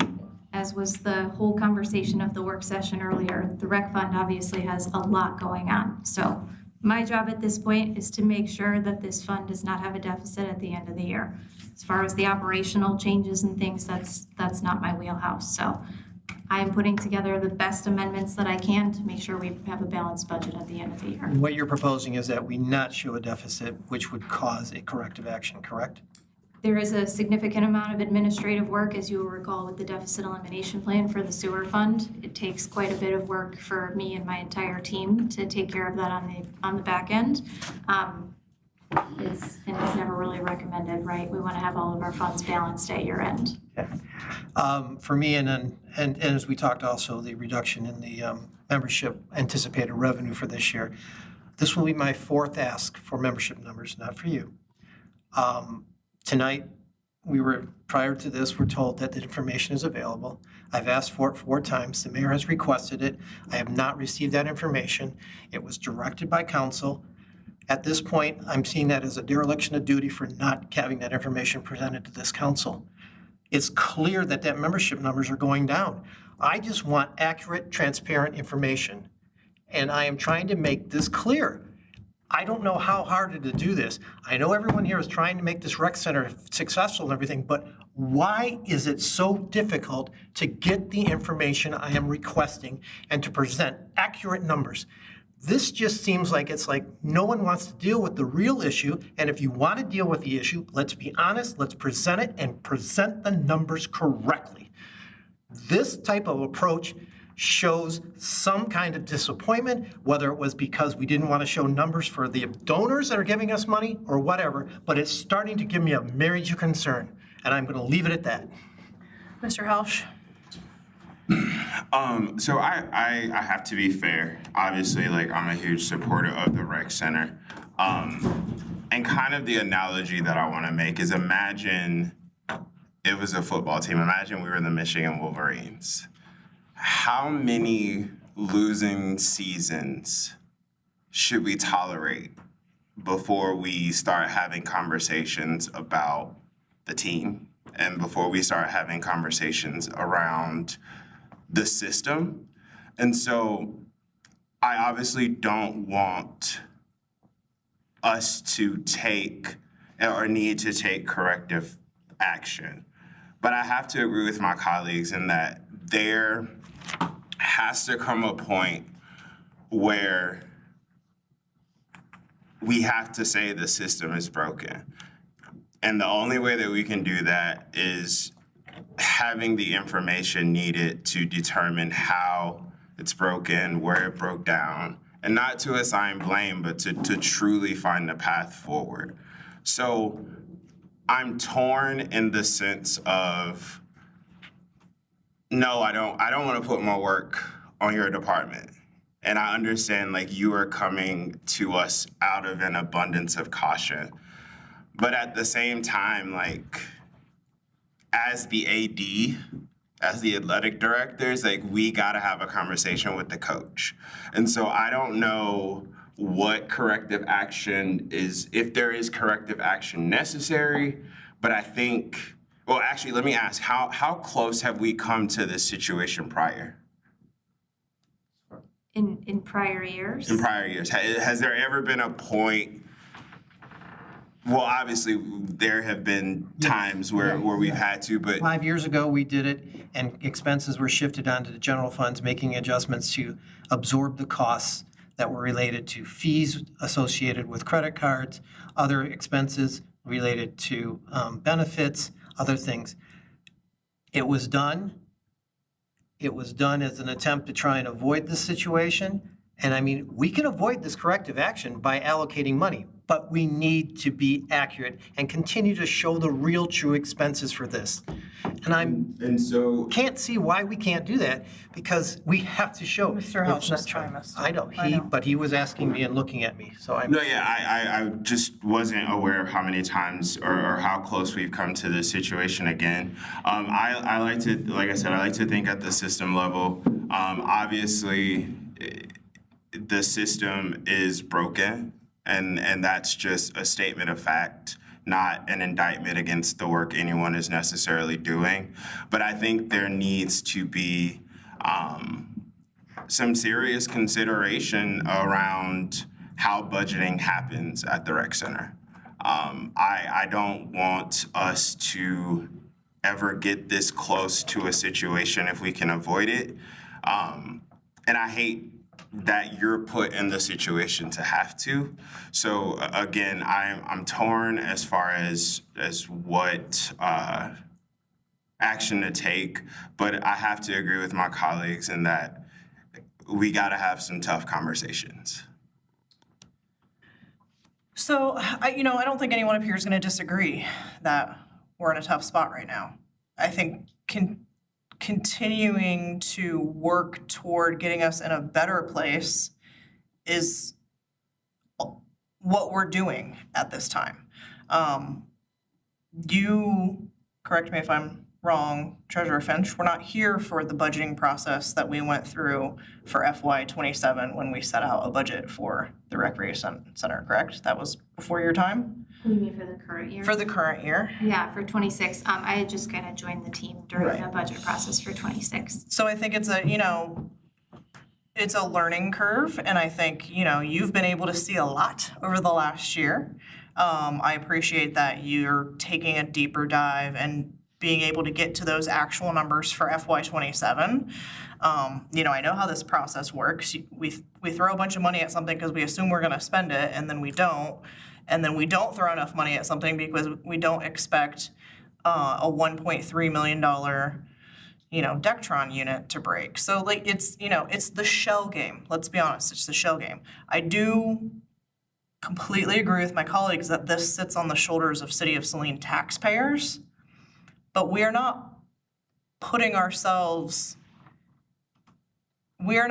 the City of Saline taxpayers in a bad position by working hard to figure out how to make this recreation center work, in my opinion.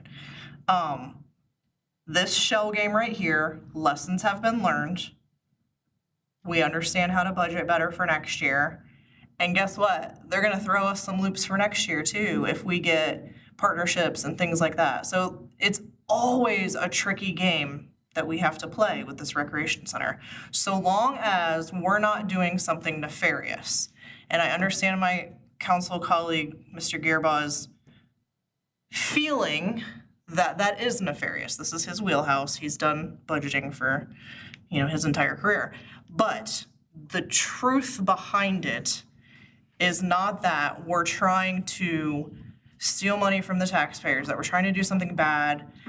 We're switching money from one city service potentially that it could have been saved for to another city service. This is still a city service. The conversations we've had in the past about all city services, this is just a really freaking big one, right? It's a really expensive one. It's got a lot of zeros after it. So I think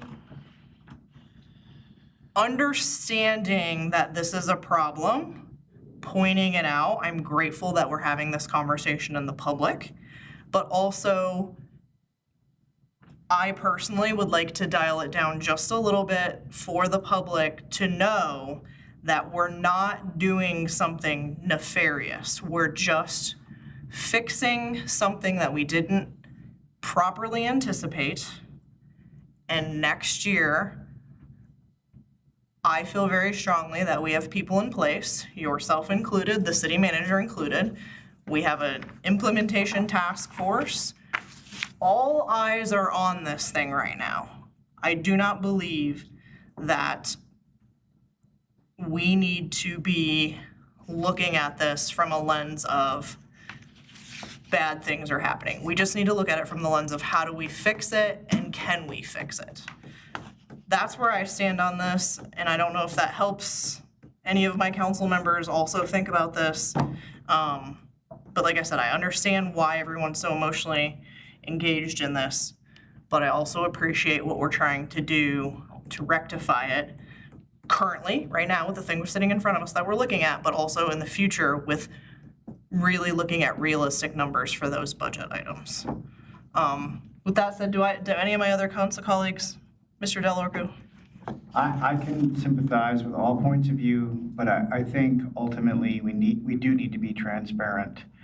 And I'd be comfortable making a motion to have this matter come back to council to consider the amendment allocation pending that those documents that Councilmember Gearby asked for are provided. Let's get through this motion, make that a separate motion. I don't think addending, yeah, To this, discuss, yeah, exactly. but, I mean, we still have to deal with this matter. at some Absolutely. point. I completely agree. So perhaps after this one, we'll make a motion to bring it back to a date certain. If I may, my recommendation is to reestablish the IT allocations and to increase the requirement for the fund balance to 132,000, whatever the amount of those allocations that have been removed. You're asking for $70,000 at this point. If we increase the expenditures to approximately 62,000, whatever those allocations are, that would allow for you to make the adjustment, avoid the corrective action at this point, and to satisfy the need for this motion to happen in this fiscal year, correct? Yes, if we reinstate the IT allocations and essentially increase the general fund contribution by the difference to ensure that we are balanced, that would be sufficient. I make that motion. Are you superseding my motion? To acknowledge or? Oh, sorry, we're still acknowledging. Yeah, Sorry, let's get through continue the that. acknowledgement first and then we can. But that was a question for you as part of this discussion. Thank you. Any additional questions about acknowledging the recreation center budget amendments? Let's go ahead and take a vote on acknowledging, let me get back to my language real quick. Acknowledging the fiscal year 2026 year-end budget amendments for the recreation center. This is for an acknowledgement only, so all those in favor say aye. Aye. All those against say nay. The ayes have it. This time it's actually 6 people to nothing, or to 1 absence. Okay, so who would like to make a motion to move forward with this? I will move to reinstate or require at this point, because we don't have a validation of the allocations, correct them information, because I do feel there is enough IT activities and things that have previously been charged that to not change it at this point in time. We have effective data. That we reinstate the IT allocations as were identified in the budget, and then to increase the allocation related for the additional funding to match that reinstatement of those allocations. So basically, General fund contribution? the general fund contribution, sorry. So would this be a motion to approve if? To approve the budget amendments as indicated with the exception of the the reduction in IT allocations, and to increase the general fund contribution to the amount equivalent to the IT allocations plus $70,000 as you originally identified. If I may, I do think that Councilmember Del Orco's suggestion that like we get those documents be tied to this as well. I think that's a fair compromise. So The only difficulty is we have to do it before 6:30. Otherwise, It's the end of the year. June 30th is the deadline. we can't get membership numbers Why does before it take then. that long to get those numbers? So you can get the membership numbers in that timeframe. The budget amendment needs to be made before the end of the fiscal We year. have to approve this budget amendment Can we make before it that. contingent upon receipt of those materials? Would you care to do that? we can. As a condition? I can make a condition that in addition, the additional information, the membership numbers be provided to council. We want the percentage of Saline residents in that, Saline city residents. No, I think let's just, I just want to stick to make the clarification that if this is the intent is to avoid a potential corrective action, that we properly show the allocations, especially for that. I don't know about the other numbers, but those two, I just feel strongly that we should not be changing our budget numbers without a complete evaluation of IT allocations across the entire financial. Because I'd ask our auditors about this at this point in time, and they might not support this change. City Clerk Royal, were you able to capture that? Would you like to read it back to us so that Mr. Gearbach can help? Tell me what I should change. I have to reinstate the allocations of the IT funds to the rec center budget and to increase the allocation of the general fund in addition to the membership numbers being made to the city council. How about we just say increase the general fund contribution? Wait. I think I might have it here. She has it, I think, okay. Yeah, approve the budget amendments as indicated with the exception of reinstating the IT allocations as were identified in the budget and increase the general fund contribution to balance the fund by matching said IT allocations in addition to the proposed $70,000. In addition, the membership numbers need to be presented to council. Perfect. That sounds great. That gets it. Yep. We'll send that to you too. Okay, do we have a second on that?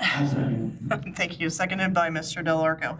Additional discussion about this, Ms. Dillon? So just for clarification, in two spots, it talks about a $25,000 flat, like it was a CARES grant. Did we give the grant money back? Project was not completed this fiscal year. So There's a reduction in revenue as well as in production expenditures. Okay, so those are offset, is that why I'm seeing it there twice? Okay. It essentially was, I'm sorry, it was a duplicate entry. We had originally budgeted for almost $50,000 when in fact we were only going to receive 25. So this is a correcting entry to eliminate the duplicate. But Mr. Gearbaugh is correct. There is an offsetting revenue and expenditure adjustment. Okay. And then as far as other things there, yeah, I'm just trying to understand, like their IT, and I know we're talking about that now. I don't understand the mathing of this, and I want to make that very clear. They had budgeted, and one line of IT, 18,695. They spent 10,920, but they're trying to take back the full amount to reduce it. They haven't actually spent it. It's just a journal entry that we enter quarterly to actually allocate that expense from the general fund to the rec fund. One column's a budget, one's a projection, and the other one's the new modified number for that. Quarterly entry. No, but that's showing under year-to-date activity. Yes, because journal entries had been made for the first and second quarter. So if we were to adjust, those journal entries would have been reversed. But in this case, if they're going to remain, then we'll record the remainder of the entries. Okay. It's not a true expenditure. It's not actual funds leaving the city. So help me understand then. So now we're picking a dollar amount when before it was like an up to number. Correct? You said that you're asking for 70, but it could be as low as 20. So what exactly are we doing now? Because now I'm really confused as to what's going on. The up to 70 remains. We'll transfer what we need. The difference is that if we are maintaining the IT allocation expenditures, we will transfer that amount. It's about 60,000. So it'll be 60,000 plus up to 70, whatever we need to address revenue shortfalls. Right. It's just a more granular accounting. It's an estimate. There could be less, if we don't know what the actual expenditures are going to do. Her projection is $70,000. Had we taken out the IT allocation, her assumption is that we may be a deficit of $70,000. But it could be zero if all of a sudden some expenditures don't come in. But there's somewhere in there between of what she feels comfortable, otherwise we'll run into a deficit situation. It's a precautionary measure. There's going to be some expenditures that can come under, but there may be some revenues that have a shortfall. For example, when I looked this morning, the membership revenue is about $22,000 short. And with 8 days to go, I have to be realistic that we might not meet that number, right? They had 2 days of $8,000 worth of membership revenue, which is fantastic, but that may slow significantly over the next 8 days. So the 70,000 is a precautionary measure to just make sure we don't end with a deficit. Okay. Did that number include this past Friday after the event? There were some membership incentives during the event on Friday and encouraging people to sign up. It was an open house, so just curious if any signups took place. I'll be frank, I don't recall if it was through Thursday or through Friday. We are posting daily now, but one of my staff members actually posts the entry and then I review it. So I'm not sure what the last posting date was. So this is something I'll be watching. Yeah, and even I'll be still, watching it went late into the evening, so they may not even have recorded until today or tomorrow, so, okay. So I just want to end with a comment to the city manager. Moving forward, we can't wait until 2 days before the end of a fiscal year to bring these, if we're going to possibly have questions. Can we roll this back to where it's a month in advance, or at least a meeting in advance, where we have a bit of a buffer if there's something that we need to have come back to us? I mean, it's really difficult when we're up against a time wall that we created. Well, that's the comment, and I agree with, is that if we do these quarterly, more regularly, that you'll see them and understand them. It is, I mean, it's obviously difficult at this point to project out, more than a month potentially as to where some of these expenditures are going to come in. And so I think it is most accurate to do it as close to the end of the fiscal year as possible. Okay. I just feel as though it's really put us in a precarious position, Close, but not this close. but it really is, so. To your point, we probably would have seen it last quarter or even the quarter before at this extent, right? Like, I think you had anticipated doing this, well, we thought last meeting, but unfortunately it got delayed to this Yes, one. and So these projections were in the fiscal year 27 budget papers. It's just not something we can do a deep dive on when we're trying to focus a year ahead. So, and yes, it was our intention to bring them the first meeting in June, but it just didn't work out that way. yeah, it is our, it's obviously council's hope that, now a year into the position and then a year into the position, y'all both kind of came in, just within months of each other, that we will have a more standardized, and I do hear that that's what your goal is. So we'll just have to make sure that we keep on that, those who make agendas, things like that, keep on those quarterlies. Any additional discussion before we vote on this lengthy motion that I may have the city treasurer read one more time? Sure. Could you read it one more time, please? To approve the budget amendments for the rec fund as indicated, with the exception of reinstating the IT allocations as were identified in the budget, and to increase the general fund contribution to balance the fund by matching said IT allocations in addition to the proposed $70,000 increase in the general fund contribution. In addition, the membership number information is to be presented to council in a timely manner. Can we put a date specific to that? Would you like me to be presented to council? the first meeting in July 13th. I would say by Friday. Well, yeah. 2 weeks is a long, 3 weeks is a long time. Are you comfortable with by Comfortable with July July 13th. Yeah. And they can do their year-end wrap-up. Okay, so we've all heard the motion, so let's, all in favor say aye. Aye. All those opposed say nay. Nay. So 4-2. Dylan and Rice. And one absent, mayor's absent. Okay, thank you for that discussion, colleagues. I appreciate the candor. All right, new business number 26-116 OHM FY27 as needed engineering and DPW assistance. This is to acknowledge receipt and to approve or not approve a new contract with OHM for fiscal year 2027 as needed engineering and Department of Public Services general assistance in the amount not to exceed of $64,000. Acknowledge and To approve. acknowledge. And approve. Second. First. Okay. You were not Mr. He was, I started hearing him. Moved by Mr. Gearbaugh to acknowledge and approve, seconded by Ms. Harmont. Thank you for that. Do we want to start with the city manager? Thank you, Mayor Pro Tem and Council. This is ongoing work from OHM, obviously the lead engineering firm that we work with on a number of items throughout the Department of Public Services and Engineering. Some of the items included in this proposal include right-of-way permit review and management, some pump discharge applications, responding to Mystic tickets, investigating and responding to resident requests, assisting the city with process improvements, managing state permits, and other tasks as assigned. And certainly, these are some key items that OHM provides support where we have maybe a gap in our existing staffing to be able to complete some of these more technical tasks. So I don't know if Director McNeil wants to add anything to that and how we utilize OHM on a somewhat regular basis in the department. I do think that was a good summary. I do want to invite perhaps Izzy up and anybody else from OHM that may be able to answer some subsequent questions that the council may have, if that's okay. Sounds great, yeah. Sorry to make you wait so long and come talk to us. That's okay. I'm here now, and I'm here to answer any questions that you may have. Jennifer Morris, I'm a principal with OHM. I've been before you in the past. It's just been a little while to see a few new faces.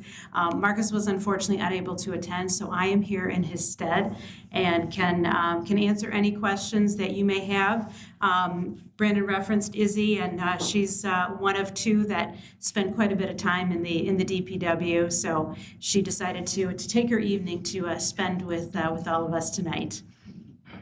Great. So I'll start to my left with Councilmember Harmont for any questions or discussion. No, I think we've talked about your services, and I think it's in the budget, so thank you. Mr. Gearbaugh? For me, could you describe, part of my thing is hoping that the 6 months will provide us with the assessment so we can determine whether or not we can hire additional staff or how we will approach this going forward. My understanding with the city manager is that we will be able to basically recover our costs somehow through chargeback to our users. So could you explain how that would happen?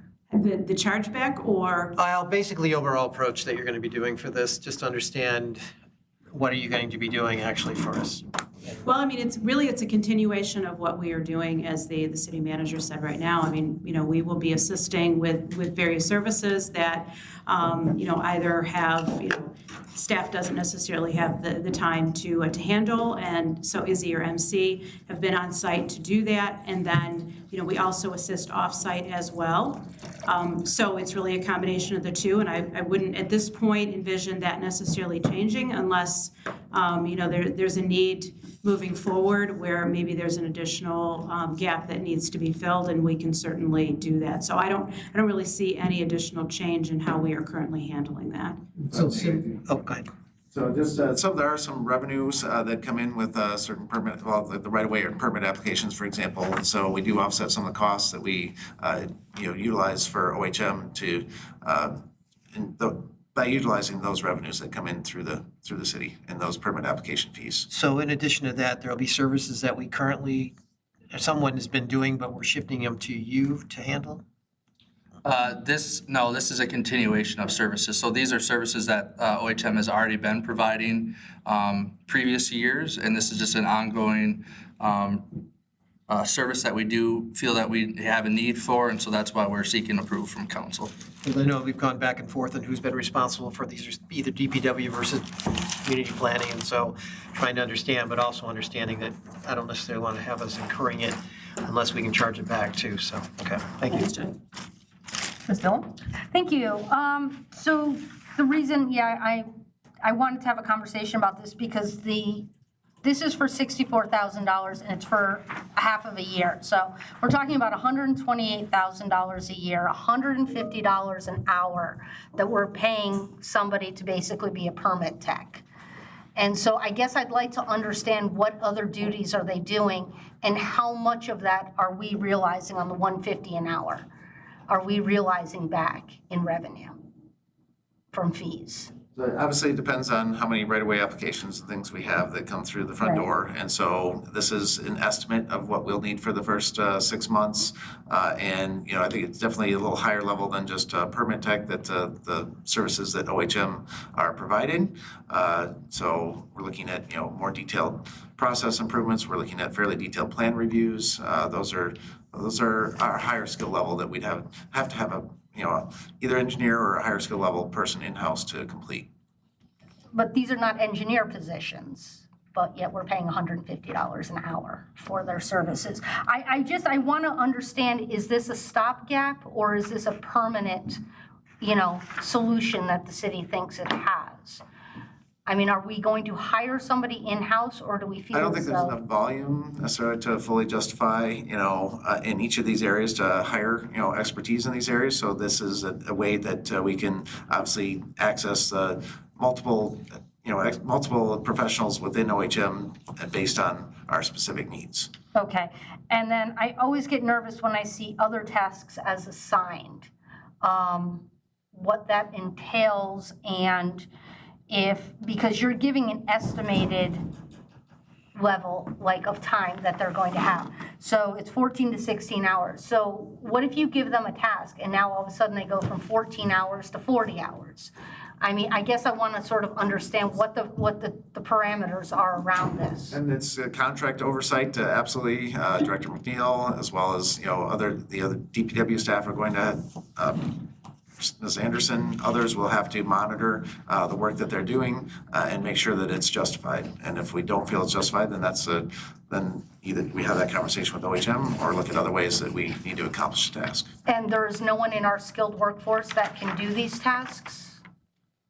There are, but the volume in each of these areas add up to beyond what we have the staff capacity for currently. Okay.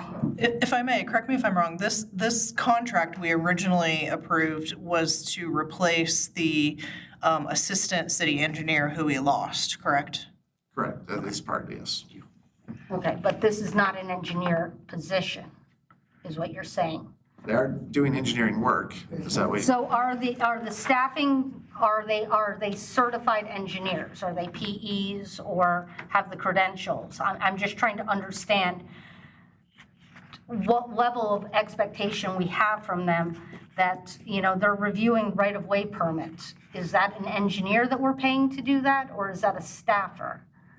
So obviously it's allocated based on what they feel the level of expertise that's needed. And the right-of-way permit, we probably do have, that is an engineering level position. Some of the others, like the process for mistake and things like that, requires a lower level staff person. And that is one of the advantages that of utilizing OHM is that they have that ability to shift between different expertise.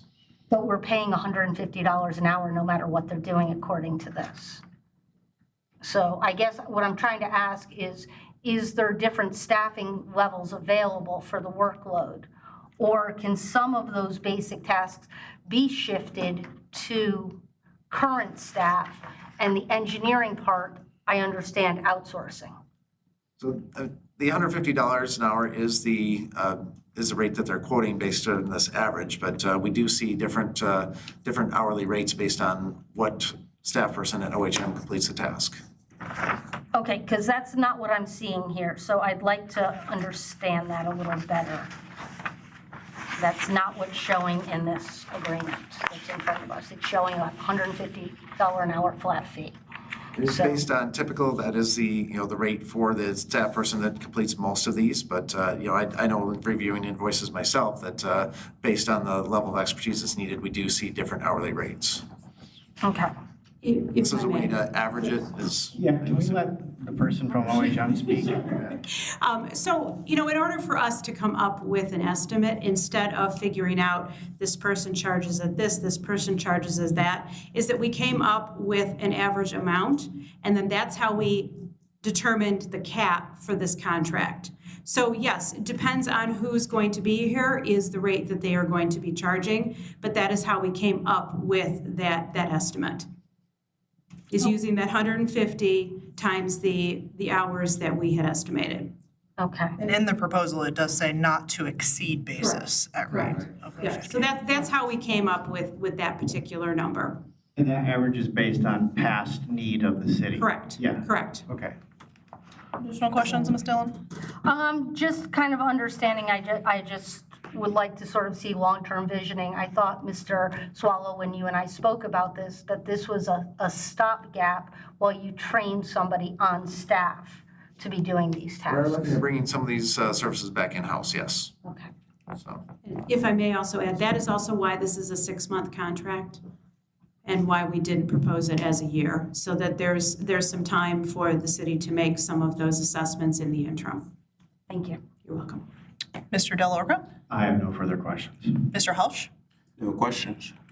Okay, and having no additional discussion then, we do have a motion on the floor to acknowledge and to approve. I get the language, sorry. To acknowledge and approve the new contract for OHM for fiscal year 27 as needed engineering and the Department of Public Services general assistance in the amount not to exceed $64,000. All those in favor say aye. Aye. Any opposed, say nay.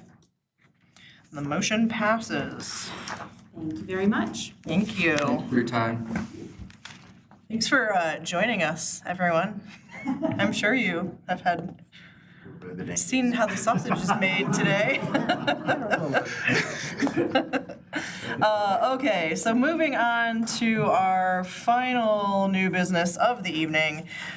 26-118, purchase of 2 police fleet vehicles, to acknowledge receipt and to approve or not to approve the purchase of 2 police fleet vehicles with the total cost not to exceed $113,000. Move to acknowledge. Move to acknowledge. Do I have a second? Second. Motion to acknowledge by Ms. Dillon, seconded by Mr. Gearbaugh. And is this Mr. McNeil? Is this your item? Yeah, so this is a proposal to purchase those 2 Tahoe vehicles, as you mentioned. I worked with Chief Raznick and Alex, our mechanic, in order to work through the bidding process, where we were going to select these vehicles, which is we chose My Deal, which is a prominent source in Michigan to get pre-bidded vehicles. Also, we looked at what was needed for outfitting at that meeting and discussed the needs of the police department at that time. And so therefore we contacted Berger Chevrolet. They are the My Deal winner for Chevy vehicles, and they do carry the Tahoe police version. And so that's where we secured the pricing and the quote that you see. So this amount allocates enough funds for us to put these Tahoes on hold for us while they are procured, and show that we do have the funds allocated for it. And these were also adopted and approved in the CIP and budgeted plan this year that was approved by council. So this is just bringing that forward to you guys and seeking approval so we can get these secured. Any additional comments, Mr. Swallow? No, just as mentioned, this was budgeted out in the 2027 Vehicle Equipment Replacement Fund. It is anticipated based on the needs for the police department, and we did follow the state bid price through My Deal. As the mover, Ms. Dillon, would you like to discuss? Thank you. I had a couple of questions. I sent them in earlier, just sort of to recap what they were. So it appears now that the city's moving to Tahoes from the Explorers. Was there a reason for that? Yeah, speaking with Chief Raznick, me and her talked previously to this meeting, and overall, the Ford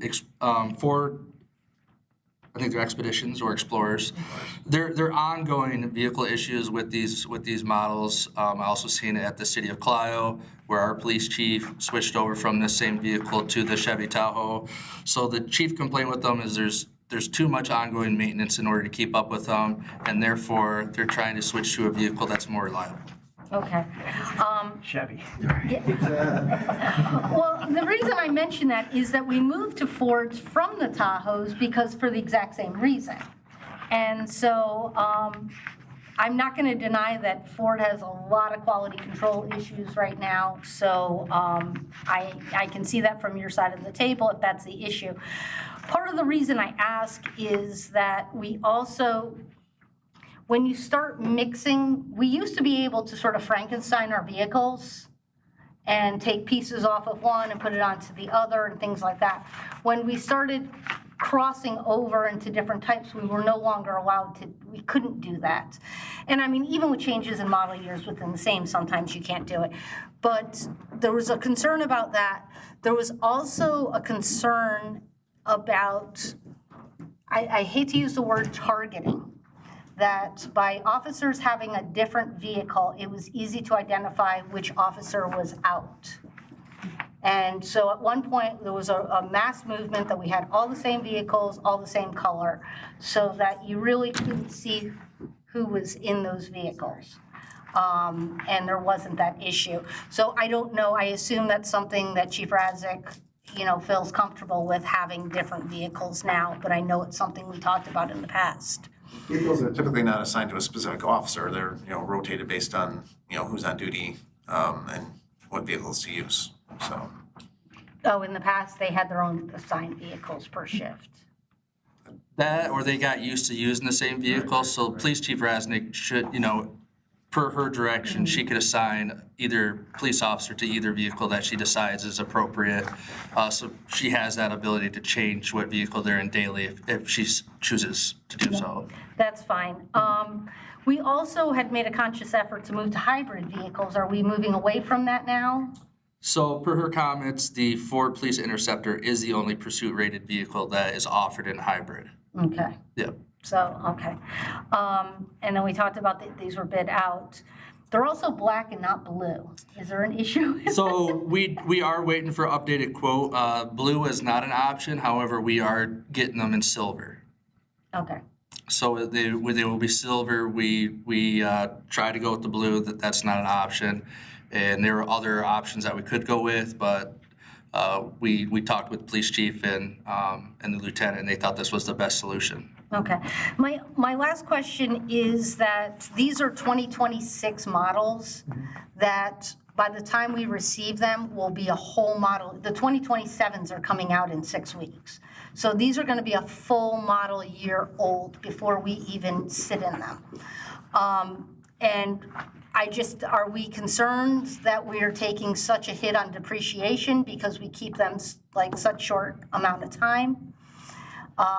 And should we be looking at the 2027s and ordering it now for when those come out? So I'm not too concerned with the depreciation. So the reason why we have to go with the 2026 model is that's currently what is available through My Deals is the 2026 option. They are not offering the 2027. They still have to go through the state bidding process to figure out who's going to be the supplier of Chevy, GM, Ford vehicles when it comes to the 27 models. So we are limited to what is available in the My Deal pricing. Okay. And do you know, I'm wrapping up, I promise. So there's 2 questions left. One is that the vehicles themselves will be about $113,000. Do we know what the upfitting is going to be? So currently we do have a price through Priority One that does most police vehicles. The cost is right around $22,000 for per vehicle. So that will put us under the total allocated amount of $80,000 per Tahoe. Then we are also seeking an option to see what it costs to purchase those equipment items and then internally have the DPW mechanics install the equipment as well. So we're trying to offset the cost savings per how long it would take for them to be done internally compared to if we got those done with Priority One or another we'd have to get more quotes if we were to outsource them and see what makes more sense. As far as the timeline to get those out in action for the Okay. police. And then will we, with our decommissioned police vehicles, are we keeping them and putting them into fleet, or are we gonna sell them off on the market? So one of them is gonna be still kept in the motor pool for the police officers to use for other functions. I'm not sure what those functions are. The other one would be at the discretion of the city manager, I believe, to decide if we could use that for another purpose, whether that be rec center, pollution control, we'd have to take all the equipment out. Or if it doesn't fit a need here at the city, then we look at selling it. Thank you very much. Do we have any additional questions about this motion? Motion to acknowledge? Let's go ahead and vote on the motion to acknowledge receipt of the purchase of 2 police vehicles with total cost not to exceed $113,000. All those in favor say aye. Aye. Aye. All those against say nay. The motion passes. Move to approve. Alrighty, you answered my question. We have a motion to approve the purchase of 2 fleet vehicles with the total cost not to exceed $113,000. We have a motion by Mr. Gearbow. Do we have a second? Second by Mr. Delocro. Thank you much. Do we have any additional discussion on this topic? Easy enough. So let's go ahead and do a vote. All those in favor say aye. Aye. All those opposed say nay. Motion to approve passes 6-0 with 1 absence. So that is it for new business today. That moves us on to our discussion portion of the program for reports and other announcements, and we do have a couple of additional topics to discuss as well. Let's go through reports and other announcements, and then we'll move on to those additional topics. I'm going to start to the right just to mix it up a little bit. Mr. Helsch. I actually was not able to attend the last Arts and Culture Committee, so no other reports for me. Mr. Delacroix? I won't have any till next time either. Okay. Ms. Dillon? As far as Urban County, I did not receive any feedback from council members if anyone was interested in being the second alternate to that committee. If there is any interest, please let me know. Otherwise, Mr. Swallow has graciously offered to attend. They are on Wednesday. You may not be able to, just because they're on Wednesdays currently in the afternoon, but due to quorum issues, they want to move it to the mornings, but it may conflict with Watts. Oh, okay, yeah. Gotcha. So Thank you for thinking ahead. So that may not work for you necessarily, but if there is anybody that has a desire to go over to the county building on Hogback, there's no more metal detectors, so it is easy to get in and out of now into the part that we go to. And it's a very robust meeting with a lot of county people. So if you want to be a part of it, let me know as the alternate. Cable Commission met, and we are still discussing the schools need to get some new equipment.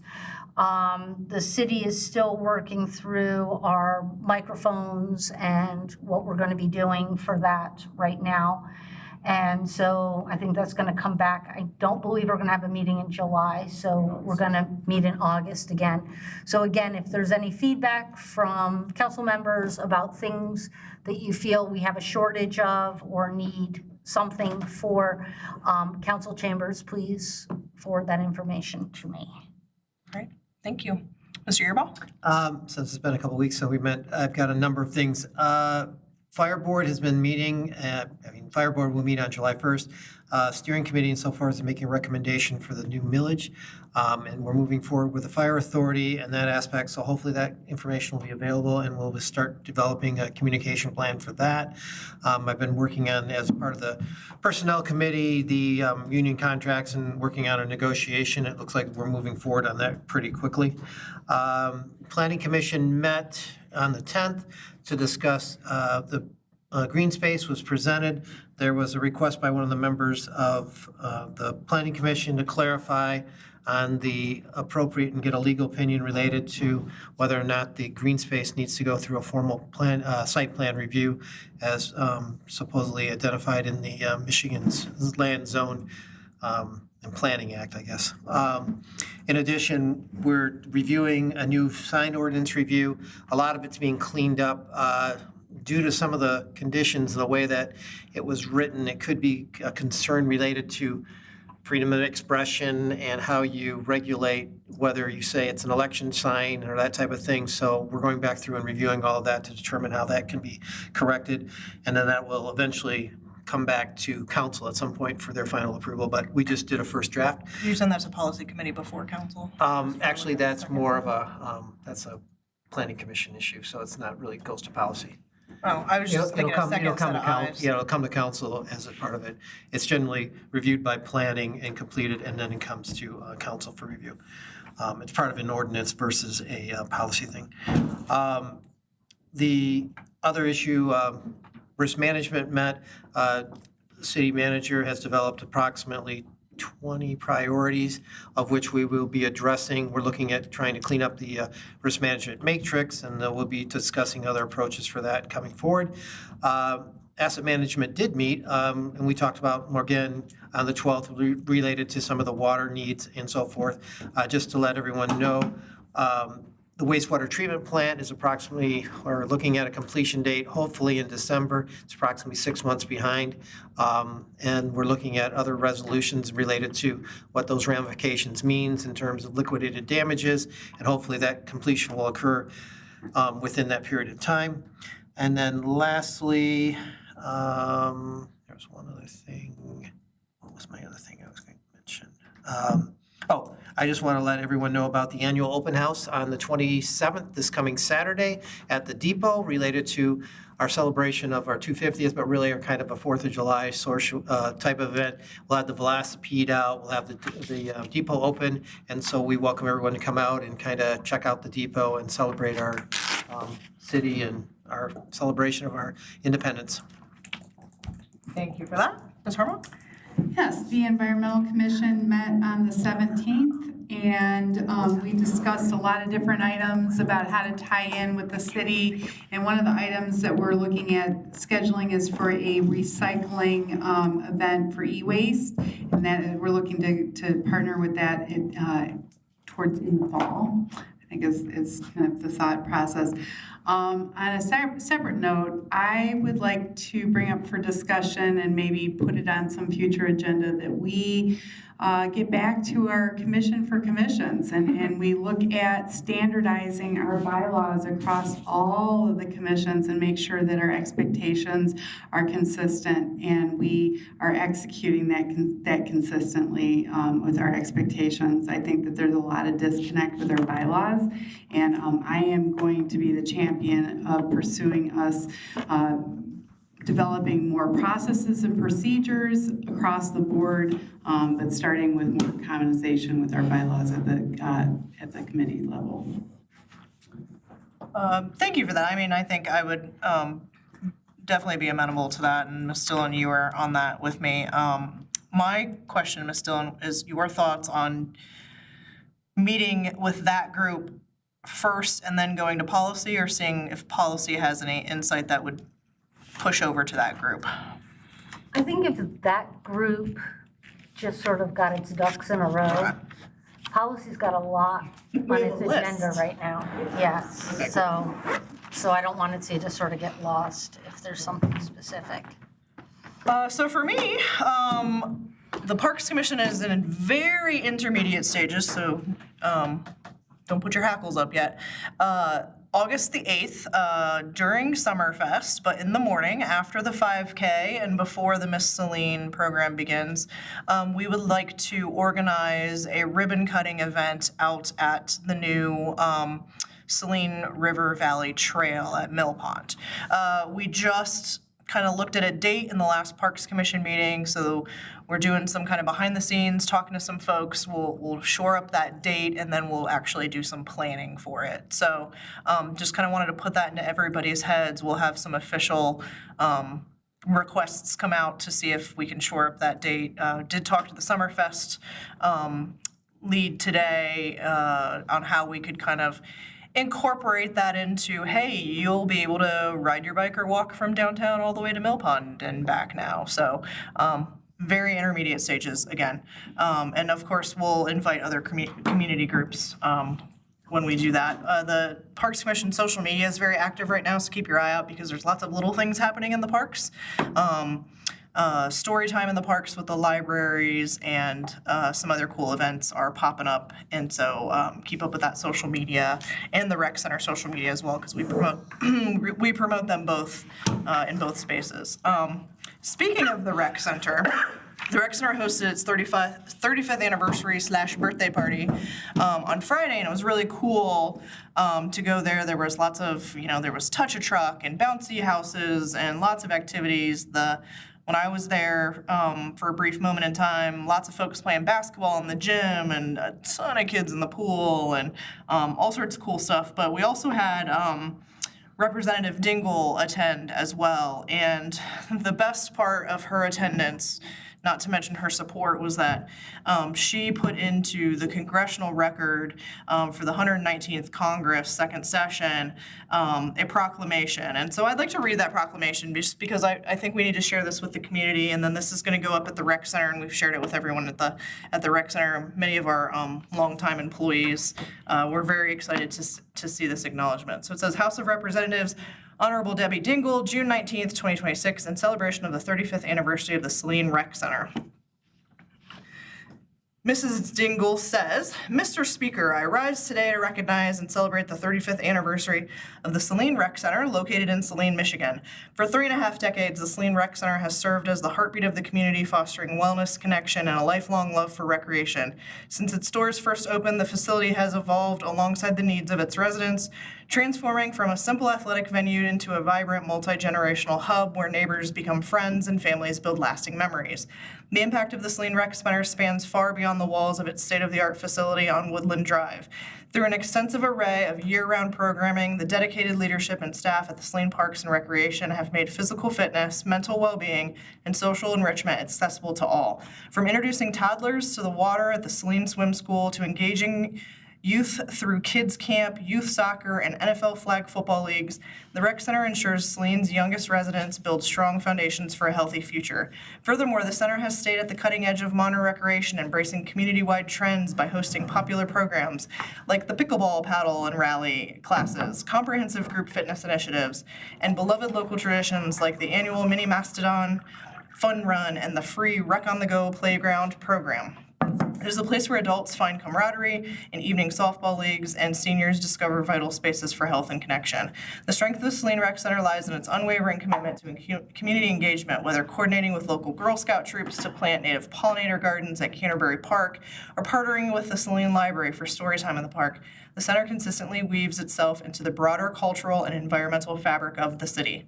On Friday, July 19th, the city of Saline will gather to mark Should have said June. On Friday, June 19th, the city of Saline will gather to mark this remarkable 35-year milestone with a community-wide celebration.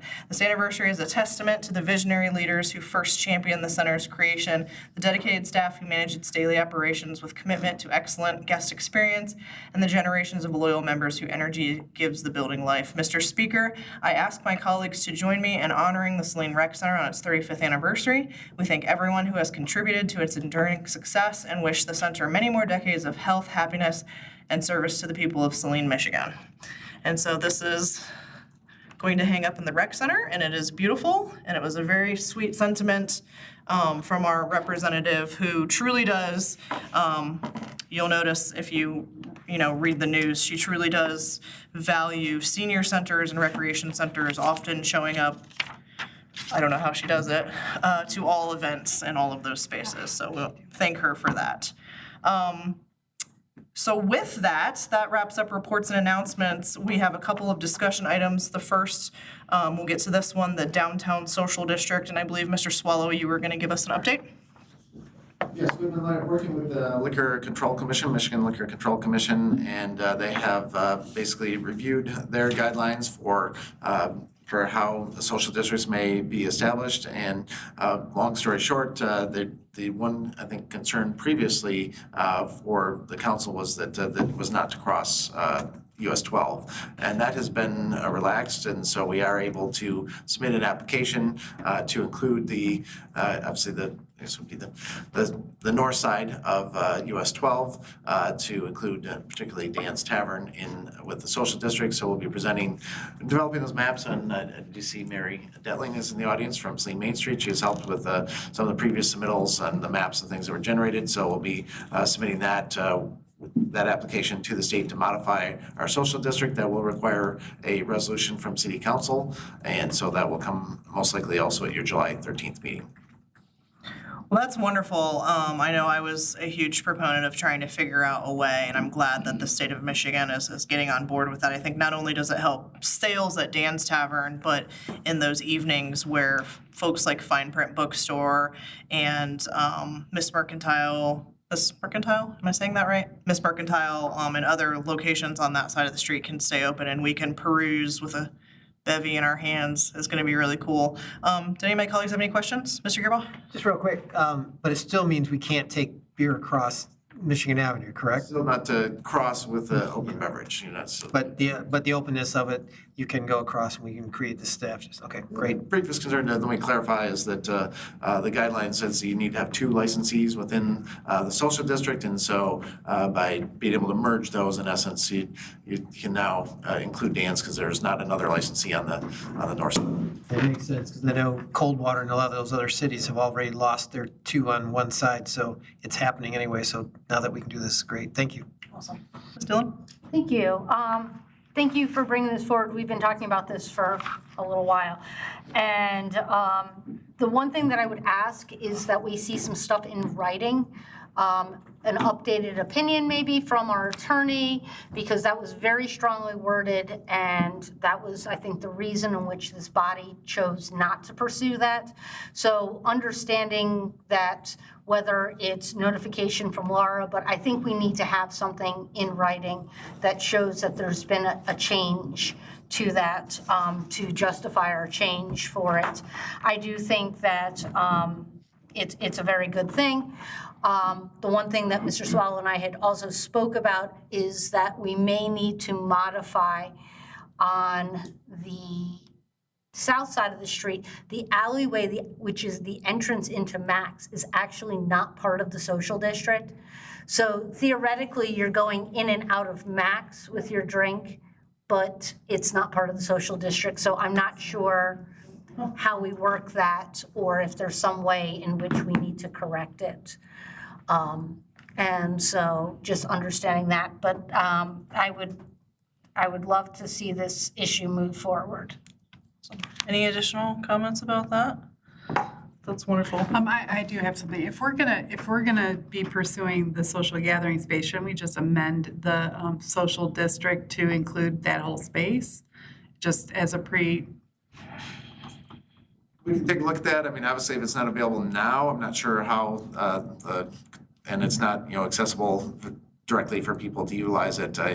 We may have to bring that back as a separate amendment.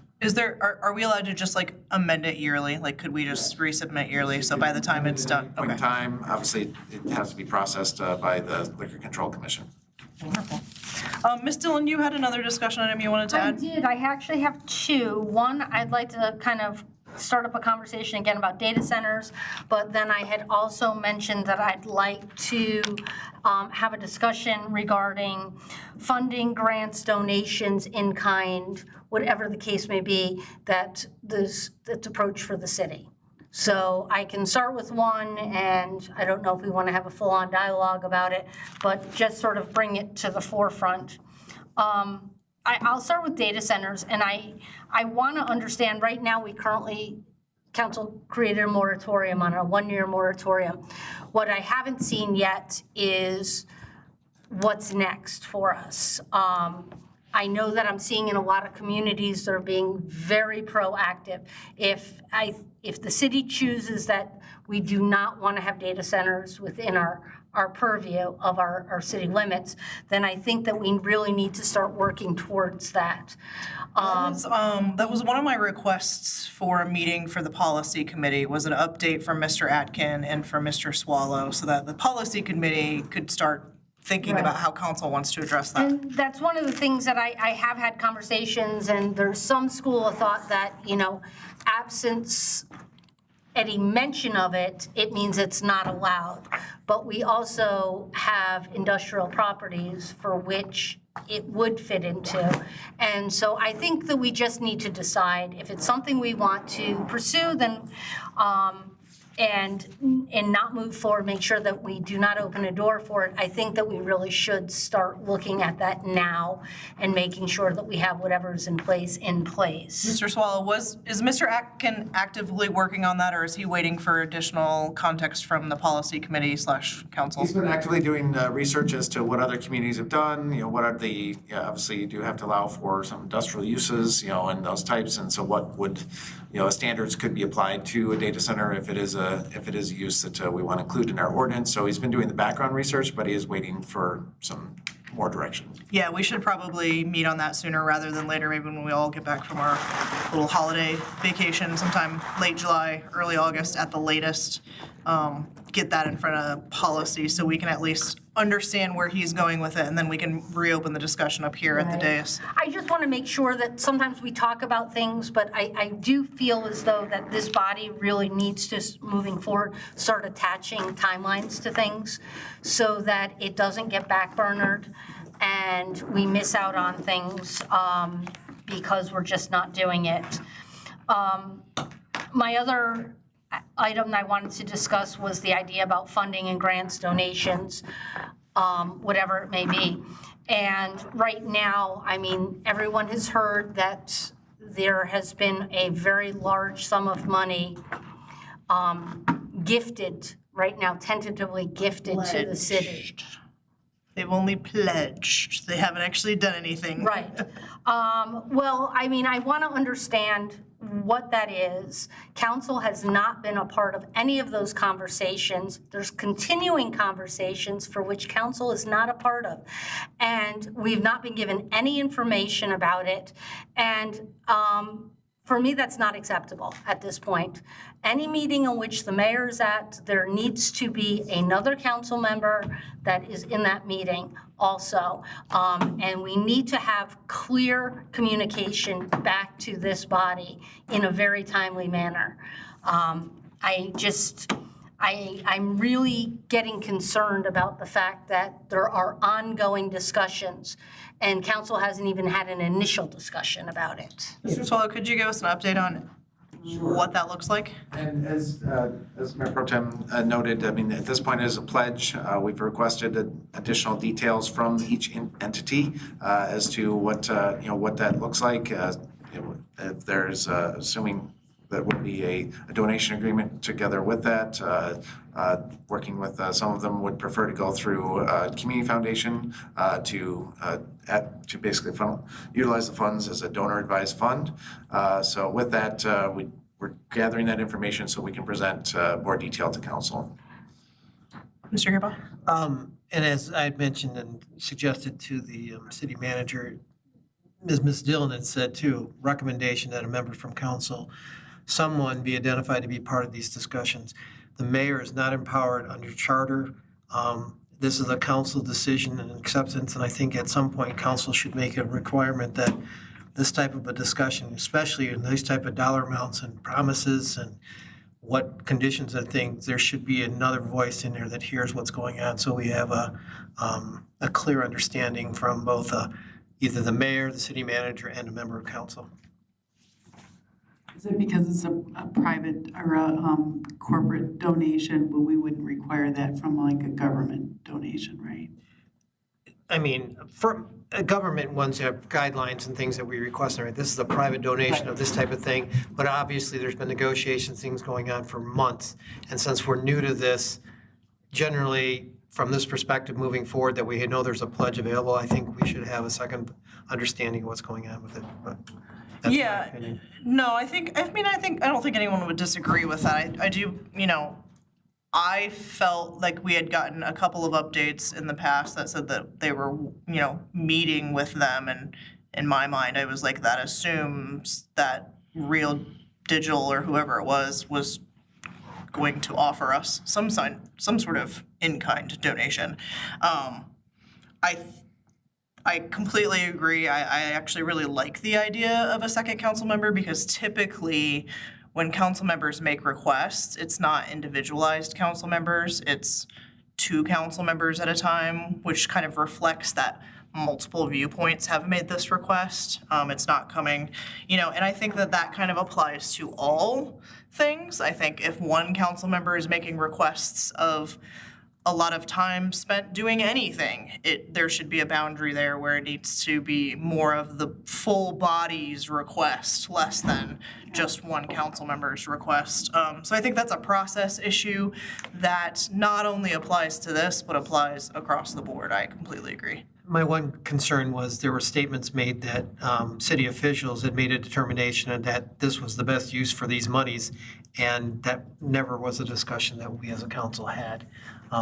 And then there was concerns of how the money was asked and so forth. So I want to make sure that we have good relationships with our townships, and especially Saline Township, and us going out and separately asking for money without a cooperation from an organization that's not even in our city starts to build bad relationships. So I know they're wanting to give a lot of money, but I think we all know and understand that there's a lot of money out there, and coordinating and understanding could have made a bigger benefit for a number of organizations, the city, and even the other townships that surround us. Well, yeah, and I to your point, I mean, if you read any event or things these days, it's presented by or brought to you by Oracle. And that's their MO, right? That's what they want to do. They want to have good favor in the community. Whether or not we're buying it is another thing, but they are having good favor in the community, and they are providing money to lots of different entities, and it's very kind of And we're having the same discussion at Yeah. the fire board level too, because of the big donation that was made at that, and one individual going out and asking for it, and then trying to coordinate with a settlement and some other stuff. So this is a whole new market and approach for us all to understand it, but I think there needs to be a few more people involved that make it less of a, I shouldn't say it, the way people look at it from a conspiracy support. We want to be very much board and want to work with these groups, because I think this is our opportunity to get a lot of things done and make priorities. Mr. Helsch, I'll get to you in 1 second. I just want to follow up with a question to Mr. Swallow. Did they reach out to us, or did we reach out to them? I guess to clarify that for the donation or Yes, for the? did Related Digital come to the city and say, we would like to know more about your city, or did we reach out to Related Digital and say, will you meet with us? So I'm not sure the original contact, I was not involved in that. So we have had ongoing communications, though I was involved with obviously when a large group from the data center came, we did provide a tour of the city and identified several different areas that are in need of assistance. And so in that case, they wanted to know more about it, and I helped facilitate that meeting of the larger group. And we toured several areas in the city, including stops at the schools, as well as downtown and several locations around the community. And I think to Mr. Gearboss' point, that is how it typically works. These conversations do happen, but again, we are a full body, and having at least one additional viewpoint from this body, I think would benefit us in not only our transparency and, confidence from the community, but amongst each other as well. I think it would really benefit. Mr. Helsch? Yeah, so I have 2 points, and actually something you just said, City Manager Swallow, kind of stuck out to me. I think it's incredibly problematic that you didn't know how that first contact happened, and that's not because you failed in any way, or that's not an indictment against you. But the problem is that, to me, that seems as though there's no clear point of contact. Clarify too, that was, first point of contact was prior to my tenure, before I was even city manager. Oh, that tracks, yeah. Okay. That tracks. That makes a lot more sense. Because I'm like, I feel like one of the first people that should know about these things is you, or you should be that point of contact. My issue with this kind of whole thing, obviously it's been an incredibly, almost like a black box type of thing, and I don't really like that, especially because being on the implementation team for the rec center, we kind of heard that there was a willingness to give, but I'll be completely honest, like hearing 10 million was not in the realm of possibility of what we thought that they were giving. So that was a little bit concerning, but I think for me, what was most concerning is the rush to announce that without having more information. And that was, just to be completely clear, that was completely on the donor side, that shows how to make that announcement. In fact, as was clearly communicated to council, the amount and, the partners and who was gonna be, the donation was not made clear until the day before the announcement, June 1st. Understood. It's just, I think the fact that there hasn't been discussion amongst us as a body, anytime that I see something that is put on city letterhead or released on part of the city, in my mind and in a lot of people's minds, it's representative of us all here. And so when things are put out and there's not a lot of detail, and in particular, like, I know the mayor is absent, but we had a conversation when it first came out.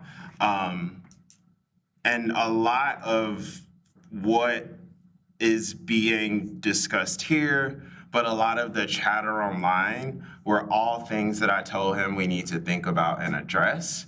And so for us to kind of put this out there, understanding obviously that, the companies need good PR, like they wanted to get this news out there. I'm not someone who moves just because we feel like we have to, or just because we feel like it's the thing to do. I like to move and speak from a place of certainty. So I would have loved, and in the future, I hope that before we do release something that is with city letterhead and is supposed to be representative of us, even if that is in an official capacity or if that is how it's going to be perceived by the public, that I will want us to have more details and to have discussions far earlier in that process, because I don't think it's fair that the first time anyone could voice their opinion or ask any questions about this pledge happened essentially as we were preparing to release a press statement. So that's kind of was my issue is I don't like to just rush and put something out and then we have to update it or retract it or just I like to move from a place of certainty when I do things like that. And as I'll just repeat, that the announcement was made by the donors literally, the day before of the groundbreaking June 1st, and then obviously they made the public statement before the city had the opportunity. Right, and ultimately that's fine, but I think as it relates to the city and the statement that we put out, I felt like, I felt like we were forced to put a statement out because the company put a statement out. And I don't feel like that was necessarily the case. We didn't have to put a statement out because they did. I felt like it would have been great to have more information. It would have been great to have more conversations because, again, a lot of people weren't necessarily aware until the statement from the city, or even I know there were some people who weren't aware until the companies announced that. And that's just not how I like to move. So moving forward, I hope that that is considered when hopefully these things happen in the future. So I would like to go back to something I talked about many years ago and what we were supposed to have spent $50,000 on through a contract that we canceled midway through. There's been years of discussion on how we need a communication strategy in the city. I do not fault our communications team for the work that they do, but without a strategy, that's why these things happen. You're just willy-nilly. You're trying to clean up messes. There's risk communication strategy. There's public communication strategy. And without having procedures or having those conversations and having it down on paper, you're always kind of chasing your tail when it comes to communications, right? And I think this is probably the most evident, maybe the first or second most evident thing that has happened where I've said communication strategy might have slowed that down and might have, had us, thinking about it. Now, again, I hear you that those guys will stand up in front of the microphone and say whatever they want to say, but there's always a pause. We call it in the PR industry a holding statement, where you put a holding statement out and you say, the pledge from Oracle and the other entities is a wonderful pledge. The city of Saline is working through how we may be able to accept and implement that. And that sits until council can talk about it. So these types of things come up when you have a communication strategy. So I would really love to see this be kind of a case study for why we really need to get back to focusing on that moving forward. Because it goes into, public communications as well, and just, how we get out ahead of things, how we interact with our community, because, I fully support this initiative, as I've been yelled at on Facebook for the last couple weeks about. But it puts us behind the ball. It has us having to explain ourselves too, right? So I could say all the reasons why I think it's great to have the money, but we hadn't actually strategized on what that looked like, so that's my 2 cents. I would like to request that a policy gets put into place after this meeting, maybe reviewed for the next meeting, of who has the ability to communicate on behalf of the city and for what reasons. So, there's a lot of responding to community members on social media, on responding on behalf like it's the city.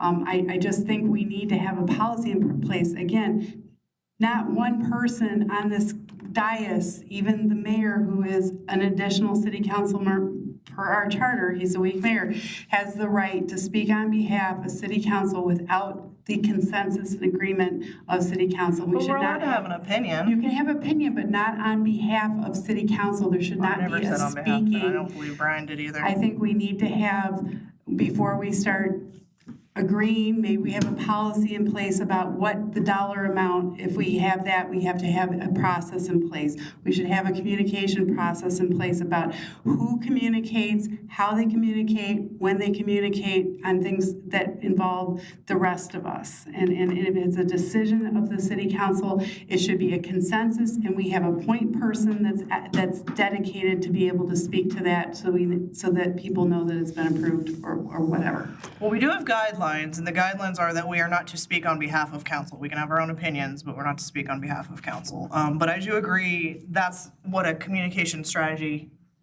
is comprised of, is who. I would say more of a policy as well, not just a strategy, but a policy in place where you cannot speak on behalf. Making a policy was pushed back by members of council. It was a decision that was made for it to just be guidelines. I'm not disagreeing with you. I think it should be a policy as well, but I just, as an explanation of historically, that was set as guidelines so that, from what I recall, the conversations were so that we still felt free to have our, First Amendment and open opinion rights, instead of making it a policy where we could find ourselves in trouble and tiptoeing around things. But if we're scheduling coffee hour and speaking on behalf of what the city is doing on behalf of city council, that to me, maybe we need to have a policy around that. And maybe it's okay, but maybe we all need to agree that that's okay, and what is, what's agreeable and what's not agreeable when it comes to proper communication. I just don't think we have a communication policy. Yeah, that, again, I completely agree. We paid a lot of money and we still don't have the very basic thing, which is how we're communicating to the public. And Yep, I think that point has been well made. Ms. Dillon? So what this is bringing about for me is that we need to have another council retreat. We need to decide what this body wants, because there are different pieces that are happening outside. I feel like the gears are not all in sync all the time. And I think that we need to kind of figure out what we need to kind of row the boat together and how that's gonna happen. I've been advocating for this for a while. I think that we need to do this because we also need to put some guardrails up. There are some things that are happening, and as far as that funding was, by the mayor being at that event, being called out and such, it implied that the city was a part of that.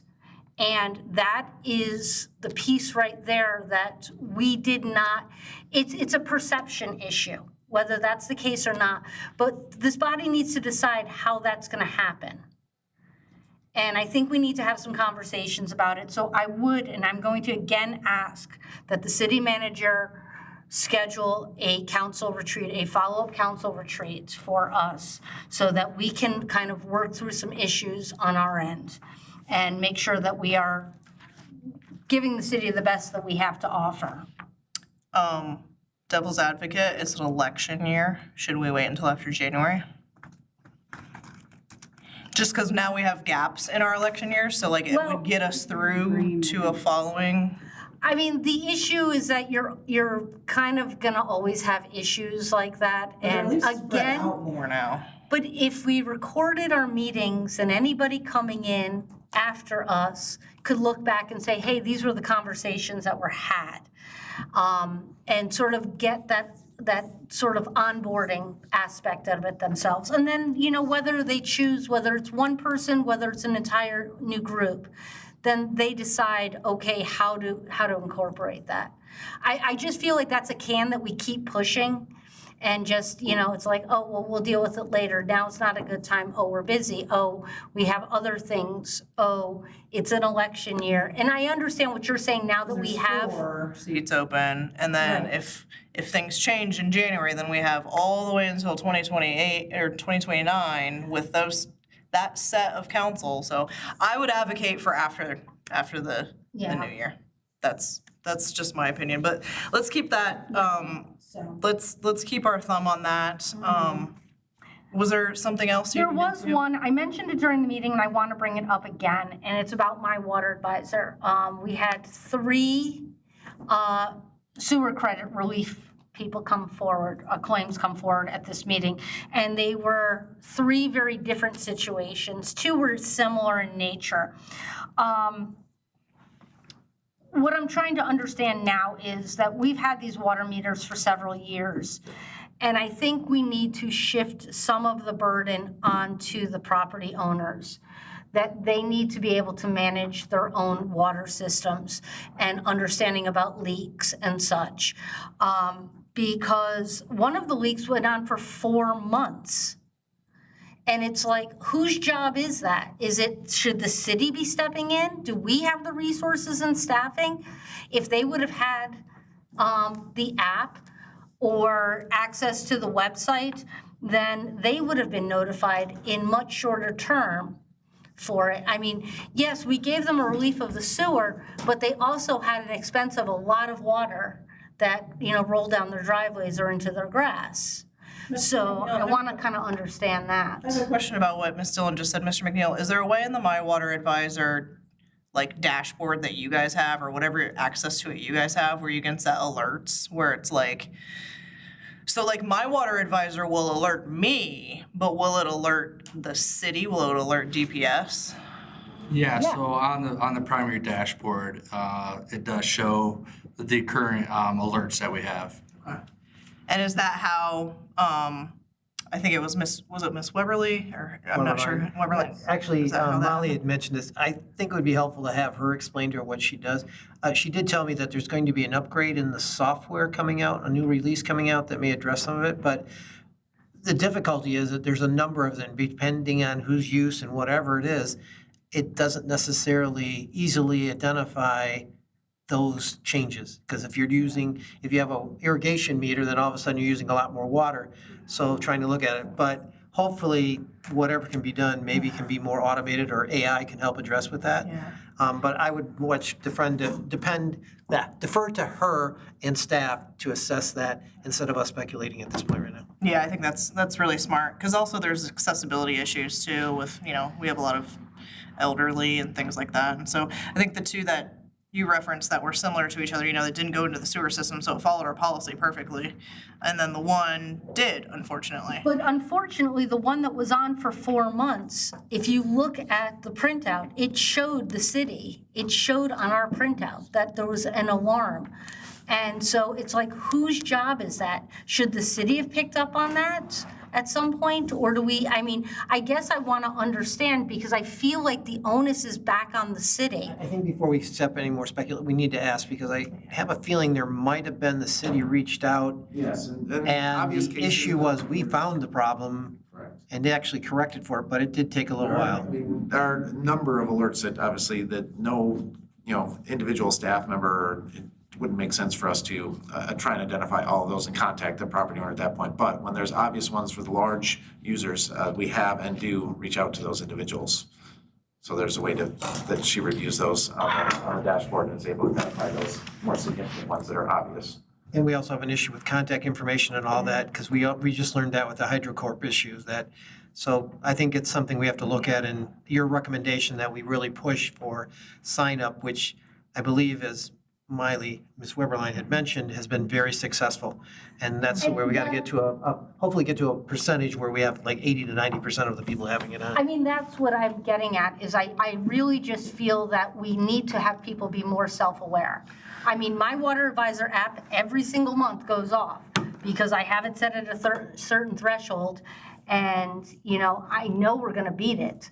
But it also picked up on your water's been running for 24 hours, and we realized we had an issue.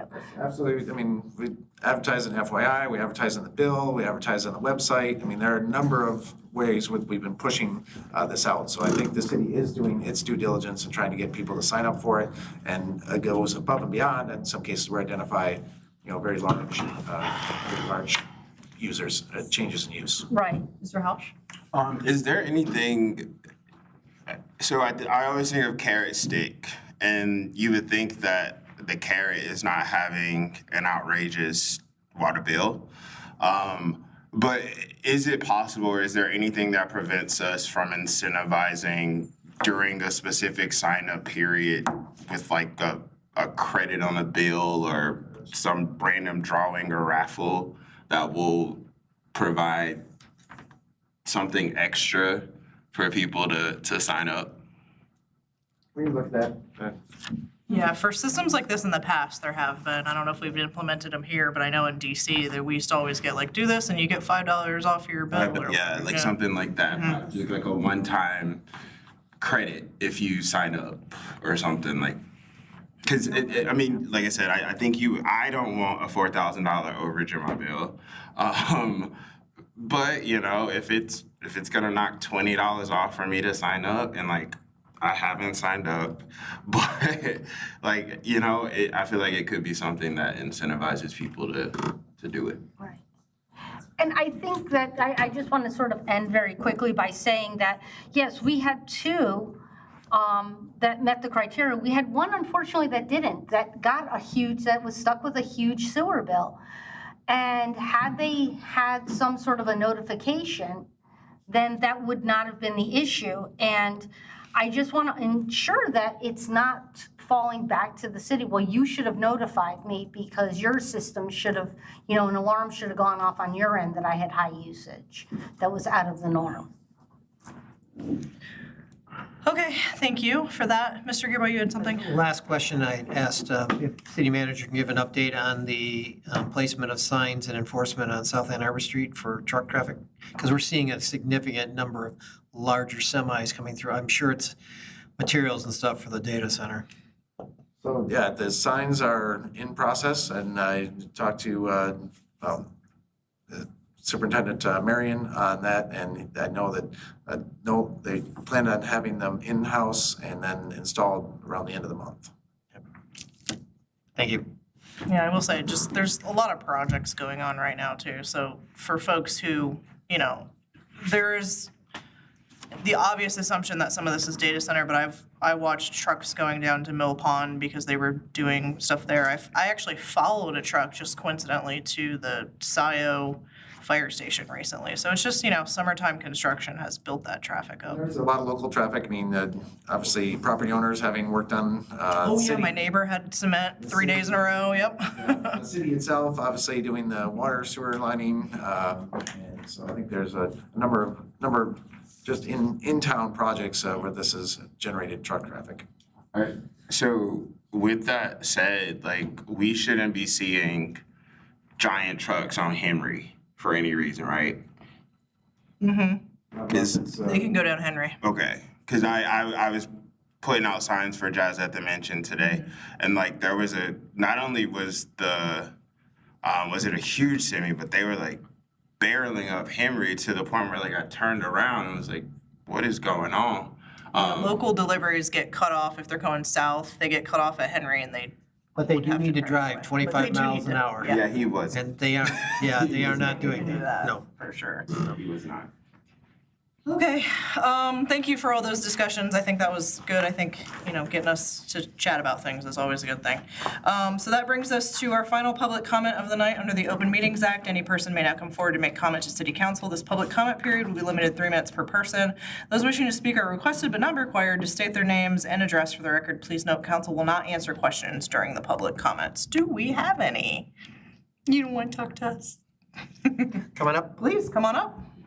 Yes. Yes, unfortunately, there's a microphone up here. so we can hear your comment. It has to be on the record. The public. I will it's just a thought too, actually, from the meeting, is that you have to talk. Yeah. I'm disappointed in the council not being informed about the donation or the pledge or whatever you want to call it. And I'm disappointed that you, as the mayor and the city council, do not seem to be transparent to the residents. And in my neighborhood, I'm a newbie and I've been here 25 years. And I think that a lot of people are feeling they need to move because of I know the Saline Township is where the data center is, but it's going to affect us and our housing and our environment. And I think that the least you can do for your constituents is be open and transparent. And and it's clear that you're not even being told a lot of things. And that just is more than disappointing. Thank you for your comment. The other stuff I wanted to talk about seems irrelevant after that. Thank you for your comments. City Clerk Royal, did we have any comments online in which they wanted it to be read during public comment? Okay, well then, I will welcome a motion to adjourn at 10:04 p.m. Moved by Gearba, can I get a second? Second. And we are, sorry. We are adjourned at 10:04. Got to vote. Oh, sorry, you're right.